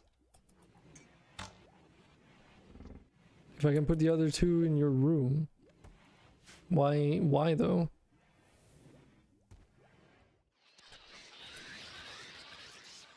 Can you put that down? What did we get? A birch harpsichord, okay. Because I don't know, okay. But yeah, we got like 2 Neuralink formers, a shooting skill trainer, which we'll give to Banana because he invested in it. Oh, why is it reserved by someone else?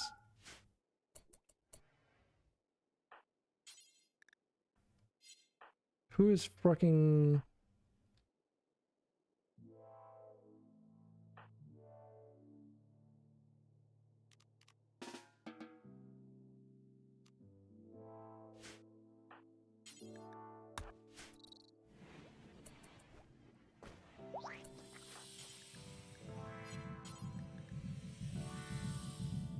It's just the neurotrainers are like being hauled elsewhere by other people though.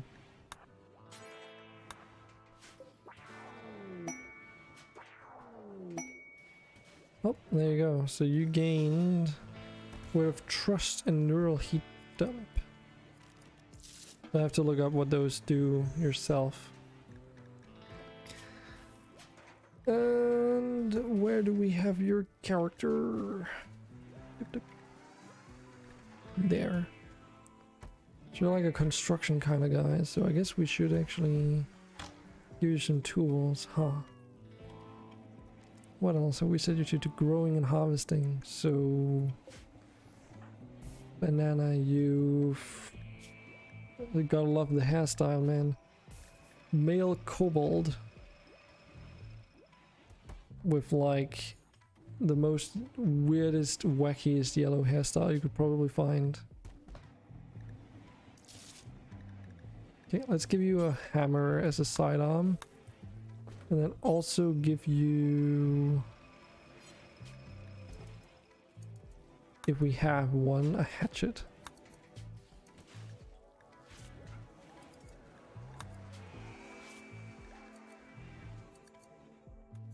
Otherwise I'll have to find something else, or we'll just have to craft some more. Oh, there's an iron hatchet here. It's low durability, but it's an iron hatchet nonetheless. So let's see here. Hatchets. Okay, we're making up to 10. Yeah. And why is Muhu? Oh, Muhu's probably... No, wait, we loaded a previous save, so... They're just doing recreational stuff, I suppose.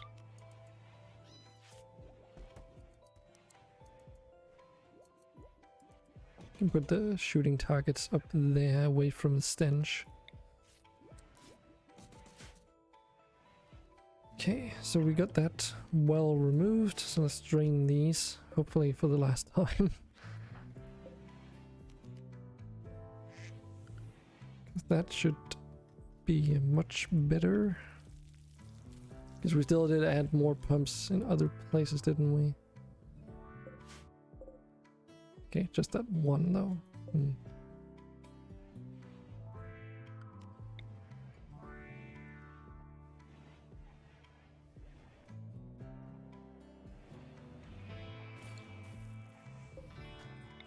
Let's connect this up.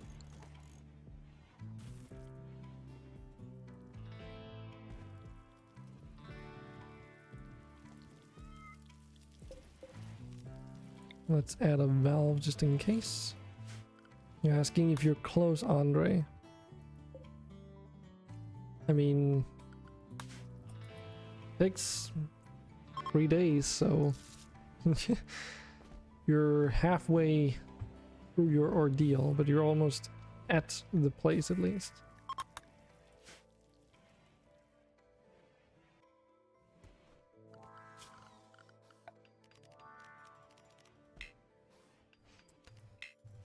Unfortunately though, it's getting rather late though. Can't count. It's getting kind of late, and I do think I want to relax a little bit before going to bed, since we have an entire day ahead of us tomorrow anyway. So you'll have to wait to see the conclusion on the medieval tournament for tomorrow, if you have the time. Unfortunately. So I hope everyone's had a pretty good time today. I know I have. And it's good to see the colony being back in working condition. I just need to get everyone re-added in. I know Peanut, he popped in, but he didn't really appear in chat, so I couldn't give him his pawn. I'm sure we'll get around to that eventually. Is there anyone that we should raid? Don't know too many on Twitch, but let's see if there's someone that I know that's about our size that is online right now. Not really. Thanks, Kevin. It was nice having you pop in as well. Alright, later banana move. But yeah, it doesn't seem like anyone on my follow channels are like streaming, so I guess we'll just have to end it here for today. So hopefully I'll see you all, or some of you, tomorrow, and if not, maybe, right, because it is Thursday today, yes, so Friday, or otherwise I guess I will see you Saturday probably. There's a good chance anyway. So without further ado, let's cut it here. And also, Brains, if you're still in here, thanks for dropping by. Doesn't seem like he's here anymore. Oh well.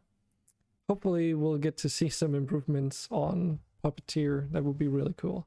Anyways, enough chit chat. I'll be off. See you all next time. Hopefully tomorrow, all right?